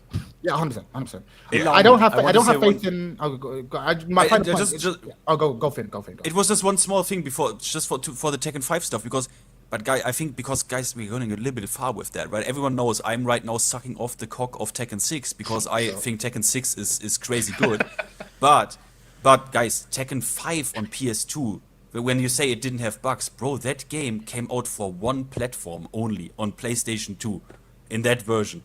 Now games come out for 3 different platforms on Unreal Engine 5. Like, but what does the obviously you will platform have mean? bugs. What does the platform mean? Because it only needs to be developed. It's only one build for one platform. So Obviously, basically- it will have Yeah, but less the bugs, bugs. What are you talking about? No, but bugs Finn, are, Finn, you know, Finn, the like- problem with that is that as games age, or like companies age, and these games sell the way they are and they get bigger budgets and more people working on them, we expect them to not make the same mistakes over and over again. So when people say to me, well, Mike, you grew up in the era of, like, you know, fighting games were buggy and broken as hell, it's like, yeah, because they were new. Like, when we were young, fighting games were still relatively new, right? They came about in the 80s. The first competitive one was Street Fighter, right? And then Street Fighter 2. I don't expect them to be making the same mistakes they did in the 90s in But 2025. Zafina is not but that's not a mistake, it's a bug. I don't think it works like that. Like, It doesn't. I It understand what doesn't. you're No, saying it doesn't with, like, matter. I know you're That's saying support. like with experience, but games change. So when the fundamental mechanics of the games change, you're going to introduce bugs that you couldn't have had back in the day. But it's not what is happening in this particular case, because the bugs that happened in these recent patches are structural.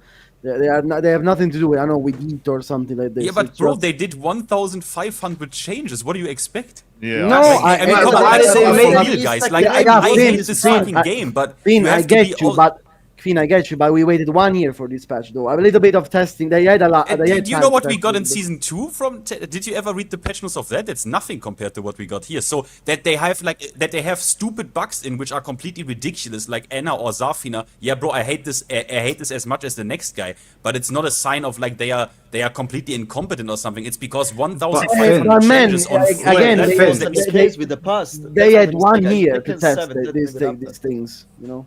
No, wait, hold on. The problem is the decision making is stupid in itself. 1,500 changes. I think when everybody heard that, we all went, what the fuck? And then there was already a mountain of problems in season 1 that we were willing to look past because we believed that season 2 was going to fix them. So what did they do? What did King J say in the beginning? Don't add new moves to these characters. We've got too many problems as it is. I was just about. Don't Not buff only did they add moves to characters, they added several moves to every character, or Several new ways to broken moves. enter, new ways to enter stances, Yep. and new ways to enter heat from stance. So yes, it is incompetence. It is incompetence in the board meeting. It is incompetence in the coding. It is a competence across the board. Because if I was there, I would have said to them, guys, we've got too many problems. We don't need new moves. We certainly don't need 4 moves per character or whatever they've done. New stances. It's not 4 moves per character. But Or however many. Like Feng's got his back 4 extension lot now of goes moves, into a lot of sway. moves, His a back lot of 3 now moves. goes into sway. Like few characters got a few too many moves, and properties were adjusted on like Jin's 2-1-4, right, being -10 now. But if you do 2-1-4 stagger 4, now what people are losing in tournament because what looks like a punish is no Minus longer a 12 now. punish. The only thing I'm saying is that the focus on like something like the Anna bug, for me is like, it's searching for like putting cherries on top. The Yeah, that's Anna not the bug issue. is No, I agree with completely you. That's not the irrelevant issue. It's not the issue. in, Yeah. Yeah, in, but- in any competitive scenario. But people, like, wait, let me speak. Because people are putting this Anna bug on a pedestal and are saying like, look at how dog shit they are. I don't think you need to make it even more dramatic as it already is, because the patch is dog shit. The whole season is dog shit, and I don't think it like it serves a purpose, or like it waters down kind of like the critique if you put the Anna bug in there, because the Anna bug I couldn't give less of a shit. I give a shit about Leo's low in Bok, right? I don't give a shit about Anna's bug. No, And I think but it's Finn, big. I I get think what it's you worth it mean. because they didn't Can give can a I fuck answer? about Can us. I answer? Very simple. Yeah, of course.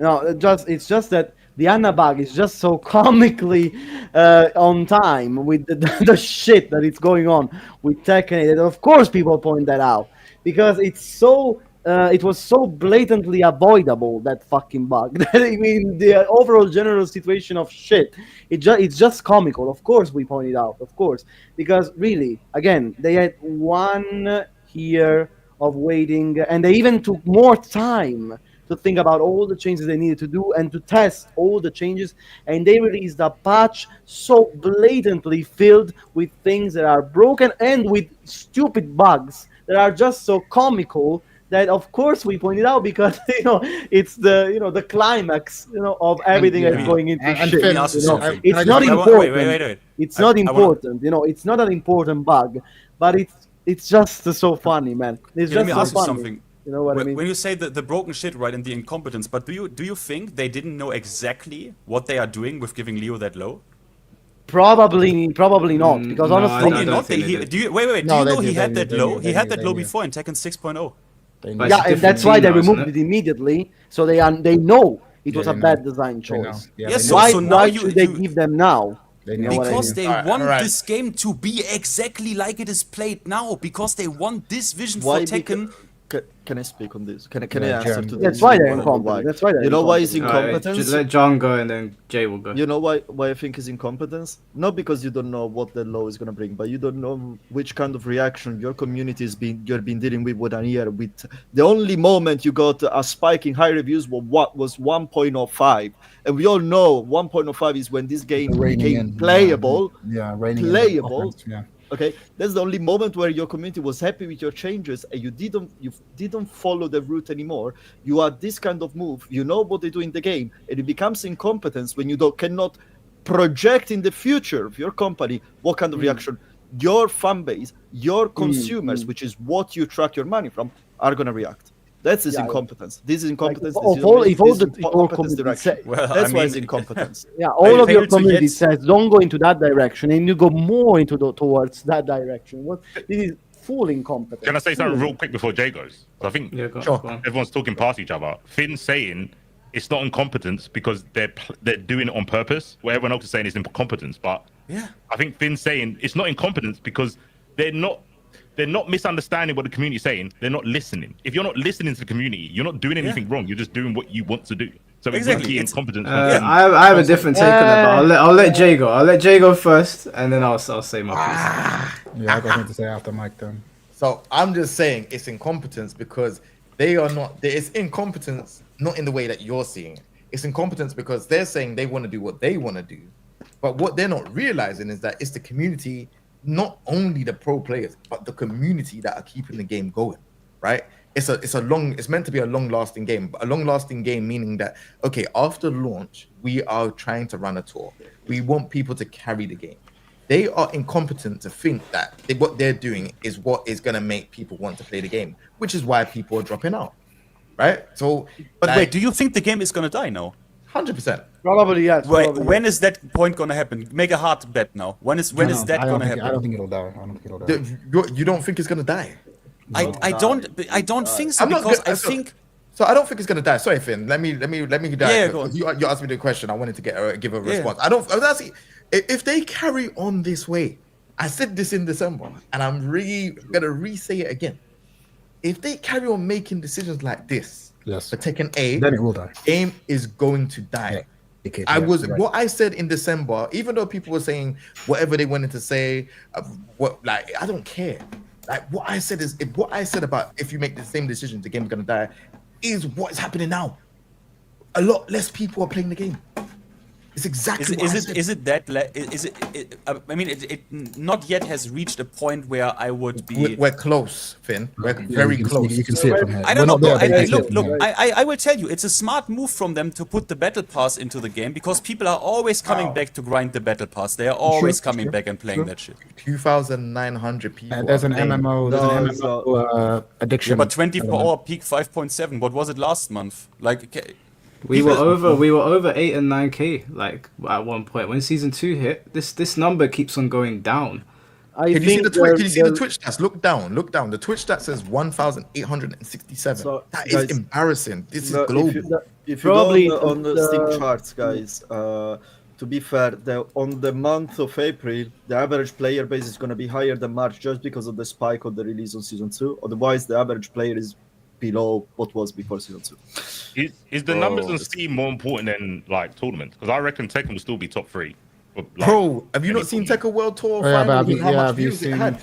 the No, numbers? I mean, so when stuff like Evo or Combo Breaker, when anything like that happens, Yeah, it'll the be top number 3. games, I think Tekken's still going to be in it. Bro, all right, let me have a response for that. Evo Japan has less than 1,000 people, right? People signed up to it, and it was past 1,000. People have dropped out, bro. They went out. I understand that, but I'm saying top 3. I'm not saying the exact numbers. This is still not going to be. It's still going to be above Strive, right? Yeah, but top 3 of almost 3. You know, it's not but a- you're right. C4, it will be above Strive, but Tekken should be significantly above Strive. Like, Yeah, that's humiliating for Tekken. It's humiliating for Tekken. For Strive, it's fantastic to be in the conversation, but for Tekken to be in the conversation with Strive, it's embarrassing. Especially if you consider when the game has been released. Tekken is a new Tekken. Yeah, Tekken is a brand like, I mean, I'm exaggerating, but it's like Coca-Cola. Bro, it's Nike. Wait, It's Nike. what are the numbers for It's Nike in Tekken 8? fighting Sorry, games. again. It's Nike. What are the numbers for Tekken 8 at Evo Japan? 960 people. Yeah, but something guys, like that. Street Fighter, Tekken 7 had 500 2019 when Arslan won. Yeah, but last year Tekken 8 had at Evo Japan had 30% more players. This is what- Tekken 8 had It had 1,000 500 nothing. entries in 2019. I tried to avoid the numbers because it doesn't matter. That's what I'm saying. Like top 3. We talk about like the big games where it used to be like MK for sales. I'm saying for tournaments, it's always been like Street Fighter, Tekken. Sure. Bro, I'm not even that. Can I chime in here? The numbers do matter because even if you're top 3, there was a time at Evo where like it was so bad that Mario Kart was being played at Evo, right? You could be top 3 at that Evo. It doesn't really mean much. Like, and you could also be top 3.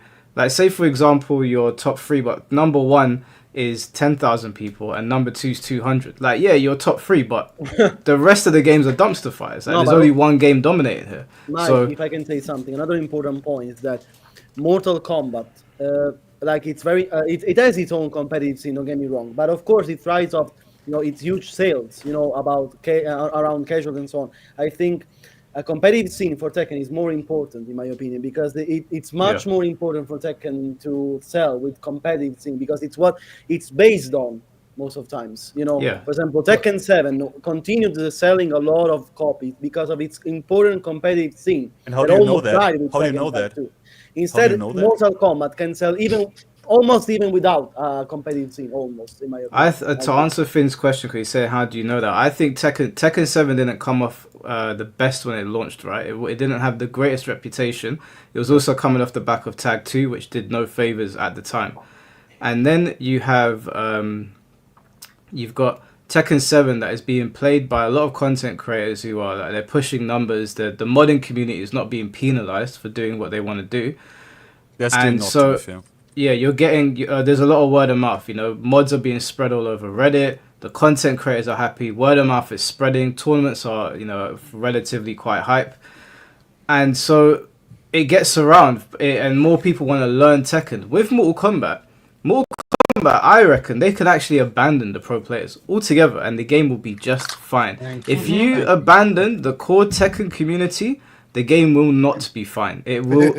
Street Fighter might be able to get away with it as well because Street Fighter is pretty big. I don't know for certain, but I know for damn sure if Tekken walks away from its player base, they're going to go straight in the shitter. Can I just add on top of what you were saying because I've been trying to get in?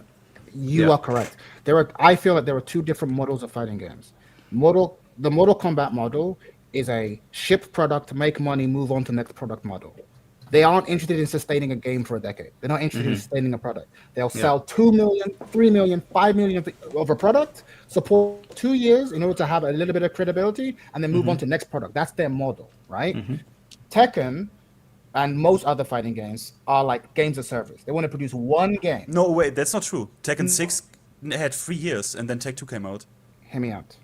I'm saying that in the modern era, what they want to do is they want to release a game in the arcades, extract money from the arcade bracket for a long period of time, then move it on towards the tail end of its life, move it into the home market, right? Make some money there, and then in the recent spike in esports, they've been like, maybe we can transition into this, and they're realizing there's no fucking money in fighting game esports, right? So trying to transition Tekken to the Virtuify the mod, to the Mortal Kombat model, where it's like we want it to be very casual friendly, very easy to pick up and play. We sell a shit ton of units because we have the story mode, we have a whatever, and then they can fucking move on from it as quickly as possible, which is part of the reason why you only have a 3,500 fucking TWT pool. Because I'm like, we don't give a fuck about this, right? I genuinely think that their plan was to move this more in towards that direction. The tragedy for them, however, is that they've done the worst of both worlds because it's a competitive shit show, and it's not exactly doing numbers with the casuals. But but again, to say what I was saying earlier, if they announce Tekken 9 in 2 years' time, and then they sell another 2 million copies, they will have done all right. This is my point. I genuinely don't believe really get it. from that. What do you mean? But What don't you get? They did the long support and shit. They only did for Tekken 7. Tekken 7 was the absolute exceptions. Before that, a game came out every 3 years, almost. Are we including? Hold on. Are we including Arcade Run in that? Are we sure? Yeah, I mean, Tekken 6 comes out 2009, 2012. Tekken 2 comes out both on console. No. Obviously, include the arcade arcade run. I'm curious about the arcade run. Yeah. The arcade doesn't matter because it's no. It does matter. That's how they made a lot of money. It does matter. Hey, C4. No, I'm just talking about the time frame. They don't support that shit for a long time. Obviously, they didn't. Tekken 6 never got a patch. It only got BR on consoles. That's it. What I'm saying is, count the launch from Tekken 6 coming out in arcades until Tekken 7 comes out in arcades. That's the run. But there's Tech 2 between them. Then the next, you know what I mean. I'm saying like that's when we're talking about length of time. You do arcade run to the release of the next game. That's how we should measure the length of support. Yeah, then you can basically take 1 year off, and like for example, Tech 2 came out 2011 in arcades, and 07 or 08 Tekken 6 comes out in arcades. So that's what I'm asking. Yeah, that's 2007 Tekken 6 is 4 years. I think you have to realize that we live in different times as well, and fighting games were a lot more popular in the 90s and early 2000s, where people were more likely, like Tekken 1 for example, seen as one of like the golden games of the PS1, right? Tekken 3, sorry, and Tekken 5 again on the PS2. That's one of like the games that people turn to. I don't think we live in those times anymore. We live in the Fortnite age now, and fighting games are not as popular. There's a couple that dominate, but with regards to like you say that you don't understand like what we're talking about of like Mortal Kombat and Tekken, you should regard Mortal Kombat the same way people regard Ultimate Ninja Storm and Xenoverse. Mortal Kombat is too big. No, I don't even mean that in an insulting way. Like Naruto Ultimate Ninja Storm and Dragon Ball Xenoverse, that they've got Dragon Ball and Naruto attached to them. You can sell Dragon Ball and Naruto to anyone. They'll buy it. And you just have to look at the Dragon Ball and Naruto game sales. They are amongst the highest selling fighting game franchises of all time, right? But they're not. They weren't born from fighting games, right? They're anime adaptations. It's the trademark that sells. Yeah. Mortal Kombat can release an RPG tomorrow, like the one they cancelled in 2006, with Scorpion and Sub-Zero following the events of Shaolin Monks, and the game is going to sell like fire, regardless of what happened with MK1. Because it's Mortal Kombat is not in the same breadth. They don't need the pro players. They don't need to listen to a word the pro players say. But if they ignore the hardcore player base in Tekken, they won't survive. I'll bet you my entire YouTube channel, if they decide to go down this road, they will not survive. But you are correct, but they don't. True. This is the point I'm trying to make. They want to establish a player base that is almost a player base that is independent of the pros. They perhaps see themselves on the opinion of the pros. Too dependent on the same people who've been playing since Tekken 5, Tekken 6, Tekken 5, blah, blah, blah. They almost want to have the Mortal Kombat cake. Yeah, but it's not working. It will never work. It's not working. It will never work. Okay, let me ask one final question. Let me ask one final question to everyone here, because I actually want to hear C4 and King J argue neutral skips in Fatal Fury. But so, FinnT, can I just stop you for 1 second just to clarify my point for people in the chat?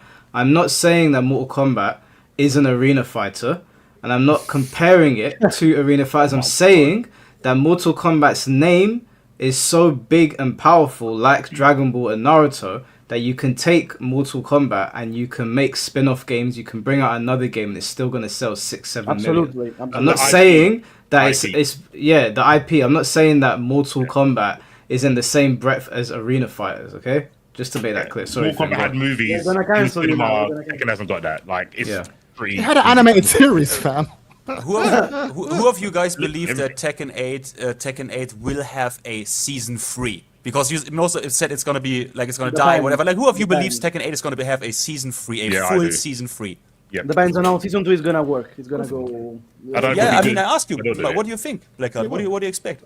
I hope it's gonna go better. I hope, but like it, I think like the real last straw will be the next May patch. I think this will be a real deal to see if they understood now the assignment or not. So maybe after that we'll have more opinions on whether or not it's gonna survive. Right now. It's very grim, let's say. So probably not.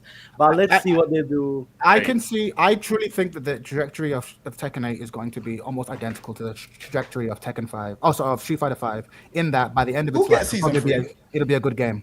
By the end of season 5. But how many people will still be playing it? Different question. Yeah, we'll get a season 3, but like I feel like the season 3 will be a stretch because there's too many characters, isn't it? And there's too many characters that need to return to this game, which is quite unfortunate. Like we still need Marduk, Miguel, Lei, Baccarat, Armor King. There's still a lot of characters, so and they're just gonna have to fix the game, and I don't know how they're gonna do it or what plans, but yeah, they need to have more characters now. I think that we'll get a season 3, and I think that what might happen is I don't know how like budgets work between seasons and how long they give Tekken, how long in advance they've been budgeted, but I would imagine season 3 was always in their internal roadmap. But if season 2 continues this way, and under the assumption that season 2's store is not performing maybe the way they want it to because of the boycott and the backlash and people turning the game off, I wouldn't be surprised if season 3 would be the last one. That wouldn't surprise me, because as Frame Whisperer was saying, a lot of these Bandai Namco games are just advertisements for their toys, and a lot of the other stuff that they sell in these arcades and these these merchandise stores. If Tekken 8's not performing, and Bandai Namco is out here putting out arena fighters that are pushing merch, they've got 1000 Year Blood Bowl coming out, let's do another Bleach game. Yeah. Why would they do a season 4 if no one's playing? So season 3 will happen, but it could very well be the last season. Especially considering if we take Harada at his word, and he said that these characters and these stages cost obscene amounts of money to produce because they've built things from the ground up, and this game is not generating the money and not selling the way they thought it would. Why would there be a season 4 for characters that have hundreds of moves for a stage, according to Harada, that cost like hundreds of thousands apparently, which I don't believe, but we'll take him at his word. Here's my prediction. Like, and I have to go in a bit, so I'll be up tomorrow. But here's my prediction for how this actually goes. So the Pac-Man stage is going to be the most craziest stage in the game. So I just wanted to say. I used to work for a TV show called Hollyoaks. It's not a good show. Don't watch it. Big up Channel 5. I used to work on Hollyoaks. Yeah, had a banging theme. It did, and I'm a script editor in this room, right? And we're all here, and we get these stories given to us by the big bosses, and we're looking at this like this story is shit, bro. And we're looking at each other like this story is shit, and to give it to the writers to write the story, and the writer looks at us and goes, "This story is shit, bro." And the writers talk to each other, "Oh, this story is shit, bro." And the stories talk to the actors, and they go, "This story." Organization, but the majority of people responsible for making the product know that the product we're about to put out is shit. And every once in a while, a couple of people will have the bravery to be like, "Hey, this story doesn't really work." But the person at the top has like the idea. They're trying to win an Emmy. They're in these lunchrooms where they're trying to win wet cachet, right? And the person who signs your paycheck is really right. You just have to give them what they want. So you're like, okay. The reason why I'm bringing this up in this context is that after a while, there was definitely a storyline. I won't go into too much detail because it would be unprofessional. But I remember one storyline being like, "This is actually real shit, and it's going to get us into a lot of trouble," and no one really wanted to hear it.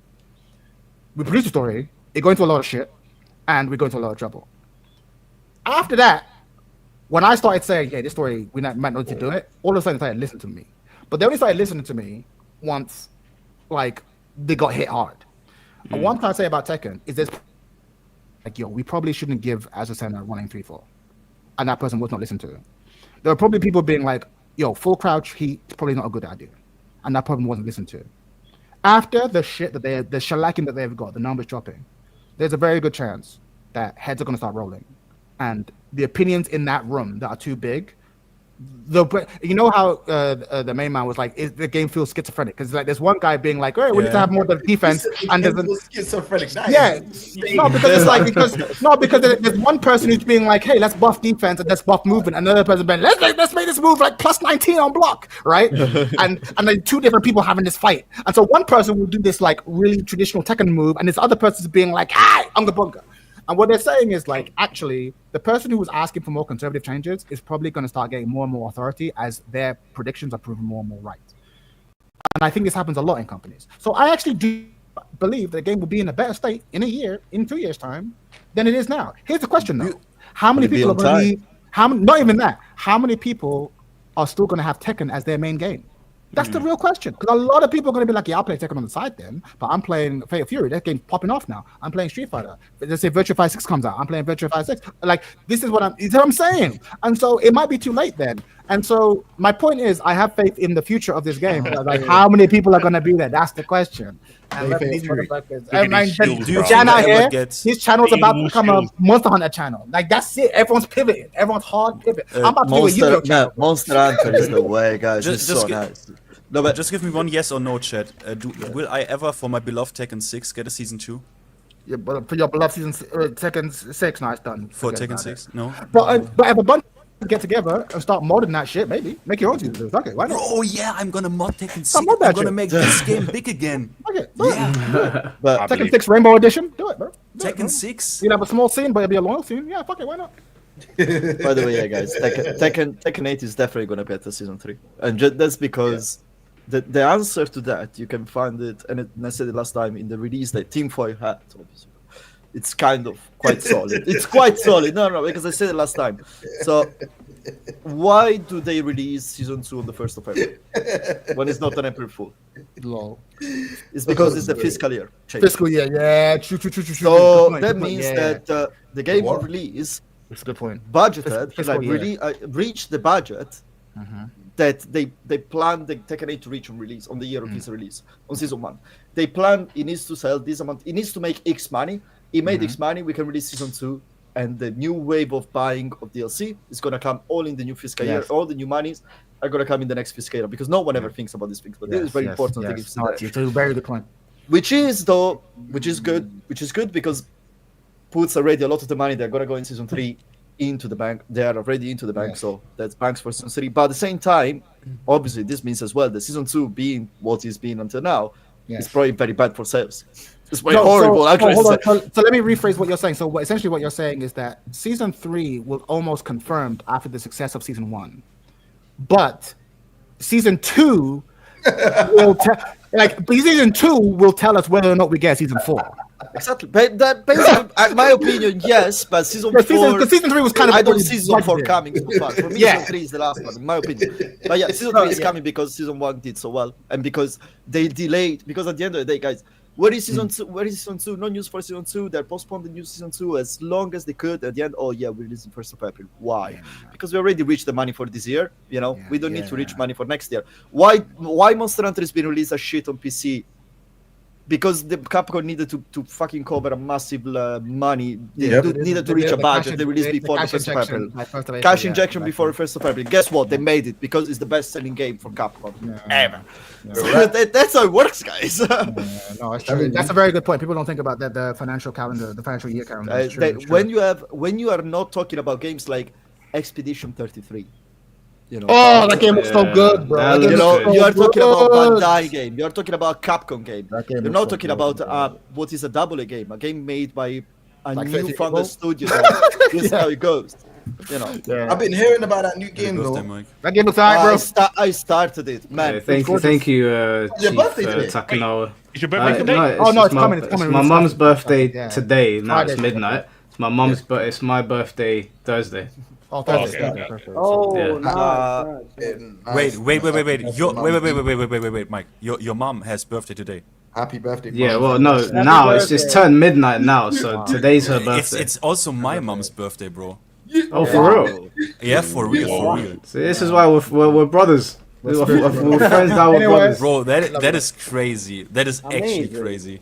Actually, got the same mums. We're the Happy- champions. Well, actually, I canceled the 365, one in 365, but there you go. Anyway, I'm leaving you guys. Love Yeah, you. also, I'm also leaving, guys. We're I'm also bouncing. leaving. We're bouncing. It's been a All right, pleasure. Chad and Blackheart. Take it Thank you. easy. Thank you. Thank you, Ciao, everybody. ciao. Thank you Peace so out, much, as man. always, for Oh, everything. quick you, question. Quick question, Jay. When's the next Mandem podcast? I'm a fan. When's the next one? But then, but no one's playing. You know what it is? No one's playing the game. Let's play the game. King Jay, why don't you invite Chad? He's just No. I prefer to watch. I love you guys, but I prefer to watch you guys. You guys are so funny, honestly. No, bro, you know what it is? Man, Yeah, there's more nothing like to talk about anymore. Dante. We all play our different games, innit? So like, Yeah, obviously, sure. I play Fatal go. Free and Street Fighter. Dante and Immortal play Street Fighter. Immortal plays Fatal Free as well. But then Shaiko don't play. Immortal, He plays like different games, innit? Yeah, And you guys should. More was saying you guys should do a COTW podcast, even if you don't stick with it. Just all play it, give your opinions, and then you can move on. Because that podcast, this podcast is one of my favorites. The fucking Mandem podcast is one of my favorites. He speak, despite our misgivings about Spag. Yeah, I actually think of some of the It best. was the podcasts last in and the final one, FTT. anyways, bro. That's what he said, but I hope not, because they're He's actually some of the gotta best keep on podcasts in the winning. scene. I hope so. But Bro, listen, yeah, I want it. listen, Mandem listen. podcast. I'm just gonna say it like this, bro. Go. There's no filter on my cap right now.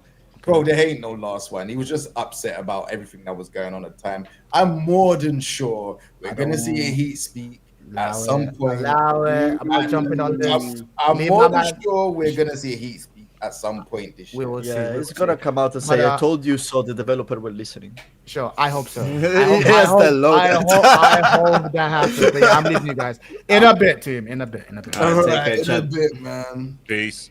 I'm more than Before sure. I go, I want to say a last thing. Go on. Mike, fuck you for the Greek pizza thing. Fuck you. Guys, bye. See you soon again. See you soon. Pezzo di me. Ciao. Ciao ragazzi. Ciao. Guys, can you believe I'm going to commentate with him? Yeah, good luck. It's gonna be Good luck. amazing. Godspeed, bro. It's gonna be It's fun. gonna I be gotta watch it. amazing. Good luck, man. I'm at work though. But yo, unfortunately. but King J, you know who I really love on your show? Dante. Bro, Dante, Crazy. this shit is so funny. Like, how is he? Like, how? I mean, he commentated under one of my videos. Like, bro, he is so funny. He is so funny, bro. Crazy. How does he like the game? Yeah, you don't play. Yeah. None of us play it, bro. It's bro. Our podcast was built up of a Tekken, and none of us play it, bro. Like none of us. No, play it's, the I game. think Finn and Blackheart, you two were the only one playing. Bro, Yeah, I Like, get. playing. I only play it because out of. I don't even know why, bro. I don't even know why, bro. It's Like, got- to be honest. It's cool. It's cool. If you love the game, you love the game, innit? It's not no. You know what I'm saying? If like, bro, I love Tekken, innit? But I can't. I know how miserable it gets me, innit? So I don't. Yeah, but- I know not to play it because I know Let me- like it's not a good projection of my audience to see me like that, innit? So Let me tell you something. Since I installed the Mike pulling out. Now I saw Bims in the chat. I just wanted to show him that I'm taking good care of his cards. oh my, I've got these amazing Dragon Ball cards that that's I got from C Bims. Like these are some rare finds, guys. Rare, and there's tons of them in here. Loads and loads of them. I saw my Bims in the shame- chat. We're taking care of them, bro. Vegeta on the But- first but- page, I rate it. Of course. To my shame, I have to say, I have installed last week, right? I have like installed the emulator to play Tekken 6, and I've already played 72 hours of Tekken 6. Like I'm probably done, bro.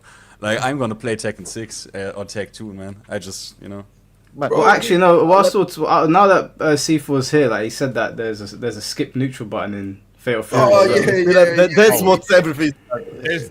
I don't know why Jay said that. Where's the skip neutral button? If you mean by skip neutral, I mean moves forward and your plus. Would you agree with Oh, that? but that's not really skipping. That's not really skipping neutral though. You're talking about. Are you going to talk about SPGs? Nope. Okay. Talking about what- most characters have a skip neutral. They've got something that moves forward. Fucking Hawk 2 Ninja Guy's got one. Vox has got one. They've got three Ninja guy. Ninja Guy. He's a freak. Bro. He's a freak. But most characters have a 3/4 screen move. If you block it, they're plus. And in plus frames in KOF games are cracked. Who has one that's plus free? Box. Box has one. I'm interested in Box actually. What? +3, fam. He's Which one is +3, and his crouch D is 7 frames startup. You can't press a button. If you block that, you cannot press the button. You have to just defend or rev blow it, but you can't react. Well, maybe you can react with a block, but you can't react with a DP. So I say that's a skip neutral. Immortal says, please disregard this take, lol. Oh, wait. The numbers don't lie. What's the move? I'm gonna write this down. 236C. 236C. 236C. Vox, yeah. I don't know this move. And it's how plus? +3. +3, yeah. Okay. I'm gonna. But does Fatal Fury have any? It's +3. I don't know what to tell. I don't know what to say. It's +3, bro. You block it, and then because most KOF or SNK games, they kind of break the formula of like traditional games where light buttons are, say, they're like 5 frames, but heavy buttons are only like 7. They're only like 2 frames slower.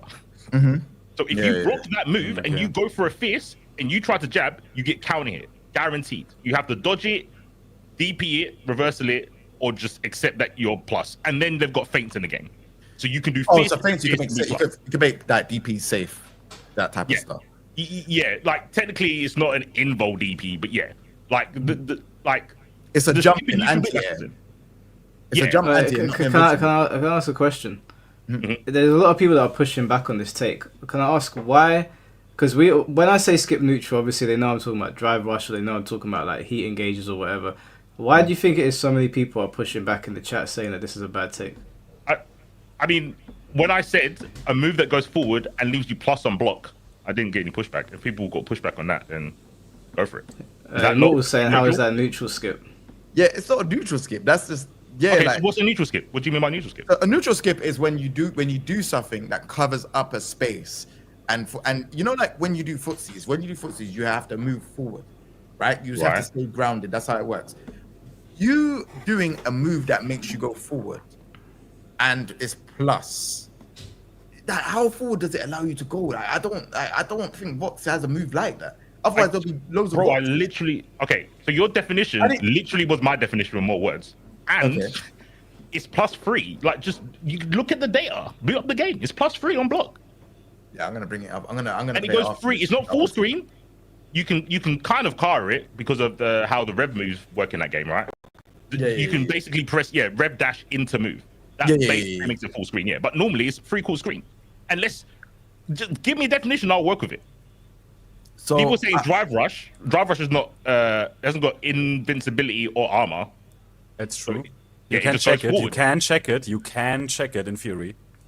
So I'm saying so a neutral skip to me would be like drive rush, because obviously I want to find a way to get close to the other opponent, right?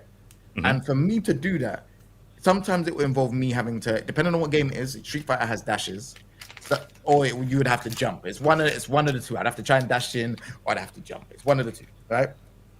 In this game, I honestly feel like you would have to kind of like run, but it's not a neutral skip. That's just movement.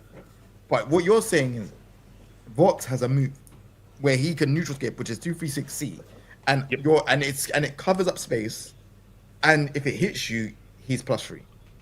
What do you mean by covers up space? Like he hasn't got a hitbox the whole time he's moving forward. If that's what you mean. No. So basically, like, all right. Well, imagine I'm here. You're here. We're at the other ends of the screen. We're trying to get close. Yep. For me to then, to engage and to fight, right? If I am here in Street Fighter 6, for me to get to you, all I got to do is drive rush, covers up space.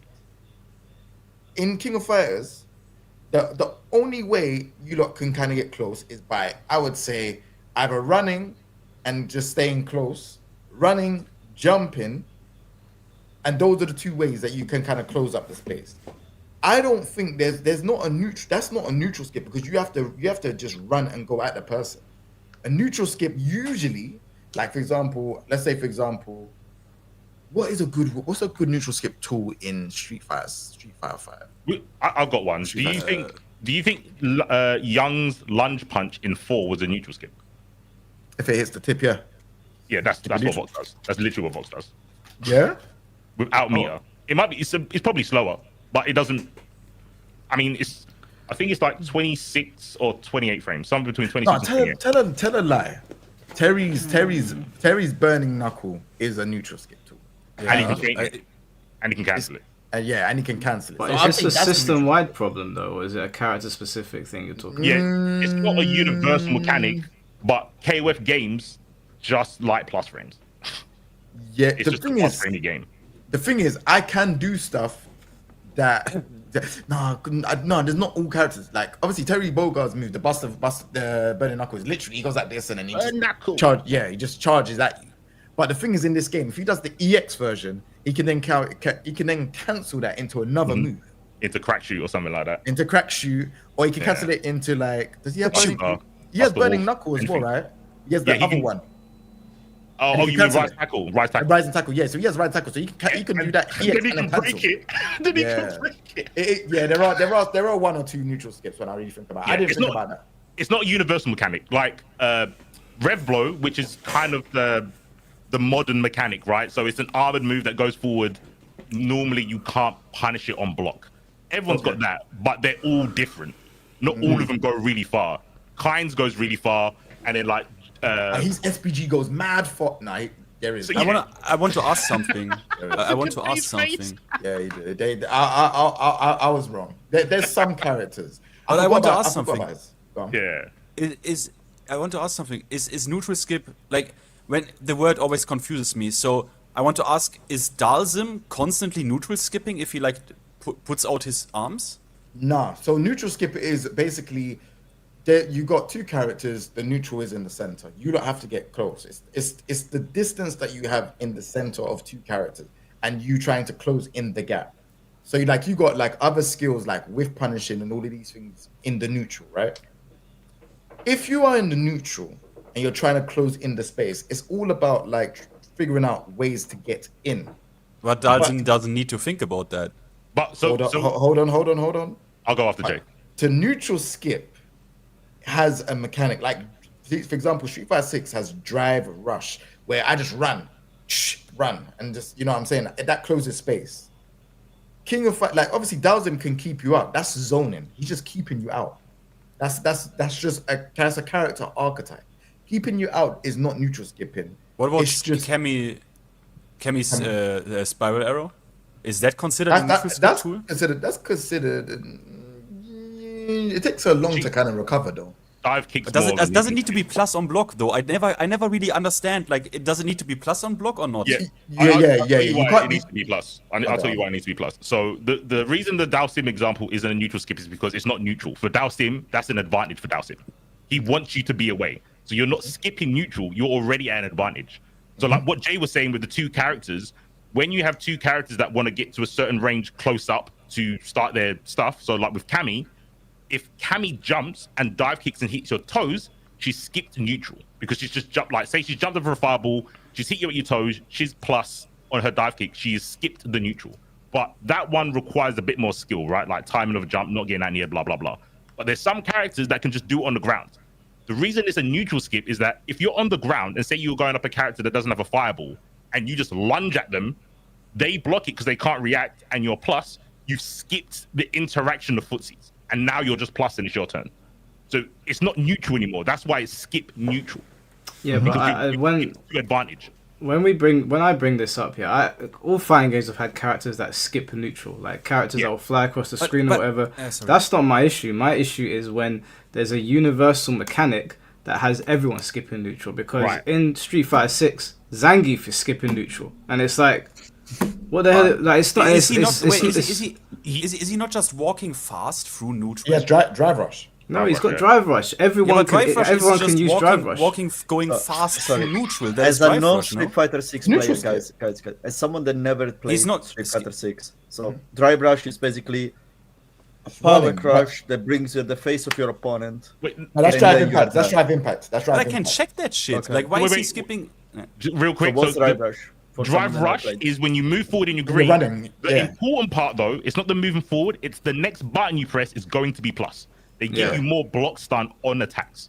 And you cannot be tracked. You cannot be jab stuff. You can be checked, but there are drive rushes like DJ. Look, okay, DJs is mad fast. Like DJs, you will not check, and even from relatively far. But Chemis, for example, is trash. Like you can check that relatively fine. But it depends on how people use it. So that's why I'm confused, because they are just moving fast through neutral with drive rush.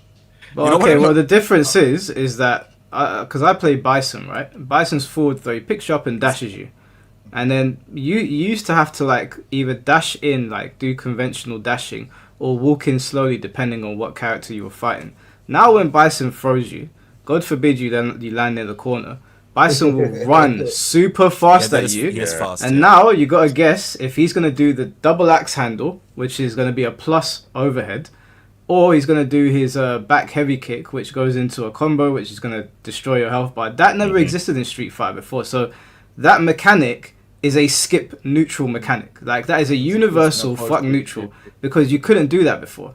You could use, for example, Psycho Crusher before, like a light Psycho Crusher to cover some space and get over to them quickly, but that came with risks as well.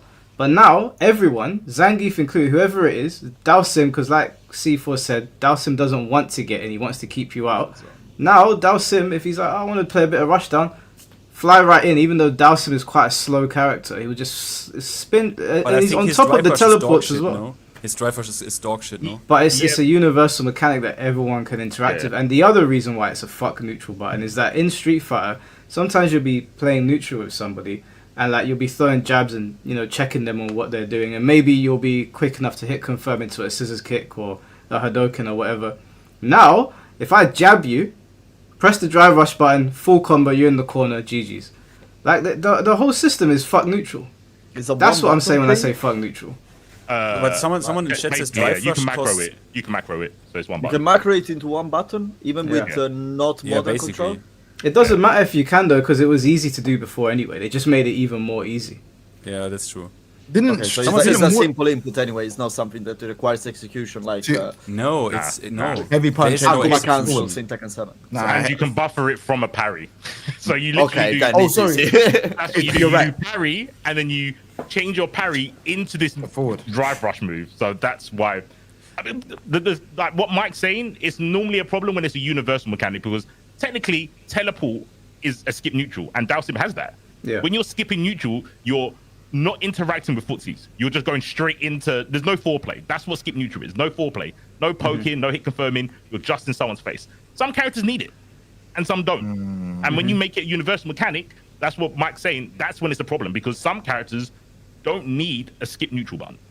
Or attack or whatever. Yeah. Someone in chat says drive rush cost meter, and meter is so fucking important in Street Fighter 6 because burnout is a death sentence. I would tell that person to watch Noah the Prodigy in Street Fighter 6 right now. Oh yeah, that guy's crazy with the flipping burnout. It's a modern thing. You start with a meter. The modern mechanic. Start with the meter. That's what KOF has. Sea of the Wolves. Fatal Fury. You start with Rev.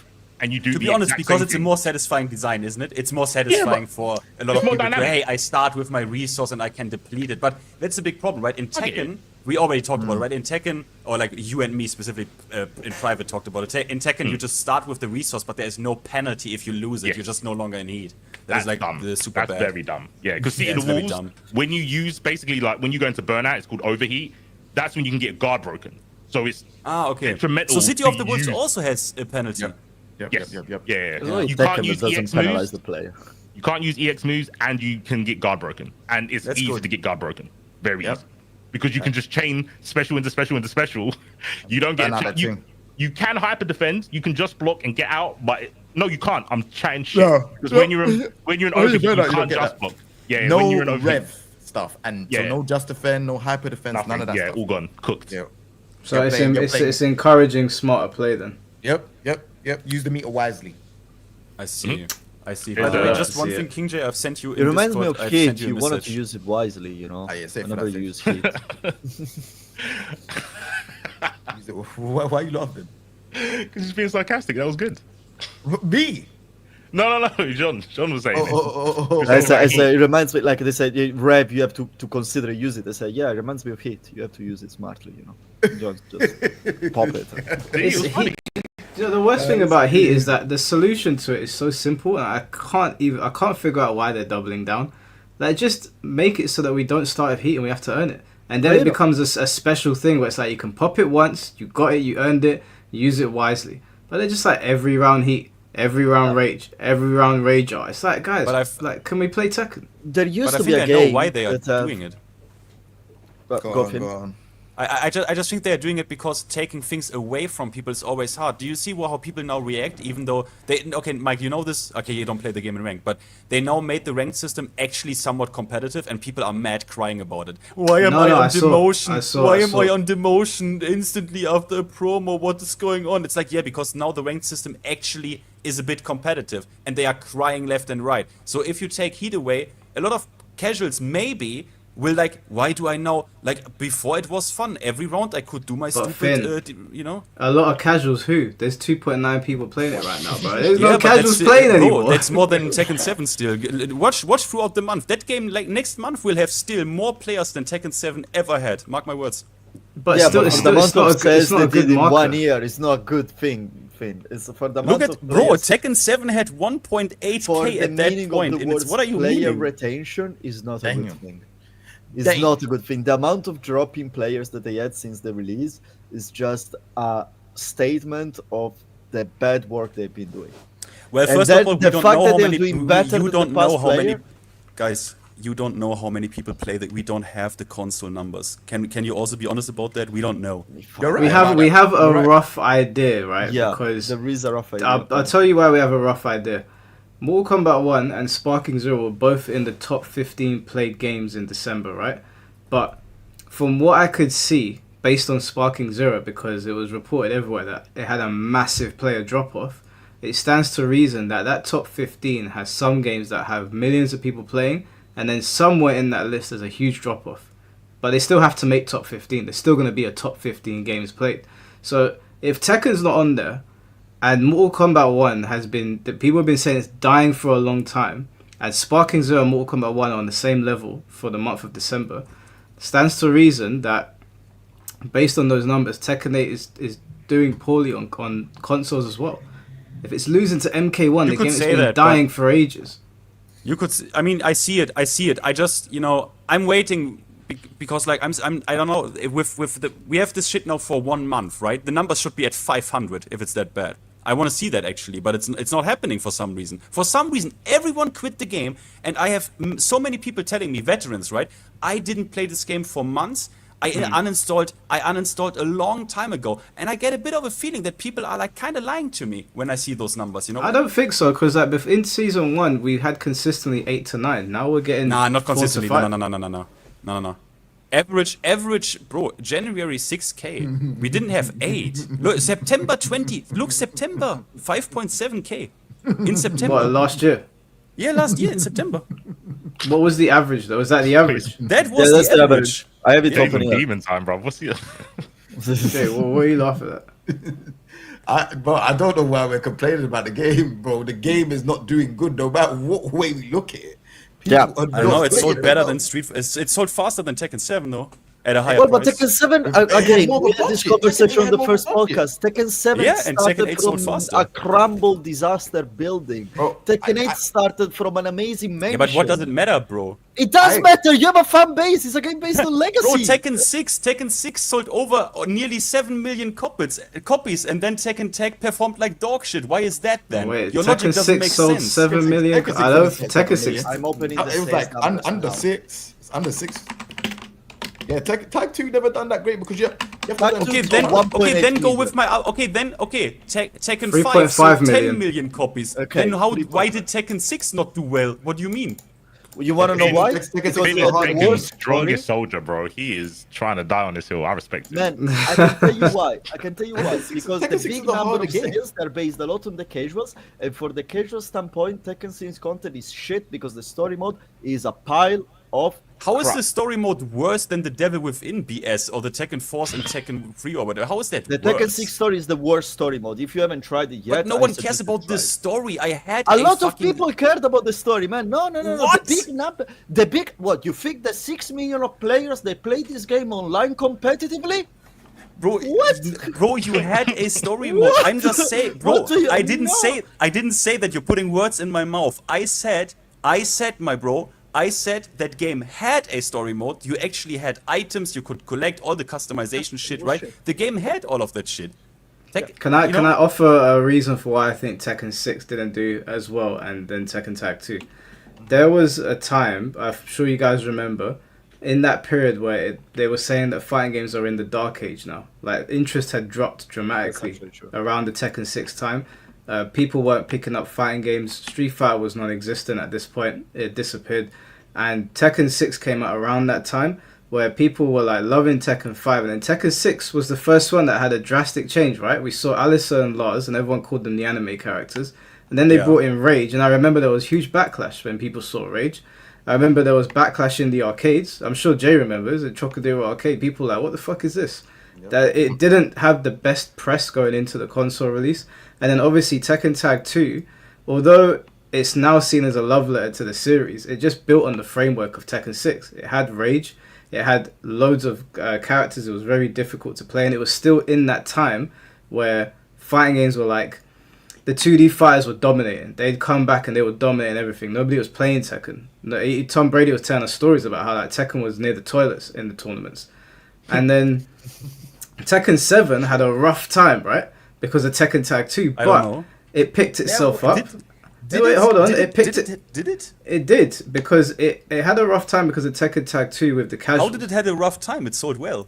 It sold well over time. Like the Tekken 7 picked up steam over time. It took a while. Tekken 7 was in the dumps when it first came out. I remember when people first saw it. Other than Akuma, people were cussing that game out. Like, do you remember Dragunov when that game came out? I don't remember that. I was there at launch. I bought the game at launch. I don't remember that. Tekken 7 had a rough time just for the fact that it's based on a game that is being cancelled, which is Tekken Street Fighter, and that they just reused all the assets of a cancelled game to create a game of the major franchise, because basically they, at the end, someone probably rather convinced them to cancel the franchise and to save the money from a project that was started and cut, and then they just redirected that project into Tekken 7. So that's already, it's a fucking rough up development. Yeah, and then Tekken 7 picks up steam. You know, we start seeing it pick up more steam. Negan gets dropped into the game. Geese gets dropped into the game. Noctis. People are loving Tekken 7. No one cared. You can check the numbers. When Noctis and Geese came out, the numbers didn't go up in Tekken 7. No, I'm not talking about Steam. I'm talking about sales. People were buying the game. I mean, the game sold over 12 million copies. Then how does the numbers not go up? Well, it doesn't mean the retention's good. It's the same with Mortal Kombat. The retention might not be good, but people were buying the game. People were buying the game. It sold 12 million copies. Yeah, but do you know when that happened? Do you know how many? Okay, Mike, let me ask you this. First off, Tekken 6 sold 5.6 million. But let me ask you this: Tekken 6 did not sell. Where are you reading that, bro? It did. Video game sales, whatever. It sold 5.6 million. It says 3.5 million copies, sir. Yeah, who? Where? If you type in Tekken 6 overall sales for the original and what's it called? Is it BR? You had Tekken 6 on Xbox, on PSP, and on PlayStation. Yeah, it says 3.5 million copies. I am on the same theme page. It's at 5.6 here. Huh? I'm probably on the same thing the same page that Finn is reading, because I have 5.6 here. Yeah, wait, what page are you reading now on? I'll send you the link on Discord. Because everyone on Google, like Wikipedia is saying it, Google's main page is saying it. Let's see what we. That's just the list of all Tekken sales. What's so funny, Jay? Bro, I don't know what we're still on the same topic, bro. Bro, it's because I want to talk about it. That's cool. That is cool, but we're on a dying hill here, bro. The game. Yeah, but you know, I just want to know what do you think? When was the point when Tekken 7 sold like 10 million copies? Tekken 7. I would say season 2 or 3. No, it was after 2020. In 2020, it only sold 4 million copies, and after 2020, like end of 2019, they announced like, hey, we sold like 4 million copies. So, do you like? Are every one of us aware that the game at that point was sold for pennies on the dollar? No, like the 13 million number is such a smoke screen. Wait, when was 2020 was season 2 or 3? That was COVID era, right? Season 3. Season 3, yeah. Season 3 but is doing it's COVID. but that is for no. It's at the end of 2019. It barely sold 4 million copies. The rest came after that, and then the game was sold for pennies on the dollar. I mean, guys, the number of 30 million. Are you all aware that the game was part of multiple Humble bundles that was sold for pennies on the dollar? Like I mean, we need to. I mean, we could say that for a lot of games. I mean, that's how Wii Sports was sold, but it's still okay. seen But as Tekken 5 wasn't hyper-successful. sold like this, and Tekken 5 literally sold 10 million units. So what are you saying then, Finn? What are you saying? I'm saying that when people trash, I'm saying that I think we are a little bit wrong on the Tekken 8 number because they sold. How Wii Sports got sold. That's so What? silly. No, what Max said, he said that's how Wii Sports got sold. It's so stupid. What? I didn't get the word that time. No, he I said, didn't understand. he said, this is how Wii Sports got sold. And it made me laugh. He's so stupid. I don't know why he said that. I still didn't I'll just say understand. that's Wii Sports was bundled with the Wii, right? So it sold a lot. It's just when people say Tekken 8 is doing like super badly, what you have to keep in mind is that we are probably close to like almost 4 million units sold, and that shit is sold at a pretty high price. Okay, well, Finn, let me counter you that. This is the most high production Tekken game as well. So the resources that went into this were far higher than the other Tekken games. Okay, how much higher? Do you know? We don't know, but based on what Harada said, which seemed ridiculous, it was even hard to believe that stages alone sound like they cost enough to Yeah, like. but you said you don't believe that. Well, we don't know what to believe. We can see that Tekken 8 is obviously much higher production in terms of like but the now I'm aesthetics. telling you, Tekken 7 got sold for pennies on the dollar on Humble Bundle and key sites, while you cannot get Tekken 8 for cheaper than I think still $30 on a key site. How about that? Well, I would Because need then- to see the actual breakdown of that. I'd need to see dates and the data so that we can actually go over it properly. Otherwise, I just You have to can take check your that. word for it. Like on Tekken 7, they have all the history. There's a key site that has the whole history of every single price tag on a key site. And after a few months of Tekken 7, you could buy a key for $7. But The what game about was dirt PlayStation? cheap. I don't know about PlayStation. Most of the time, fighting games know sell what it more was on the on sale. PlayStation, right? So I can check this, but that's not the whole story, is it? Is this Tekken? It was Tekken 7 sold for pennies on the dollar on PlayStation and Xbox as well. I don't know when it went into sale, but for sure the PC was a pretty popular platform. Like back when the game was in deep, you couldn't. I'm not saying no one was on console, but every content creator, every pro switched to the PC version because it was just better. We would need to go over that extensively. I can't really give a definitive pushback on that. But what I can say is that Tekken 8 is, according to Harada, we don't know what the number is exactly because the number sounded crazy, but you can see it on screen. And they said they took everything down and they rebuilt Tekken from the ground up, right? And we can see what it looks like visually. So this is a more expensive game. So it might be selling at a higher price, but we don't know how much money actually went into this. Okay, we don't know either way. Yeah, we don't. We'll speculate here. Yeah. So my speculation is that Tekken 8 maybe, I mean, I don't know. I don't know if they are that unhappy with how the game does. Anna, Season 2 start, Anna was the most popular character in the game by a mile. But isn't that for all DLC characters? Probably, but I'm just saying. So people are buying it, even though I see people like Super Kuma didn't even buy it, right? Super Kuma didn't even buy Season 2 yet. But still, that is what I mean. Like, still, she is the most popular character by far because there's a site who tracks every character pick and ranked, or quick match, I assume as well. What? Anna's popular. Yeah, she was. Yeah. What? Still, no, I'm she's not- the most. I can send you the website actually. It's cool. Do you know the website, Gian? I have it here. I have it open. I'll send it in the chat. I'll take accountability on what I said. I didn't think Anna was popular. I'll be honest. So I also didn't now think Anna that because- dropped up. Wait, no. She dropped already in the global Fuji into Tekken King. She dropped already in third place. If I go on all ranks, she is dropping already. She's like top 10 still. She's above Reina, but she's below the big hitters. Yeah, I Kaz, think King, so. G. Did the Ward. same happen last with week? Eddie? Last week she was top 1. Like the She was point top is 1. Yeah, she was obviously, but is a release week, so it's like yeah.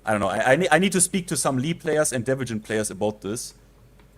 And yeah, it's crazy. Bro, all I know is if Tekken 8 doesn't figure it out in the next couple months, it's going to be a problem because obviously Esports World Cup is coming up. Which reminds me, I'm seeing some players like, they're doing their Twitter saying they've signed contracts. Yeah. And They sign contracts. So I see Nino got, I think he's got sponsored recently. Fair enough. Something He like won that. a EWC.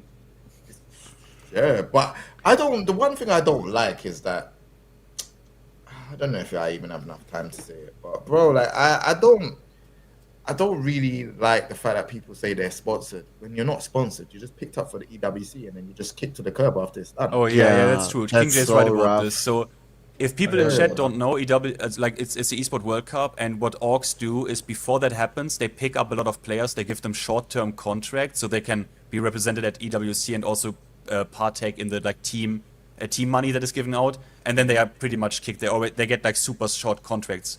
It's the same in Street Fighter. Broski got offered a contract of like 3 months or something, or like 4 months or something. So yeah, you're right. But to isn't be the fair, team what do just you do there in for that EWC? situation? That's the thing, though, right? Say that one again. The teams in EWC, they're normally like orgs that are in other games like Counter Strike or whatever. Also, But yeah. Yeah, but they don't have fighting game players because fighting game players don't make the money outside of EWC. So why would they Not give all them of them. Some of them. Well, yes. it's Not all of it's them. not that they. That's true, and that's why I say to people to stream and make content because Yeah, true. it's dumb to say. That's like me saying, all right, cool. I get sponsored like for a month, and then I get dropped. Do you know how stupid that's gonna sound if I have to say, oh yeah, I got sponsored? But the thing And then, is, all of a sudden I have to now say that I'm not sponsored. some people don't have personalities. It's all well and good No, saying it's players do not. content. Some players don't have personalities to be Okay, streamers. for the content. Yeah, some people just can only press buttons. True. They should get paid for pressing buttons. Like if that's what they're good at. I wanted to ask you, C4, because I think we're gonna wrap up in a little bit because I need to get ready for my mum's birthday tomorrow. But obviously, like we spoke about this a bit earlier, and Rip is not commentating at the TWT because you're a commentator. And I had Emery Reigns on here the other day. You know, he was a commentator for DOA 6, and he was saying to me, you know, that if you wanna keep your job, you better behave a certain way. You know, you can't speak openly. Rip's been pretty open about the direction of law. What do you think about that whole situation? As a commentator, you did Guilty Gear or whatever. Yeah. Did you have to toe the line to make sure that you got cast on the next Guilty Gear tournament? Because from everyone that I've spoken to so far has basically said yes. Not in Guilty Gear. And in Dragon Ball, no. But I think that's just difference in games. The Guilty Gear devs, they don't care what we say. They just don't care what the community says. Same with Dragon Ball. Did you ever heavily criticize it? Literally before the game came out. They did a pre-release tournament at Red Bull in London, Red Bull one. And I was there and I said like, oh yeah, 6P's basically the universal anti-air. I said it's too good. It's upper ankle invo, so it beats like mids, it beats pokes. And I was like, this isn't my Guilty Gear. I'll watch it because you need to be good to win, but I don't care about being good at it. So, and everyone knows that. Like I don't openly say it when I'm commentating, but I don't hide the fact that I don't play the game because I don't like it. But I like watching it. I enjoy seeing people play the game. It's just not my thing. And maybe it's a difference in the companies. Dragon Ball were more, they cared more about the IP. So in the early days, we couldn't say stuff like, oh, GT Goku's broken. We weren't allowed to say that on comms. But they didn't say anything about saying the game was bad or unbalanced. You just couldn't attack the IP of the characters in Dragon Ball. The ecosystem in other games, I think Mortal Kombat's a bit similar. Mortal Kombat and Tekken, I know, have like black books of people that can speak about the game. The games I commentate don't have that. I literally had a player openly like tag NRS and say make sure that this guy doesn't get any opportunities. Me and a bunch of other players, And I was like, bro, what the fuck? Wait. Man? Like, Do you remember this thing in Mortal Kombat where the guy joined? The guy joined the tournament and he was called "Why would NRS do this?" With the stomp, the stomp, with the Shiva stomp, and they banned him out of that tournament, didn't they? So basically, Shiva came out in MK11, and you know everyone knows Shiva stomp, right? She flies off screen. Shiva and is my queen, So bro. toxic. She comes crashing down. Shogun, Yeah, on the titanium Shogun. tigers, and basically he entered the tournament. And he just spammed the move over and over again, and his name was like, "Why have you done this?" And they banned him. They were like, "Fuck this, get out!" It's so ridiculous and childish. Like, test your games before they come out. I could have told you. You showed me that stomp once. I could have said, "No, don't do this." I don't care if there's because people said, "Oh, there's counterplay. You gotta like dodge this way and dodge that way." The problem was she could kind of control it. She could. I think pretty sure she could delay. It was too heavily favored. Yeah, it was too heavily in her favor, and it was like it was mad. This is frustrating to deal with, whether I can deal with it or not. So don't release it in this way. And then someone goes in tournament and basically again proves me right, and then they banned him. They were just like, get out of here. I was like, you guys, man, are absolutely ridiculous. That's crazy. That's actually crazy. That 80. Yeah, man, that's crazy. I'd say with commentating, for the most part, depending on how high you are in the hierarchy, I'm not that high up. I'm not high enough to get my tweets read out in an office and get cancelled. I'm not that high, so I'm in a lucky situation. But other commentators, lucky. I am lucky. I'm in the perfect spot, the Goldilocks zone. But other commentators, when they're the ones that are ranked higher than me, they're not just getting paid to talk; they're also getting paid to say not say certain things, and that makes sense to me. You can't work at McDonald's and say, "Oh yeah, I'm going to give you this cheeseburger and we made it with shit." Like you can't do that as your job. You've got to upsell your stuff, right? And that includes not degrading or saying something's bad because you're going to turn people off. Especially, I don't know about the RIP situation. I didn't see it, but in my mind, if I'm a dev, and for the most part, I would say for Tekken and Mortal Kombat, their commentators are borderline influencers for the game. And 100%. Yeah, you can influence people to not like the game. You're doing the opposite to what your job is. You're eating the hamburgers instead of putting them in the bag and giving them to customers. Yep. Can I add one thing on the RIP situation, actually, that I just realized? It's again tinfoil hat, but it's very interesting. So, in one of his streams, I remember, I think it's like a couple of months ago, RIP stated, and he made a video about it, I think, where that he started to have again a full-time job. Yeah, he did. After Yeah. many years. He Really? said, yeah, He did say that, he clearly yeah. said, yeah, guys, just as info about my life, I'm going to have a full-time job. This is not going to change that much in the stream because it still gives me flexibility. He works from home. It's like software development, stuff like that. So it's like I found something that still allows me to have a career and have the commentator he works things from and home a lot, everything. But basically, yeah, it's that like software development from home, something like that. And in my mind, it's like, okay, it makes sense. Like, I'm assuming RIP is around my age, probably maybe even a bit older. I don't know. I honestly don't know. Maybe younger. I don't know. But it's like, you see the direction the ship is going. You see the island in the horizon, you know. Back with the ship. There is always the island, you know. And it's like, maybe, especially because to me, it looks like someone that is very smart. Yeah. And he's never someone. He never looked like someone that tied his tongue. He always spoke his. He always spoke his truth. He always Careful in the said chat breaks, what he kid. thought. I see that. And you see how things are going.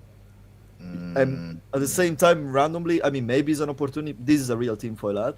But then you find a full-time job, and it's like, yeah, they leave you home, and it's like, okay, whatever. I still have my anyway. His stream and everything is very solid. His podcast is very solid as well. It's very nice, and everything. But it's like, again, it's something to add in the equation, in my opinion.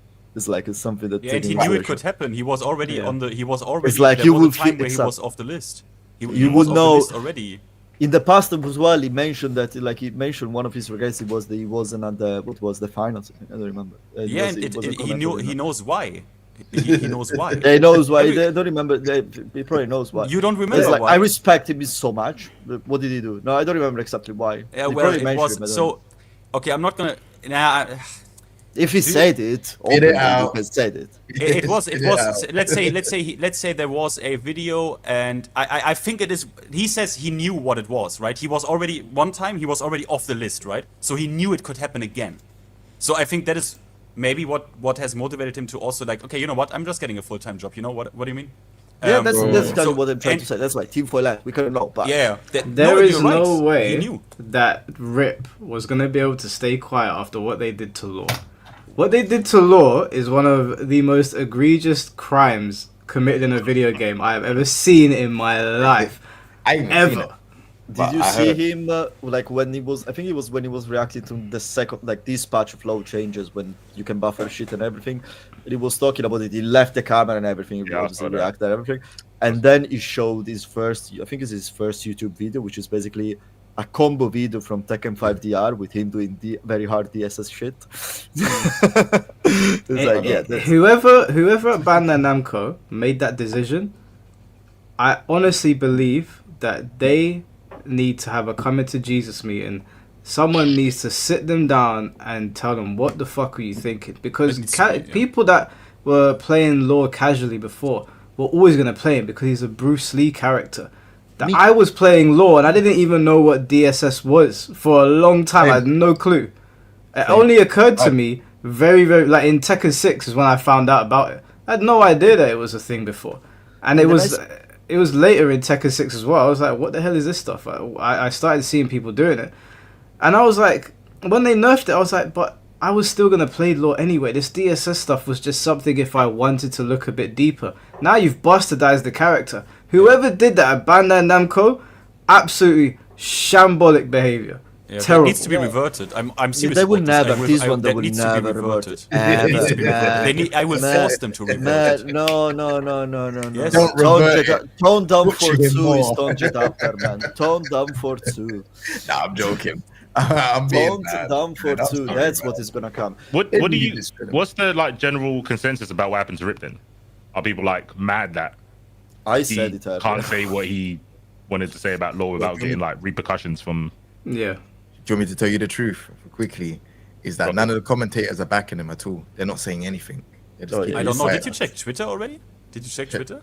I They don't would need. never say Did that. they back him? Did they back him? They would I don't know. Let's I've just not have a checked. look. He Let made me a have a tweet look. about it. Let's have a I little would be bit. surprised. You know what I'll Pleasantly say surprised. to what Jay said a long time ago. This is a little bit of a tangent, only a small one. There was a long when I first started getting to Dragon Ball, and I was commentating with a guy called Dunk, and we did the Asia World Tour. I said to him, this was like 3 a.m, obviously because of time zones or whatever, and I was like, bro, if I mess up on comms, if I swear, if I say a joke that doesn't land, ignore me. Let me drown alone. Don't sync with me. I don't know if there's a mentality for most people, but me, if I fuck up, I don't want anyone to catch any strays. I want to go down on my own. But I don't know if that's like a general consensus. That's my personal thing. I wouldn't want anyone to back me if I blew up on like Gooey Gear because they nerfed my favorite character Leo, blah blah blah blah. Bro, but you know what's Well, the funny I part? Is think- he didn't even blow up about Law. He didn't blow up. He was saying, hey, you know what, guys? I competed with this character for 20 years. I don't like this. Like, he wasn't even like, fuck Namco, whoever did this, Right. you fucking piece of shit. That is what I said, right? I said that. I said I will, you know. Yeah, but I know what he you didn't do mean. that. He was just saying, You know he what was you- just saying, hey, for 20 years I competed, you know.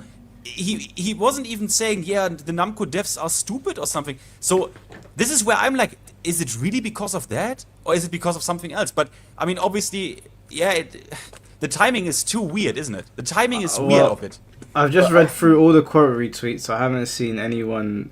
I mean, loads of people are speaking out about it. All of it is negative. Like, everyone's saying no rip, no buy. If you like, people are saying, I'm watching the game, the franchise I love, die in real time. This is arse backwards. What is going on at Namco? So everybody's against it, myself included. I think it's dumb that they've done this to Rip. I don't know if anyone's going to run to his defense, because I don't know if they're actually friends or they're colleagues. I don't think it's like me and Jay, where like if someone did something to Jay, I'll back him regardless of like consequences. I think they might just be colleagues.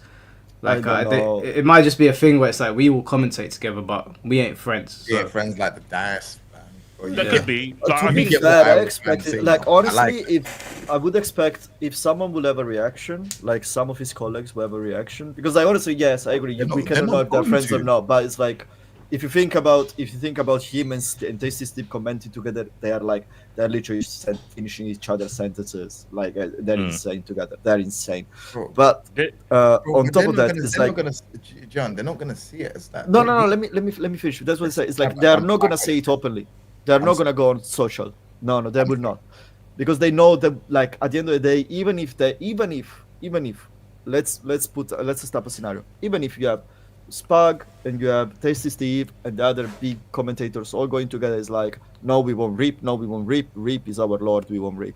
You know, at the end of the day, they bring Reap back and everything. Bandai goes at them from behind the scene and tells them, okay, we brought back Reap. What the fuck are you doing, guys? What is this shit? You cannot pull out this shit on us. You know, because at the end of the day, it's the real world. They have contracts. That's how it works. You have someone that comes to you, is like, what the fuck are you doing? No, so the community can bring him back. It happened with Jammers in Street Fighter. The community can bring it back, but the community doesn't want to fight for this game anymore, man. Yeah, they don't want to fight. Look at us. We are here complaining about this game and saying, yeah, I don't play this shit anymore. So literally, I don't play this shit anymore. Let me just say, what they did to Jammers as well was a load of bullshit, bro. Jammers is one of the best in the UK, in my opinion. I don't even, you know what? I don't even understand the Jammers thing, you know. And you know, with that situation, Jammers is my boy. He was at my wedding. I've known Jammers for years. Like he's not just a commentator that we like hang around in circles. I know Jammers, right? And when that thing happened with Sajam, I didn't quote tweet, didn't retweet or nothing like that. I just DM'd him. Actually, I DM'd Jammers and said like, what's going on? And then I think I made like a stupid tweet like, oh, there's gonna be a commentary schism between NA and EU. Like I trolled about it. That's kind of the thing that me and Jammers have. I never went on Twitter and defended him, even though I think obviously what happened to him was pretty fucked up. I think I know what you're talking about. Is that when Sajam said that he didn't like his commentary? Yeah. See, so I'm gonna say something from here. Yeah. Obviously, I know the Americans are a lot bigger than the European scene and that, but brother, like as your commentator, like they don't have to be friends or whatever, but if a commentator is watching another commentator and he's saying that to his audience, I think that's it. That's an idiot thing. I'm not even gonna lie to you. Yeah, that was scumbag behavior. How much viewers, subscribers, what anyone has, I felt like you threw man under the bus with your viewers. You don't need to do that, and you don't need to, especially if you lot commentate for the same game. You might not get along, but cool. But then some people could be like, "Oh yeah, that's his views." That's also true. But I just feel like if you lot are there getting the bag together in the same place, and it's like there's no problems. You just kind of created a problem by just even saying that amongst your audience, and his audience is not small. So sometimes you should understand that if you have a big audience like that, there are going to be some type of consequences to you saying things outlandish like that. And bro, I've already said it, bro. I like Jammers as a commentator. So what anyone else has got to say, bro, I don't really care, bro. I think he's a very good commentator. He had his opinion. Obviously, he said that, oh yeah, that was a bad or whatever. Why would you do that, bro? So what? If it was bad, it was bad, and he called it out. Yeah, he called it. The thing is, he called it. He said what everybody else was thinking. Like we were all watching it. And he just said he wasn't disrespectful either. For Sajam to do that, I was watching and I was like, ain't you colleagues? Like, there's some common courtesy when you're working with people to not do dumb shit like that. Especially with Sajam's reach. My man still. They tried to finish my man still. I don't like that. Like, again, it goes to because if I did it, if I was streaming and I said, obviously I wouldn't, but if I said something like, oh, this commentator or Jammers' commentator is bad, no one give a fuck if I said it. It's because my man had 1,000 plus people watching. Yeah, exactly. But Sajam reached out to him in private, right? He sent a DM in private. But I think this is something I don't like. I think because of your platform, that shouldn't be a reason why you can't say your opinion. I've told Jammers this. I was like, it shouldn't matter. Can you guys give me a bit of backstory, because I'm so basically long story cut short. There was a Capcom Cup. There's two commentators. There's one called Sajam, very big content creator, and then you have Jammers. That's a very big commentator for the UK for Street Fighter and that. Jammers was on the Capcom Cup commentating, so he was doing his job. This and other. Sajam is watching from home. And he's like, I think yeah, so Jammers said, "Oh yeah, that was a poor Terrible, decision. Why did you terrible. do-" Capital T, bruv. Okay, Terrible. so he said that was a terrible decision. Why would you do that? That was just him saying that as a commentator. And Sejam was like, that's what rubs me out the wrong way. I can't listen to him. This and that. That is Sejam saying that on a stream, where it's just it was just weird, innit? And the way he said it as well, bro. Yeah, it was so condescending. Yeah, he muted his stream. He muted him. That's how much I mean, to be fair, he was coming off of 20 hours Capcom Cup or something. I mean, I just want to say, like, I don't know, man. There's context, like Finn was saying. That was like a 10-hour restream, and obviously because of the time zones, it was really late for him. There's all sorts of like reasons for why Sejam said what he said. To me, he said it on his stream. And then the other guy lost his job because of this, basically. No. But I will be honest though. Remember, Sejam is, I would say, like, let's just be honest. Sejam is on a higher. If they were to choose between Sejam and Jammers, they would choose Sejam because he has a way bigger reach, right? Yeah. So obviously, if Sejam is to say that, about Jammers, and then Capcom watches this and says, "Oh yeah, Sejam thinks this." Bro, what does that mean for Jammers? You get what I'm saying? Like, you don't really need to say any of that stuff. Yeah, but I mean, if he truly felt in that moment, hey, you know what? I think your commentary is dog shit, and he just says it. Like, it is his good opinion to have that, right? Like, he can. He can, but it just. I was saying, I ain't gonna chat to him. You know what the issue is, Finn, and what you guys are saying. The same way Jammers can say that player did a terrible dive kick, Sejam can say this is terrible commentary. It's a paradox. It just trickles down. No, I don't think so. I'm gonna break down why that's not right. Obviously, everyone is entitled to their own opinion, but if we are a group of commentators, same way if we're a group of content creators, whatever, and I see my man's on the Capcom Cup, he's getting paid, right? If I am along those commentators that they are, getting on board for events and stuff like that, and I'm one of them, and I'm sitting here and I'm saying about Jammers, that's what I don't like about Jammers comment. I can't take this commentary. I am one of the fellow commentators, bro. Do you get what I'm trying to say? I give the same. Jammers is doing. Hold on. Jammers is doing his job, calling out stuff that he sees on the screen. That is his job. Yeah. There's nothing wrong with what he's doing. But bro, if your colleague is now like bad mouthing you to all of these people that are watching him, bro, like you're gonna be like, bro, what are you doing here? Like, I'm doing my job. I would say don't look at it as a colleague. Like, we all are commentators, but not colleagues. Bro, you can have friends, but if me and Jammers are commentating the same game, and only one of us can get it, we're not colleagues because we're not doing the same thing, right? You are kind of peers, though. No. You're not friends. You're colleagues. I'm making that very clear. So why? But we're not colleagues. Co-workers. It's like it's at the end of the day, that's from my point of view. That's how it looks. I want to make one same amount, and we'd all be commentating at the same event. That's not how it works. It doesn't work like that. Jammers gets. I've been to tournaments. Me and Jammers have both got emails saying we're going to come to this tournament. He's getting paid more than me. So we're not all colleagues. We're not colleagues. Some people don't get jobs because someone else above them got the job. So we're not colleagues. But how does not getting paid equal not make you colleagues? Colleagues. Exactly. That's just the. There's a rivalry. Under normal colleagues, there is no rivalry. I don't call my boss my colleague. No, there is. So look, I'm an head bartender. My other next to me is a junior bartender. We are colleagues. Okay, but you call your boss your colleague? Yeah. To other people, yeah. It's my colleague, it's my boss at the same time. My bar manager is a colleague. Yeah, I don't see. I see colleagues as a co-worker, as a colleague. That's how I see colleagues. Doesn't mean necessarily to use my equal. I'm gonna do. Mike, are you doing the fine? Yeah, a colleague is a person. A colleague, by definition, is a person with whom one works in a professional or business setting. And they didn't work together right then and there, right? No, they don't not work together. You work in the profession or business. You don't have to necessarily work together. I'm a colleague with like some Brazilian doctor because he's also. No, if you work at Chase Farm Hospital, or if you work at whatever hospital, yeah, if you work at Bishop Hospital, whatever it is, and there's a nurse that works in Ward A. And you work in Ward B, you're colleagues. You work in the same vicinity. In that case, Capcom Cup was who knows there, and he was sitting at home, and like he probably doesn't give it. I mean, look, colleague. Just one thing. Is anyone here even aware why Sejam said what he said? Does anyone here even know? Because I do. Do you know? Tell us.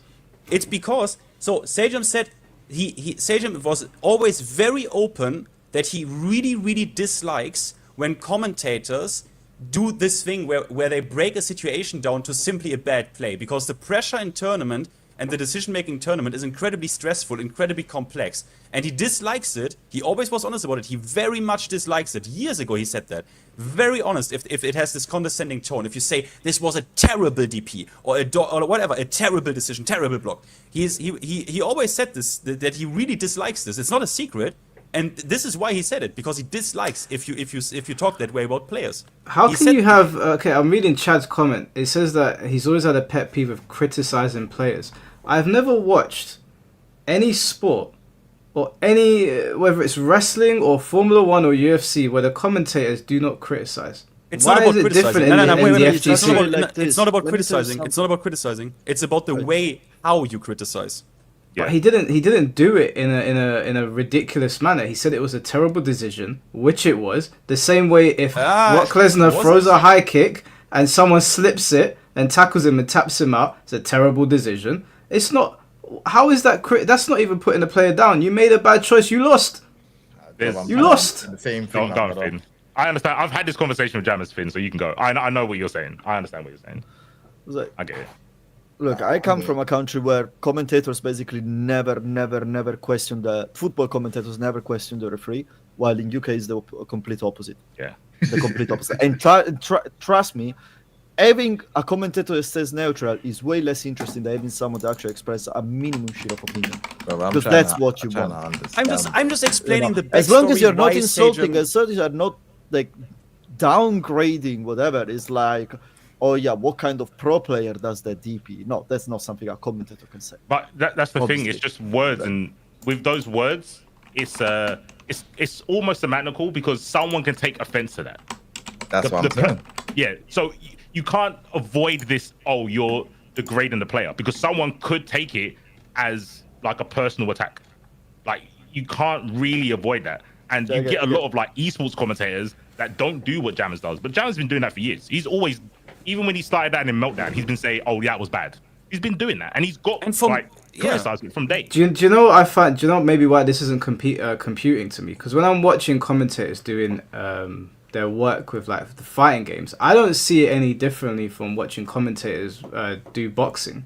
Like when I'm watching Simon Jordan do boxing analysis, or I'm listening to the commentators and they're breaking down what the fighters are doing, and they're pointing out, oh, he slipped the jab, or he's not using his left properly, or whatever.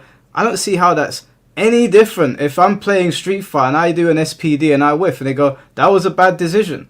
Because it was. Right. It's not different, but Sejam just likes Sejam just dislike. I'm just yes, but it's okay, but there's a difference because they work in the same capacity, and even though Sejam doesn't like the style of commentary, I don't think it is grounds to say whatever you want. It's his YouTube channel, but I don't think it's courteous to do that to your colleague. If you're calling action as you see it, you're telling the truth, right? But you're just giving your opinion that could damage this person's career because of your reach, which is unnecessary. Mm-hmm. That's my problem. I don't know. Maybe isn't it funny that you have a point? You have a point. Isn't it funny that wait, just one thing, because it's important. Mike Lamkin has written me and said he wanted to come on because he wanted to say like one thing important. I don't know. I think it has to do with Tekken. Is Lamkin the law player? No, I'm not gonna have anyone on today because I am gonna go to bed soon. If he just wants to type it in the chat, we can read it out. He doesn't have to super chat it. He can just type it out. Yeah, right. Quick. I was gonna say it's funny because obviously Chad was making that hypothetical earlier about when he was in the office and he was seeing the script and no one stood up to say this was bad. And sorry, say that again, C4, sir. You know the hypothetical that Chad was going on about earlier about the script being bad.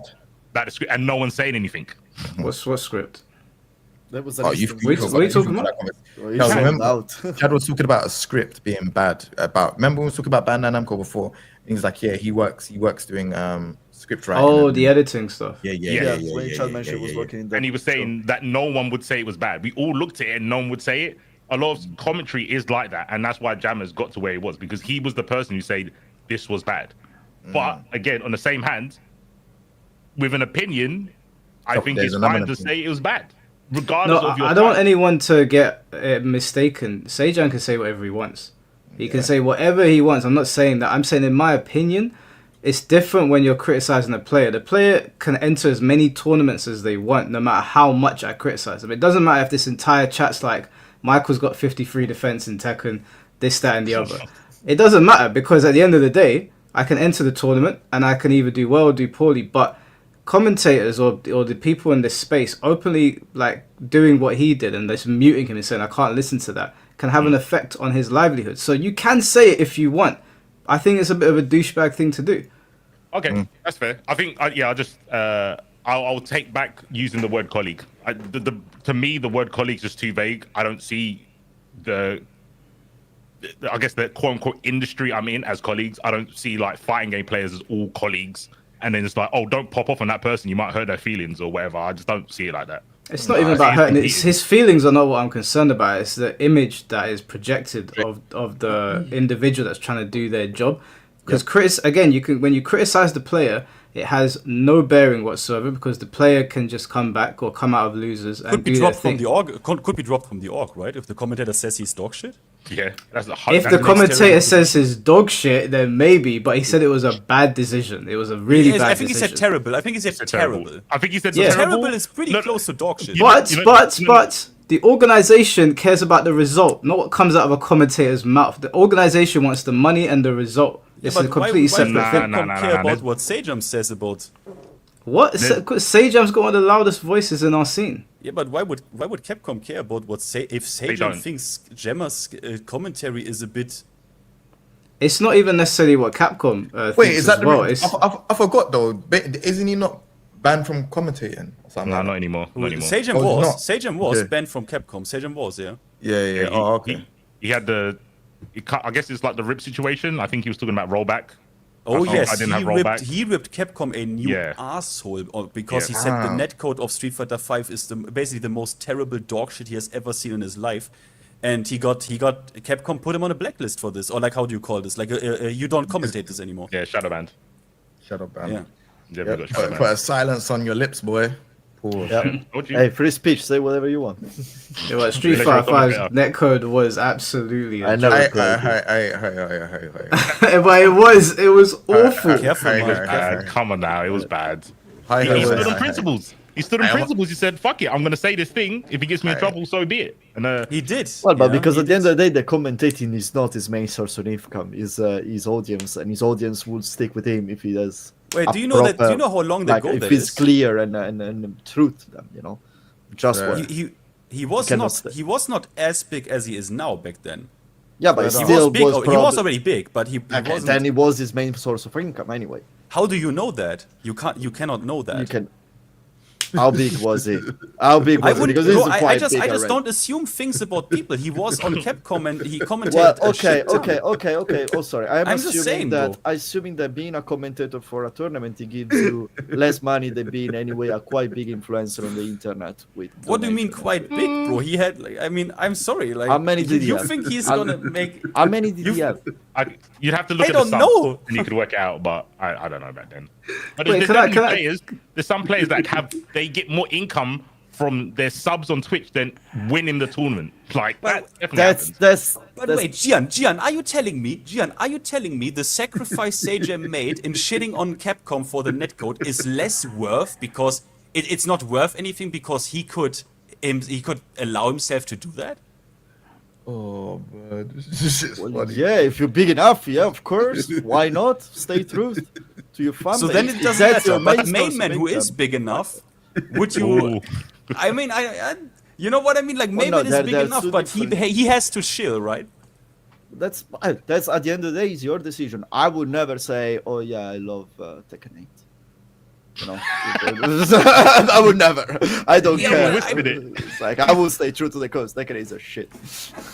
I don't know. I bet Sajam liked commentating, but yeah, okay. It's like no. At the end of the day, I honestly think, I honestly think if you have you have to stay true to your cause. If you really think that that's shit, you either avoid it. That's what you can do. You can do what Thesis did when he doesn't say anything. You know, and the only praises he does on the game are on his music. Blah, blah, blah. You know. The music is trash in Tekken 8 as well, man. Tasty Steve's broken. Isn't he the only Tekken commentator that commentates other games? Yep. Yeah. Yeah, he's Tasty Steve is the only one. Broken He's the only commentator. He can commentate literally whatever. Street Fighter, Guilty Gear, whatever. It's mad. Yeah, I've never heard Tasty Steve give a take, like share his opinion on Tekken 8. Has he ever done it? He's a smart commentator. He's a smart commentator. Hey, look, man, I am not. Honestly, you need to feed your family. It is what it is. I'm not saying everyone should be like us or whatever. Just shoot from the hip. I get it. I'm not Maybe gonna he shit likes on the someone. game, you know? King is pretty sick in this game. I don't nobody like this. Do you know what? When someone tells you they like Tekken 8, I take one hard look at them. I'm like, fine, that's fine. It's your opinion. But I have to stare deep into their eyes and search their soul because I just it's hard for me to believe that they could do this. And someone says, "Yeah, this is a good choice." Mike, can I ask you? Did you see that podcast with Perugian and other players? No, other high-level players, where they speak about Season 2 and Tekken 8 never feels so fresh. It's a very interesting watch. I highly recommend you. They said that everything feels fresh. Everything Tekken never feels so fresh. They say that some things need to be toned down. But wait. It's way stronger players than me. Sperogene is good. It's like no, hold on.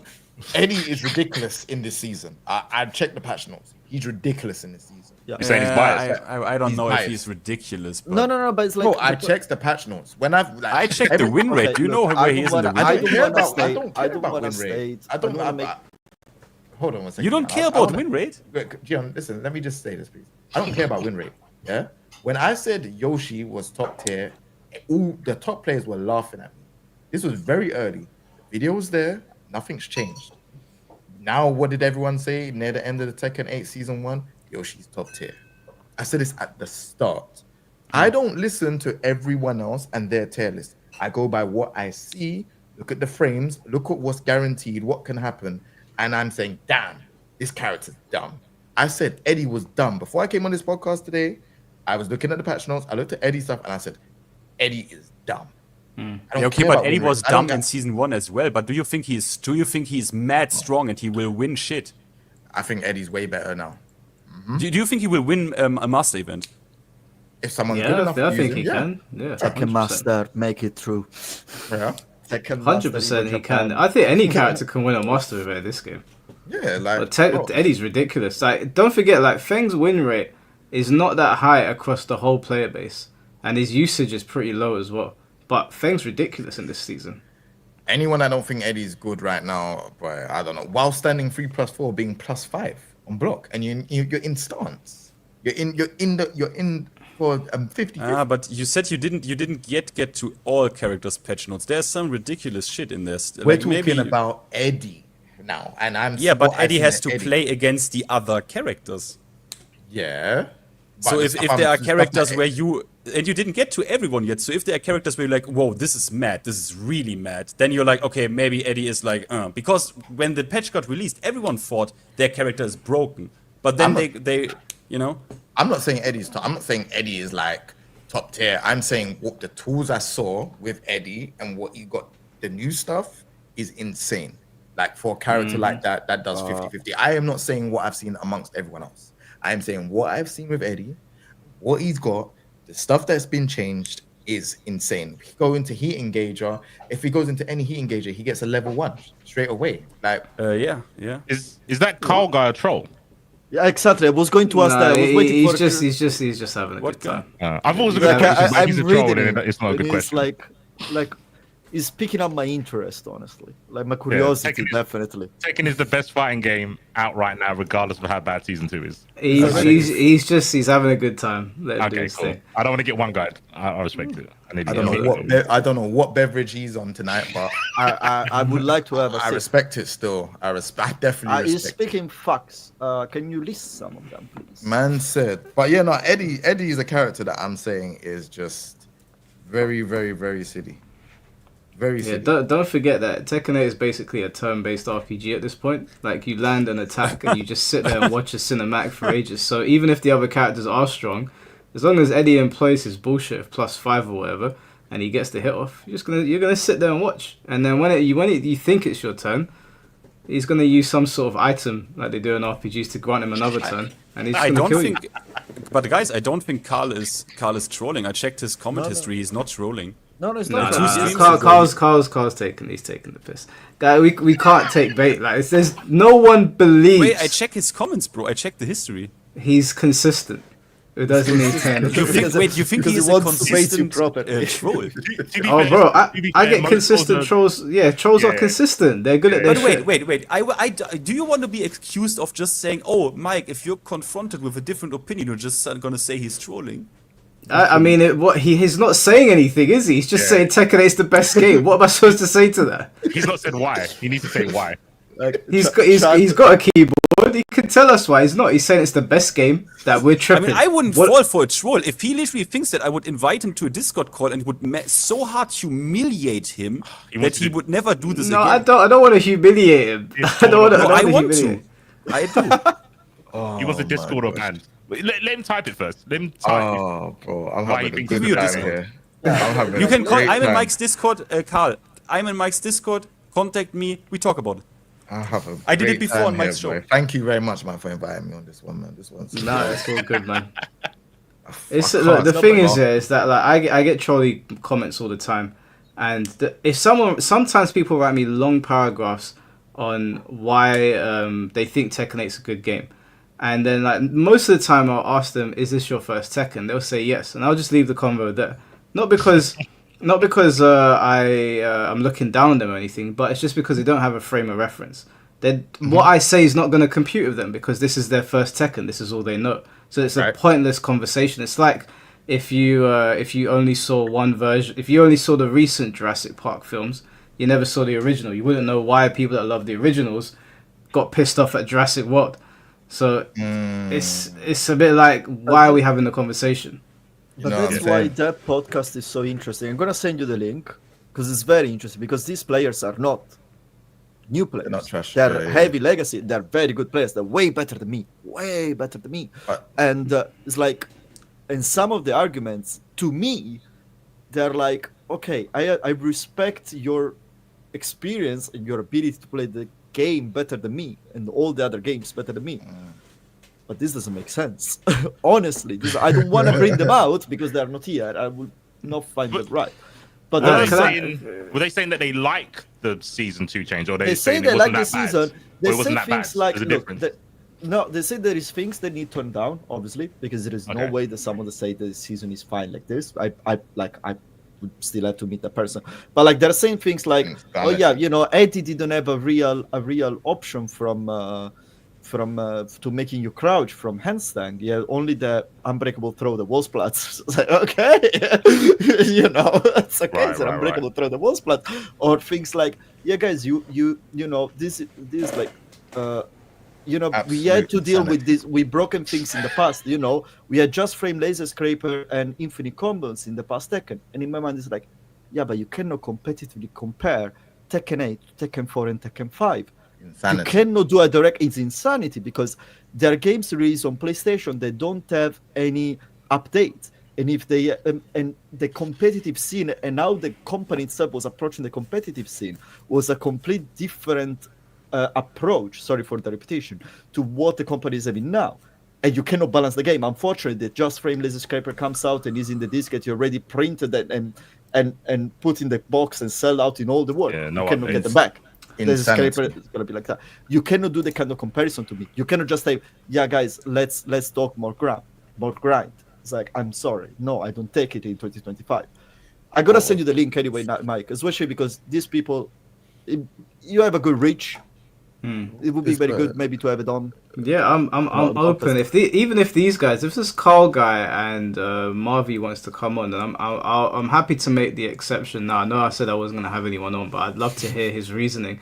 But just to answer his question, hey, can you tell us what was so great about previous Tekken games? You can breathe. You can breathe. You can't breathe in Tekken 8. Like, there's no defense. That's a good word. That is a good word, King J. That is a good word. You can't, like, in Tekken 8. You're like, you're just like literally locked in the plus frames. You can't do anything. You can't do anything. You breathe at turns. Is you breathing or your opponent breathing? That's it. It's either that, and that's not a good game. Like, Carl, wait. Actually, I can't even say. I was gonna say I can't wait till you play City of the Wolves, but Jay's been playing it. Oh yeah, now City of the Wolves. Do you reckon City of the Wolves is that bad when it comes to to actually be able to breathe? Bro, I feel like it's cool. Okay, but I mean, It's I a can play separate City game, of the though. Wolves for this type of exactly. I can play City of the Wolves for this type of gameplay, but Tekken had historically good brief. Okay. I thought he was like talking about the concept not being good. You're just saying it's not what Tekken is known for. Sorry. Well, I'm saying the concept is not the concept is not necessarily not bad, but Tekken had the concept of like, hey, you know what? If you want to, you can take a lot of speed out of the game by answering knowledge checks or knowing how and when to move. Right? You can force your opponent to kind of like, hey, slow down a little bit, bitch. Okay. Yeah. Also, in Tekken 8, they patched out character weaknesses, which is a big problem because people end up playing the same. It's also something that gave characters somewhat of an identity, like characters having difficulty dealing with one side, characters lacking somewhere in their moveset, and they started doing this in Tekken 7. I don't know if you remember, Jay, when they gave Marduk up forward 1-2. That move covered. What is it? He never had good 12. He never had a good 12 frames, and then that covered it and made you be forced crouch. That was dumb. But this was where, bro. See what? I'm so happy you mentioned that. This is where Tekken was starting to go downhill, because like even stuff like Bob had a 15 frame launcher. Bob is never known to have a 15 frame launcher. You always would use up forward 1+2, 1+2. That would be the bam bam, and it just does a big chunk of damage. But Bob was always lacking that, and this is what made these characters so fun. It's like, oh yeah, I'm choosing Bob, but he lacks this, but I'm gonna have my character expression with him, being able to not launch. But this game does all of this for you. Everyone has a 15 frame, or everyone has this, and it's boring, man. Boring. I didn't say that. Oh, sorry, go. I was a real quick question. I was gonna ask Mike because he plays MK. Like counter picking from what you guys are saying about weaknesses and characters. Is counter picking in Tekken on like MK level? Because MK level is No. Not even in the same stratosphere. You have. So let's make some instance. You have let's say matchups that are very bad for you. Like you have some very specific instance, like Brian is big low is his archer kick. Okay, is his most important low. That archer kick is -13. If you're playing against Kazuya, you know you're not having a good time because Kazuya is one of the two characters that can launch -13. So it's that matchup is like, okay, this matchup is bad, very bad for me, but it's not like I don't know. I remember when I was playing MK11, if I was playing like against Azona, I was crying because I didn't know what to do. It was partially me as well in that game. But it's like counter picking is never as big in Tekken. But going back on the patching weaknesses, it's like it's all over. And I've been saying the same in Tekken 7. It was all over with down for free in Feng Wei. Feng Wei doesn't have combo. Feng Wei doesn't have wall carry. Down for free. down for free. And now he gets wall carry. Or Brian full crouch 2-3. Brian Punisher was bad. Pump. Best wild. I'm sorry. It's troll. It's a troll. I'm sorry. Allow me, Carl and your friend. So now you got me a little bit angry. What has happened? How about you two? I am in Mike's Discord. No, you know what? No, wait, Carl can come on. If you want to come on the podcast and make your... To be honest with you, based on this comment, I'm not being rude, but... Nah, do you know what? I'm not going to say it. It's fine. Okay, I'm going to say it. You sound like a noob like me. That's the thing is that, like, he said it, he just wants to have fun. He's not looking at Tekken the same way a lot of the people that love Tekken are looking at it. This is not a Tekken player's idea of fun. What they've done to the game is not our idea of fun. You said you'll come on? Okay, cool. Can you message me on... have you got Discord or Twitter? I swear to God, I will ask you some questions. If you are trolling, I will find you. Do you know Taken? Finn, you know he's trolling Finn. Why? You know he's trolling. Bro, no. Wait. No, C4. Do you think... Okay, Mike, you know Monty. Wait.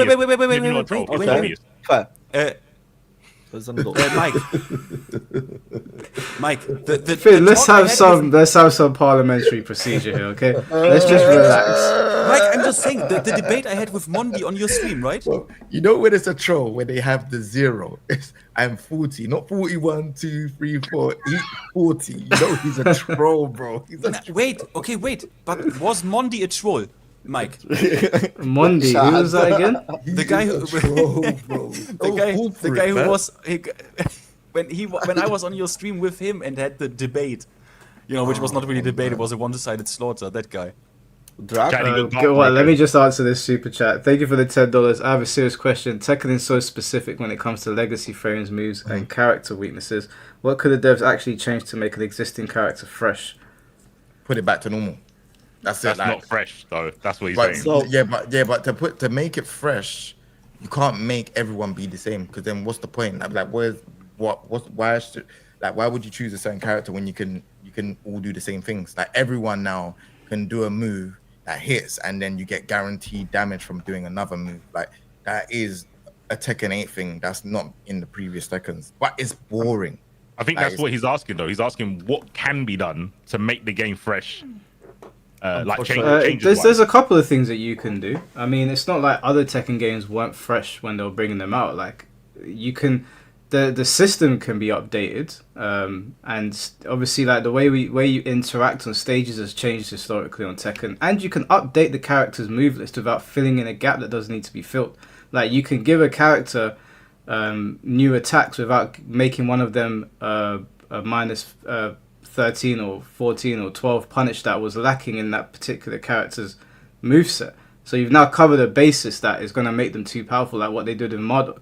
He didn't need that 12 frame punish. You could have given him a new tackle, a new exciting tackle, maybe a cool way to go into it. Maybe you give him something that helps him out. There was nowhere that Marduk really needed help, but you could give him like a new MMA style move, or like a new way to get somebody into Vale Tudo, maybe, even though that sounds a bit ridiculous. But you get my point. Like it's not, you don't need to fill in this is the 12 frame punish. Marduk didn't need that. It's unnecessary. You can nerf a move in a way that is no more complementary. Let's say a combo hander that gives you Hawk and good damage. You nerf the damage that gives you just Hawk, and you put a new move that is a new combo hander that gives you damage. So you have two choices when you do your combos. That's how you can put moves into. The point is, if that covers a weakness, though, no? Like you create a weakness to cover, and then you give a choice. Yeah, but if you give someone a choice, say you've got a character that just does damage and they get no Oki. If you give that character a choice to do damage or Oki, you're but that's not what their I said. Weakness. No, that's not what I said. I said you nerf a move of a character that is a combo and that it gives you Oki and good damage. And it gives you less damage, and it gives you good Oki. And then you add the move that gives you good damage but shit Oki, and then you create the choice. That's a good way to put things. Now, this is a very specific scenario that I created. Unfortunately, the point is, when you have a character like Mike was describing, Marduk in Tekken 7, that there is not much you can do to the character, is already good. You had to nerf a move to create an emptiness that you can fill with a new move. Okay, but this creates, again, this is not simplifying anything. This is creating more difficulties in the game. And that's to answer what the Super Chat was saying. I honestly think that the problem is simplifying Tekken. It's probably one of the most difficult and almost impossible thing if you want to keep Tekken to do, because Tekken is being created and based on legacy. That's what Tekken is. And unfortunately, it's like if you want to start Tekken, if you want to start to play Tekken, when I started to want to become competitive at Tekken, to swallow the pill that being the strongest in my group of friends by far doesn't mean that I'm good. I was shit at the game. I was a green rank, and I had to learn everything. I'm gonna fucking lose myself in a moment. I think when the guy, I don't want to speak for the guy asking the question real quick. I don't want to speak for him, but I think when he says fresh, I think he means something new, but you're talking about taking something away. So I understand what you're saying. You're talking more about change, difference. And that is like the fun part of it. But yeah, I think he said like fresh as in give me something different and new that's good. But you could be right, like just taking away something. Well, the heat could be, but not like this. But then that would be like legacy, taking away legacy stuff, right? If everyone said, oh, electrics are too good, we're going to take away electrics from Kaz. Yeah, then I'm gonna finally shoot myself in the head. Carl, if you want to jump on, you need to message me on Discord or Twitter. Like that's the only places I can. You know what? Wait, not even got a profile picture, man. You guys are getting one guy. It doesn't matter. You know what? The ulti? I just realized. I can't be true. I just realized I already had this one debate with this Mondi guy on your stream, Mike. And you know what my presumption was into that debate? I said, hey, the only people who can truly enjoy Tekken 8 and like it are fucking scrubs. So your fucking opinion doesn't matter anyways. No, Finn. Oh no, he did it. He always does it before. You should know now. Yeah, I know. I saw it coming. Don't worry, Carl. I was you once upon a time. Then went demon mode on me and called me a hobbyist. But you were old once. I was old, but not in the Tekken sense. I was a newbie. Okay, no, look. Carl looks like he's coming, guys. I can't deal with this, guys. I'm a refunder, bro. Tom Tothe for the $10. Carl is one of the many that is disturbingly enjoyed being lied to in the form of a blunt lie, which is season 2. Behold the mindless consumer. Don't ask questions, just consume products. Damn. Bro, there are people like this, guys. If you believe it or not, I'm not letting it go. We all watch slop content. Let's not pretend we don't. We all watch some sort of slop. Hey, nah, It's gonna be spicy. Carl is sending for you, Finn. But to be fair, to go back to, I think Carl said it, someone said it, that it's like you don't need to, like, we enjoy Tekken on a different level, that's why we cannot enjoy it now. There is people that finds the game fun now. But the point is, if you look at Tekken in such a more casual way like this, a more simple way, you don't need all this balance that we are looking for to enjoy it. You know, you don't need the game to be necessarily Bro, I bought every single one. If you have a balanced every game, single you costume. can still play it randomly. Did you buy? I bought every single thing you can buy in Tekken 8. I even spent $20 with a Polish friend, and we bought the fireworks and just fucked off with it into the fucking launch and just burned $20 because I don't care. Did you really? Yeah. Damn. Damn. I don't know. Bro. He said you're not gonna. We are super retarded on that Discord. He said, Finn, I bet you're not stupid enough to do that. I'm like, watch me, bro. And I was just like, I was like standing in front besides Harada in the launch and was just popping off fireworks. Why not? Hey Carl, what's the hold up, bro? Just log on to Twitter and send me a message. Chat GPT, bro. He's just AI. He's not coming in. God, this guy. I'm gonna. Okay, you know what? Do you live in Germany? Bro. No, we're not setting up fights over Tekken. Carl, relax, man. It's a fucking game. Finn, we're not fighting people, bro. But he doesn't have Twitter. That's not a real person. That's you have no Discord. He doesn't look. He's That's a he's a screamer. chat GPT, Yeah. bro. You're talking to AI. Bro, that shit The thing is, fucking I don't game have is- Twitter as well, bro. I don't have Game Twitter. baited. I don't have. At this point, it's just randomly Yeah, bro. generated People, I'm just phrases and saying, words. you can Card never by hero, underestimate the shot stupidity pricing of card. people. Yeah, you no, can never underestimate he's it. trolling. He's trolling. Just, He said I'm 41. Yeah, leave him alone. I'm 41. Alright, cool. Yeah, we'll leave him. He got us. Can I ban him? No, just leave him. It's funny. Why is always so difficult for people to join? I wonder. It's like, okay, join, and then like, yeah, if they really would like to join, they should just have a question. Okay, what's your Discord? What's your Twitter? It will be very quick. If the fact that they're going around these things, it's like, okay, they're not joining. It's Ask way his easier to Tekken type ID, stupid stuff than to say stupid stuff. That's what it is. But Yeah, I the had, thing I is, had one Finn- debate. But I had one debate with Mondi on my stream, and it turned out I was correct. I'm not gonna lie. I might have to call it there. 'Cause I will be out early tomorrow, man. Yeah, it is getting late. Carl, you're bullshitting, bro. Why am I gonna talk you through Wait, how who to was make the a other Twitter bitch? account? Who was the other guy? There were two. There were two, right? Mask off for a minute. I can't remember the guy. No, there was only one thing. I think you were seeing double. No, you said two. The other one, you called him out. You said him and another guy. Mirna? He's hiding from you. I think he was just asking what was so special about all okay. Tekken games. I don't think he was. Yeah, he's Carl's sorry. trolling. Yeah, I think we've covered everything we need to cover. Tom, thank you for the $5. Carl talking about beating us but can beat calories. The only time he goes to the gym is at Planet Fitness Pizza. That's tough. Shambolic behavior. Hey, that's crazy, Toto. Okay, no, it was Marvin. Wait. He says it was me. I'm not trolling. I'm also not 40. Marvi, mofo.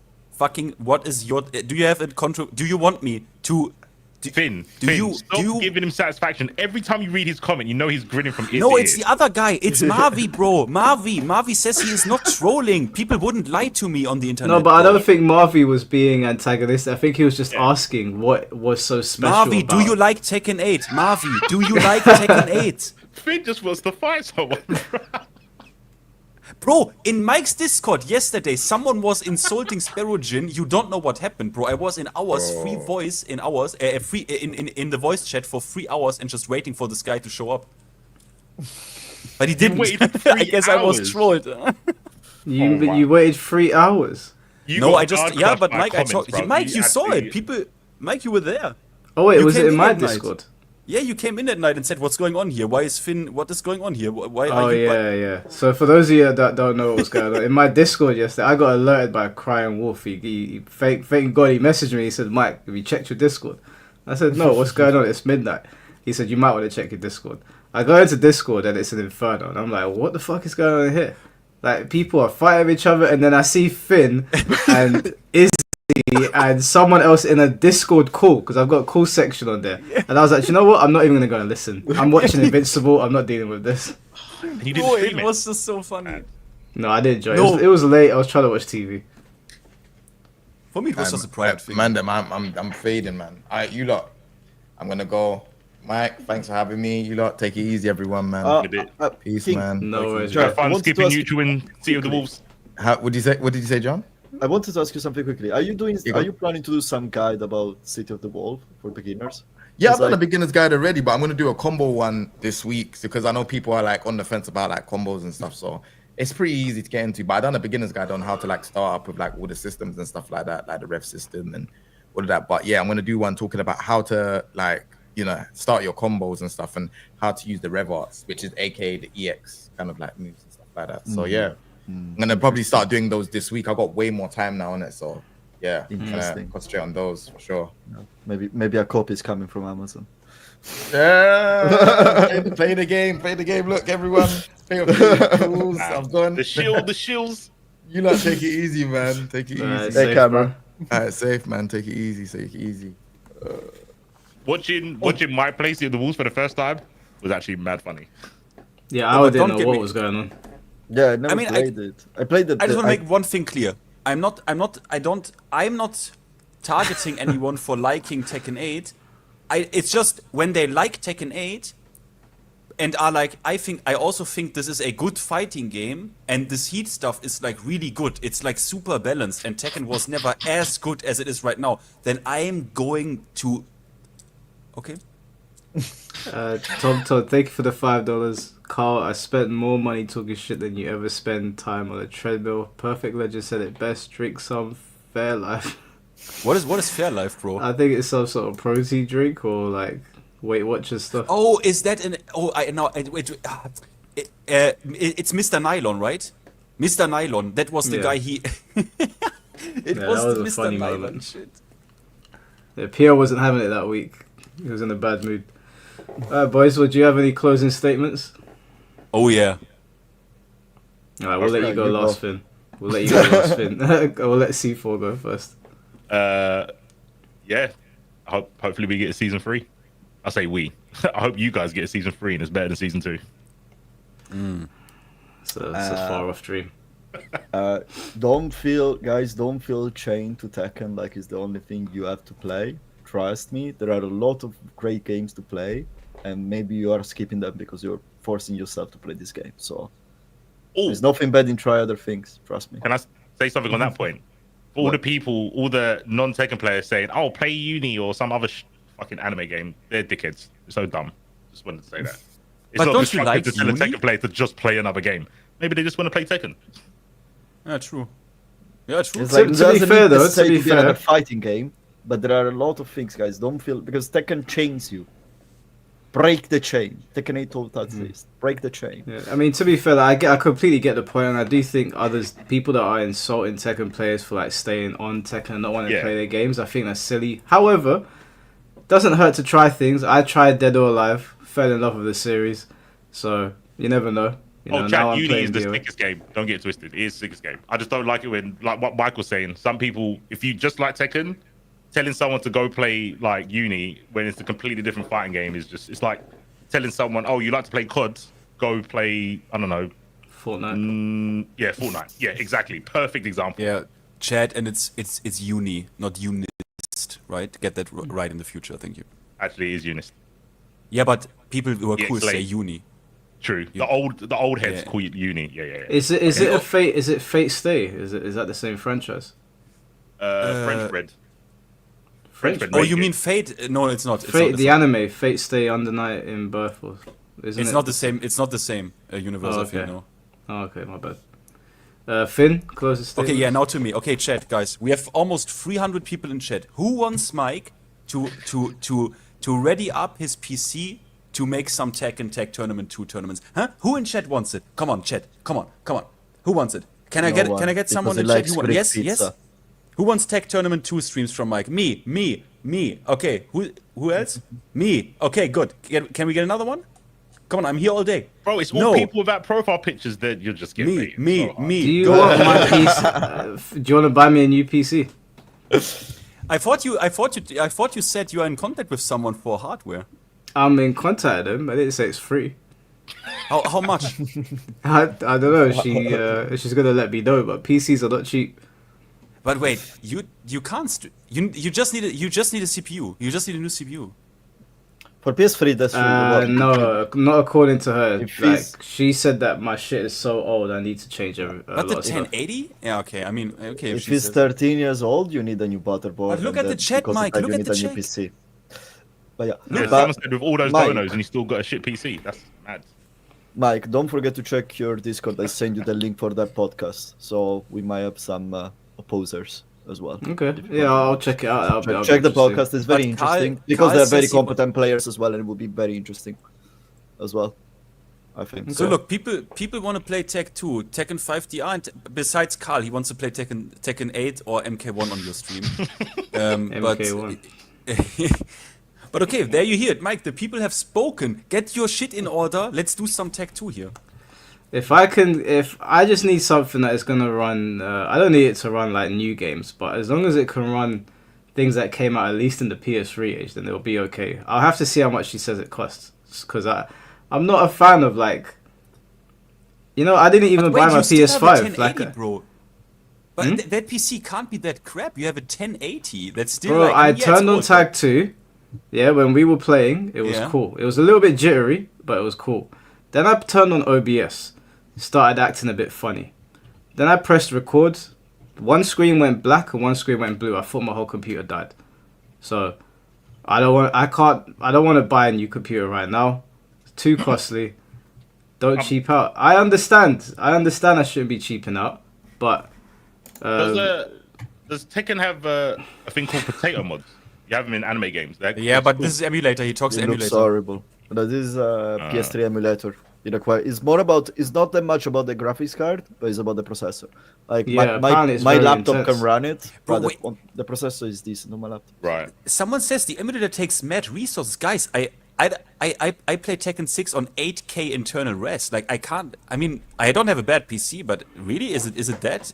Well, It's the okay. If proce- Mike says it, I mean, if It's don't if you even guys the say it processor. takes a lot of resources, then guys, Yeah, trust me. honestly- Like I want to stream Tekken Tag 2. Like I stream games. Obviously, I want to stream my favorite Tekken game, but I tried. OBS fucking kicked the bucket. I couldn't do anything. So Oh, do you play like Tekken 8 and stuff on console then? yeah, all my Tekken games 6. are on console. Ah, I only play like on the members area. Sometimes I upload horror games with me and my boys, and they're like very very like they're indie games, so they don't really take much. But I don't PC game. Everything is on console. Okay, I didn't know that. That makes sense. Yeah. I was thinking if you can run Tekken 8, why could you not run 2? But yeah, you're playing on console. Yeah, Well, Mike, literally then we everything need I to have is find on console. Mike, then we need to find something. Then I need to need to do a stream then, and then call it the unofficial Shambolic Showdown. Damn, just gonna Because rob yeah, we my have whole to find shit. something.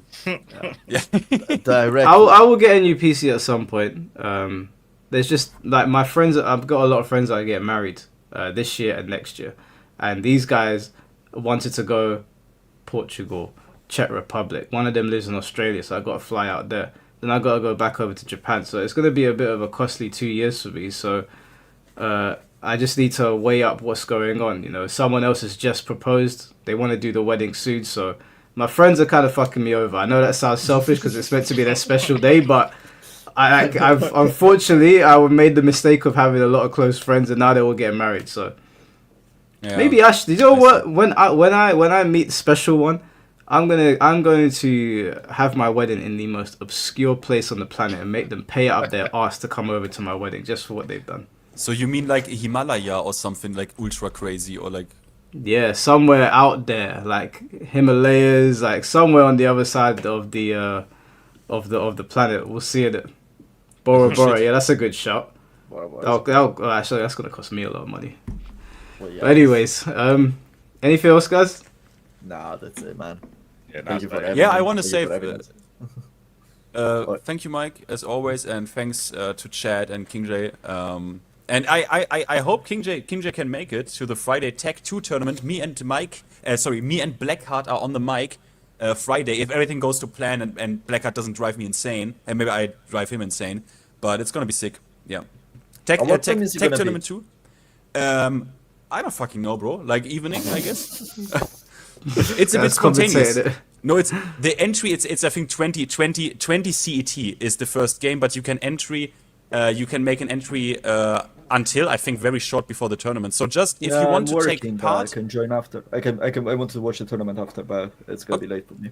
Okay, guys, if any one of you in chat want to participate, join Tekken Dojo EU. These guys do the tournaments for free. There's like no entry fee or something, right? If you want to join the Tech 2 tournament. Yeah, that sounds good. Could one of the mods send Dylan the Discord link, please? Oh, there we go. Flames did it. All right, guys, I'll get you out of here. Thanks for joining the podcast. I'll see you all soon. Cool. Peace. Good night. Bye. Chat, Mike. All right, guys. Well, thank you for stopping by again. I had a lot of fun. I don't know when we'll do another Tekken talk. Maybe after the patch comes out. After the May patch comes out, we'll do another one. I will be streaming on. I might be streaming on Thursday on my birthday, just because I think we've moved plans to Friday and Saturday. So Thursday will be the next time that I'm streaming. But I think I'm gonna have a video up tomorrow. But until then, guys. Also, thank you for all the super chats. It was quite funny tonight. Thank you for the happy birthdays from Mum. And I will see you guys on Thursday. Take care.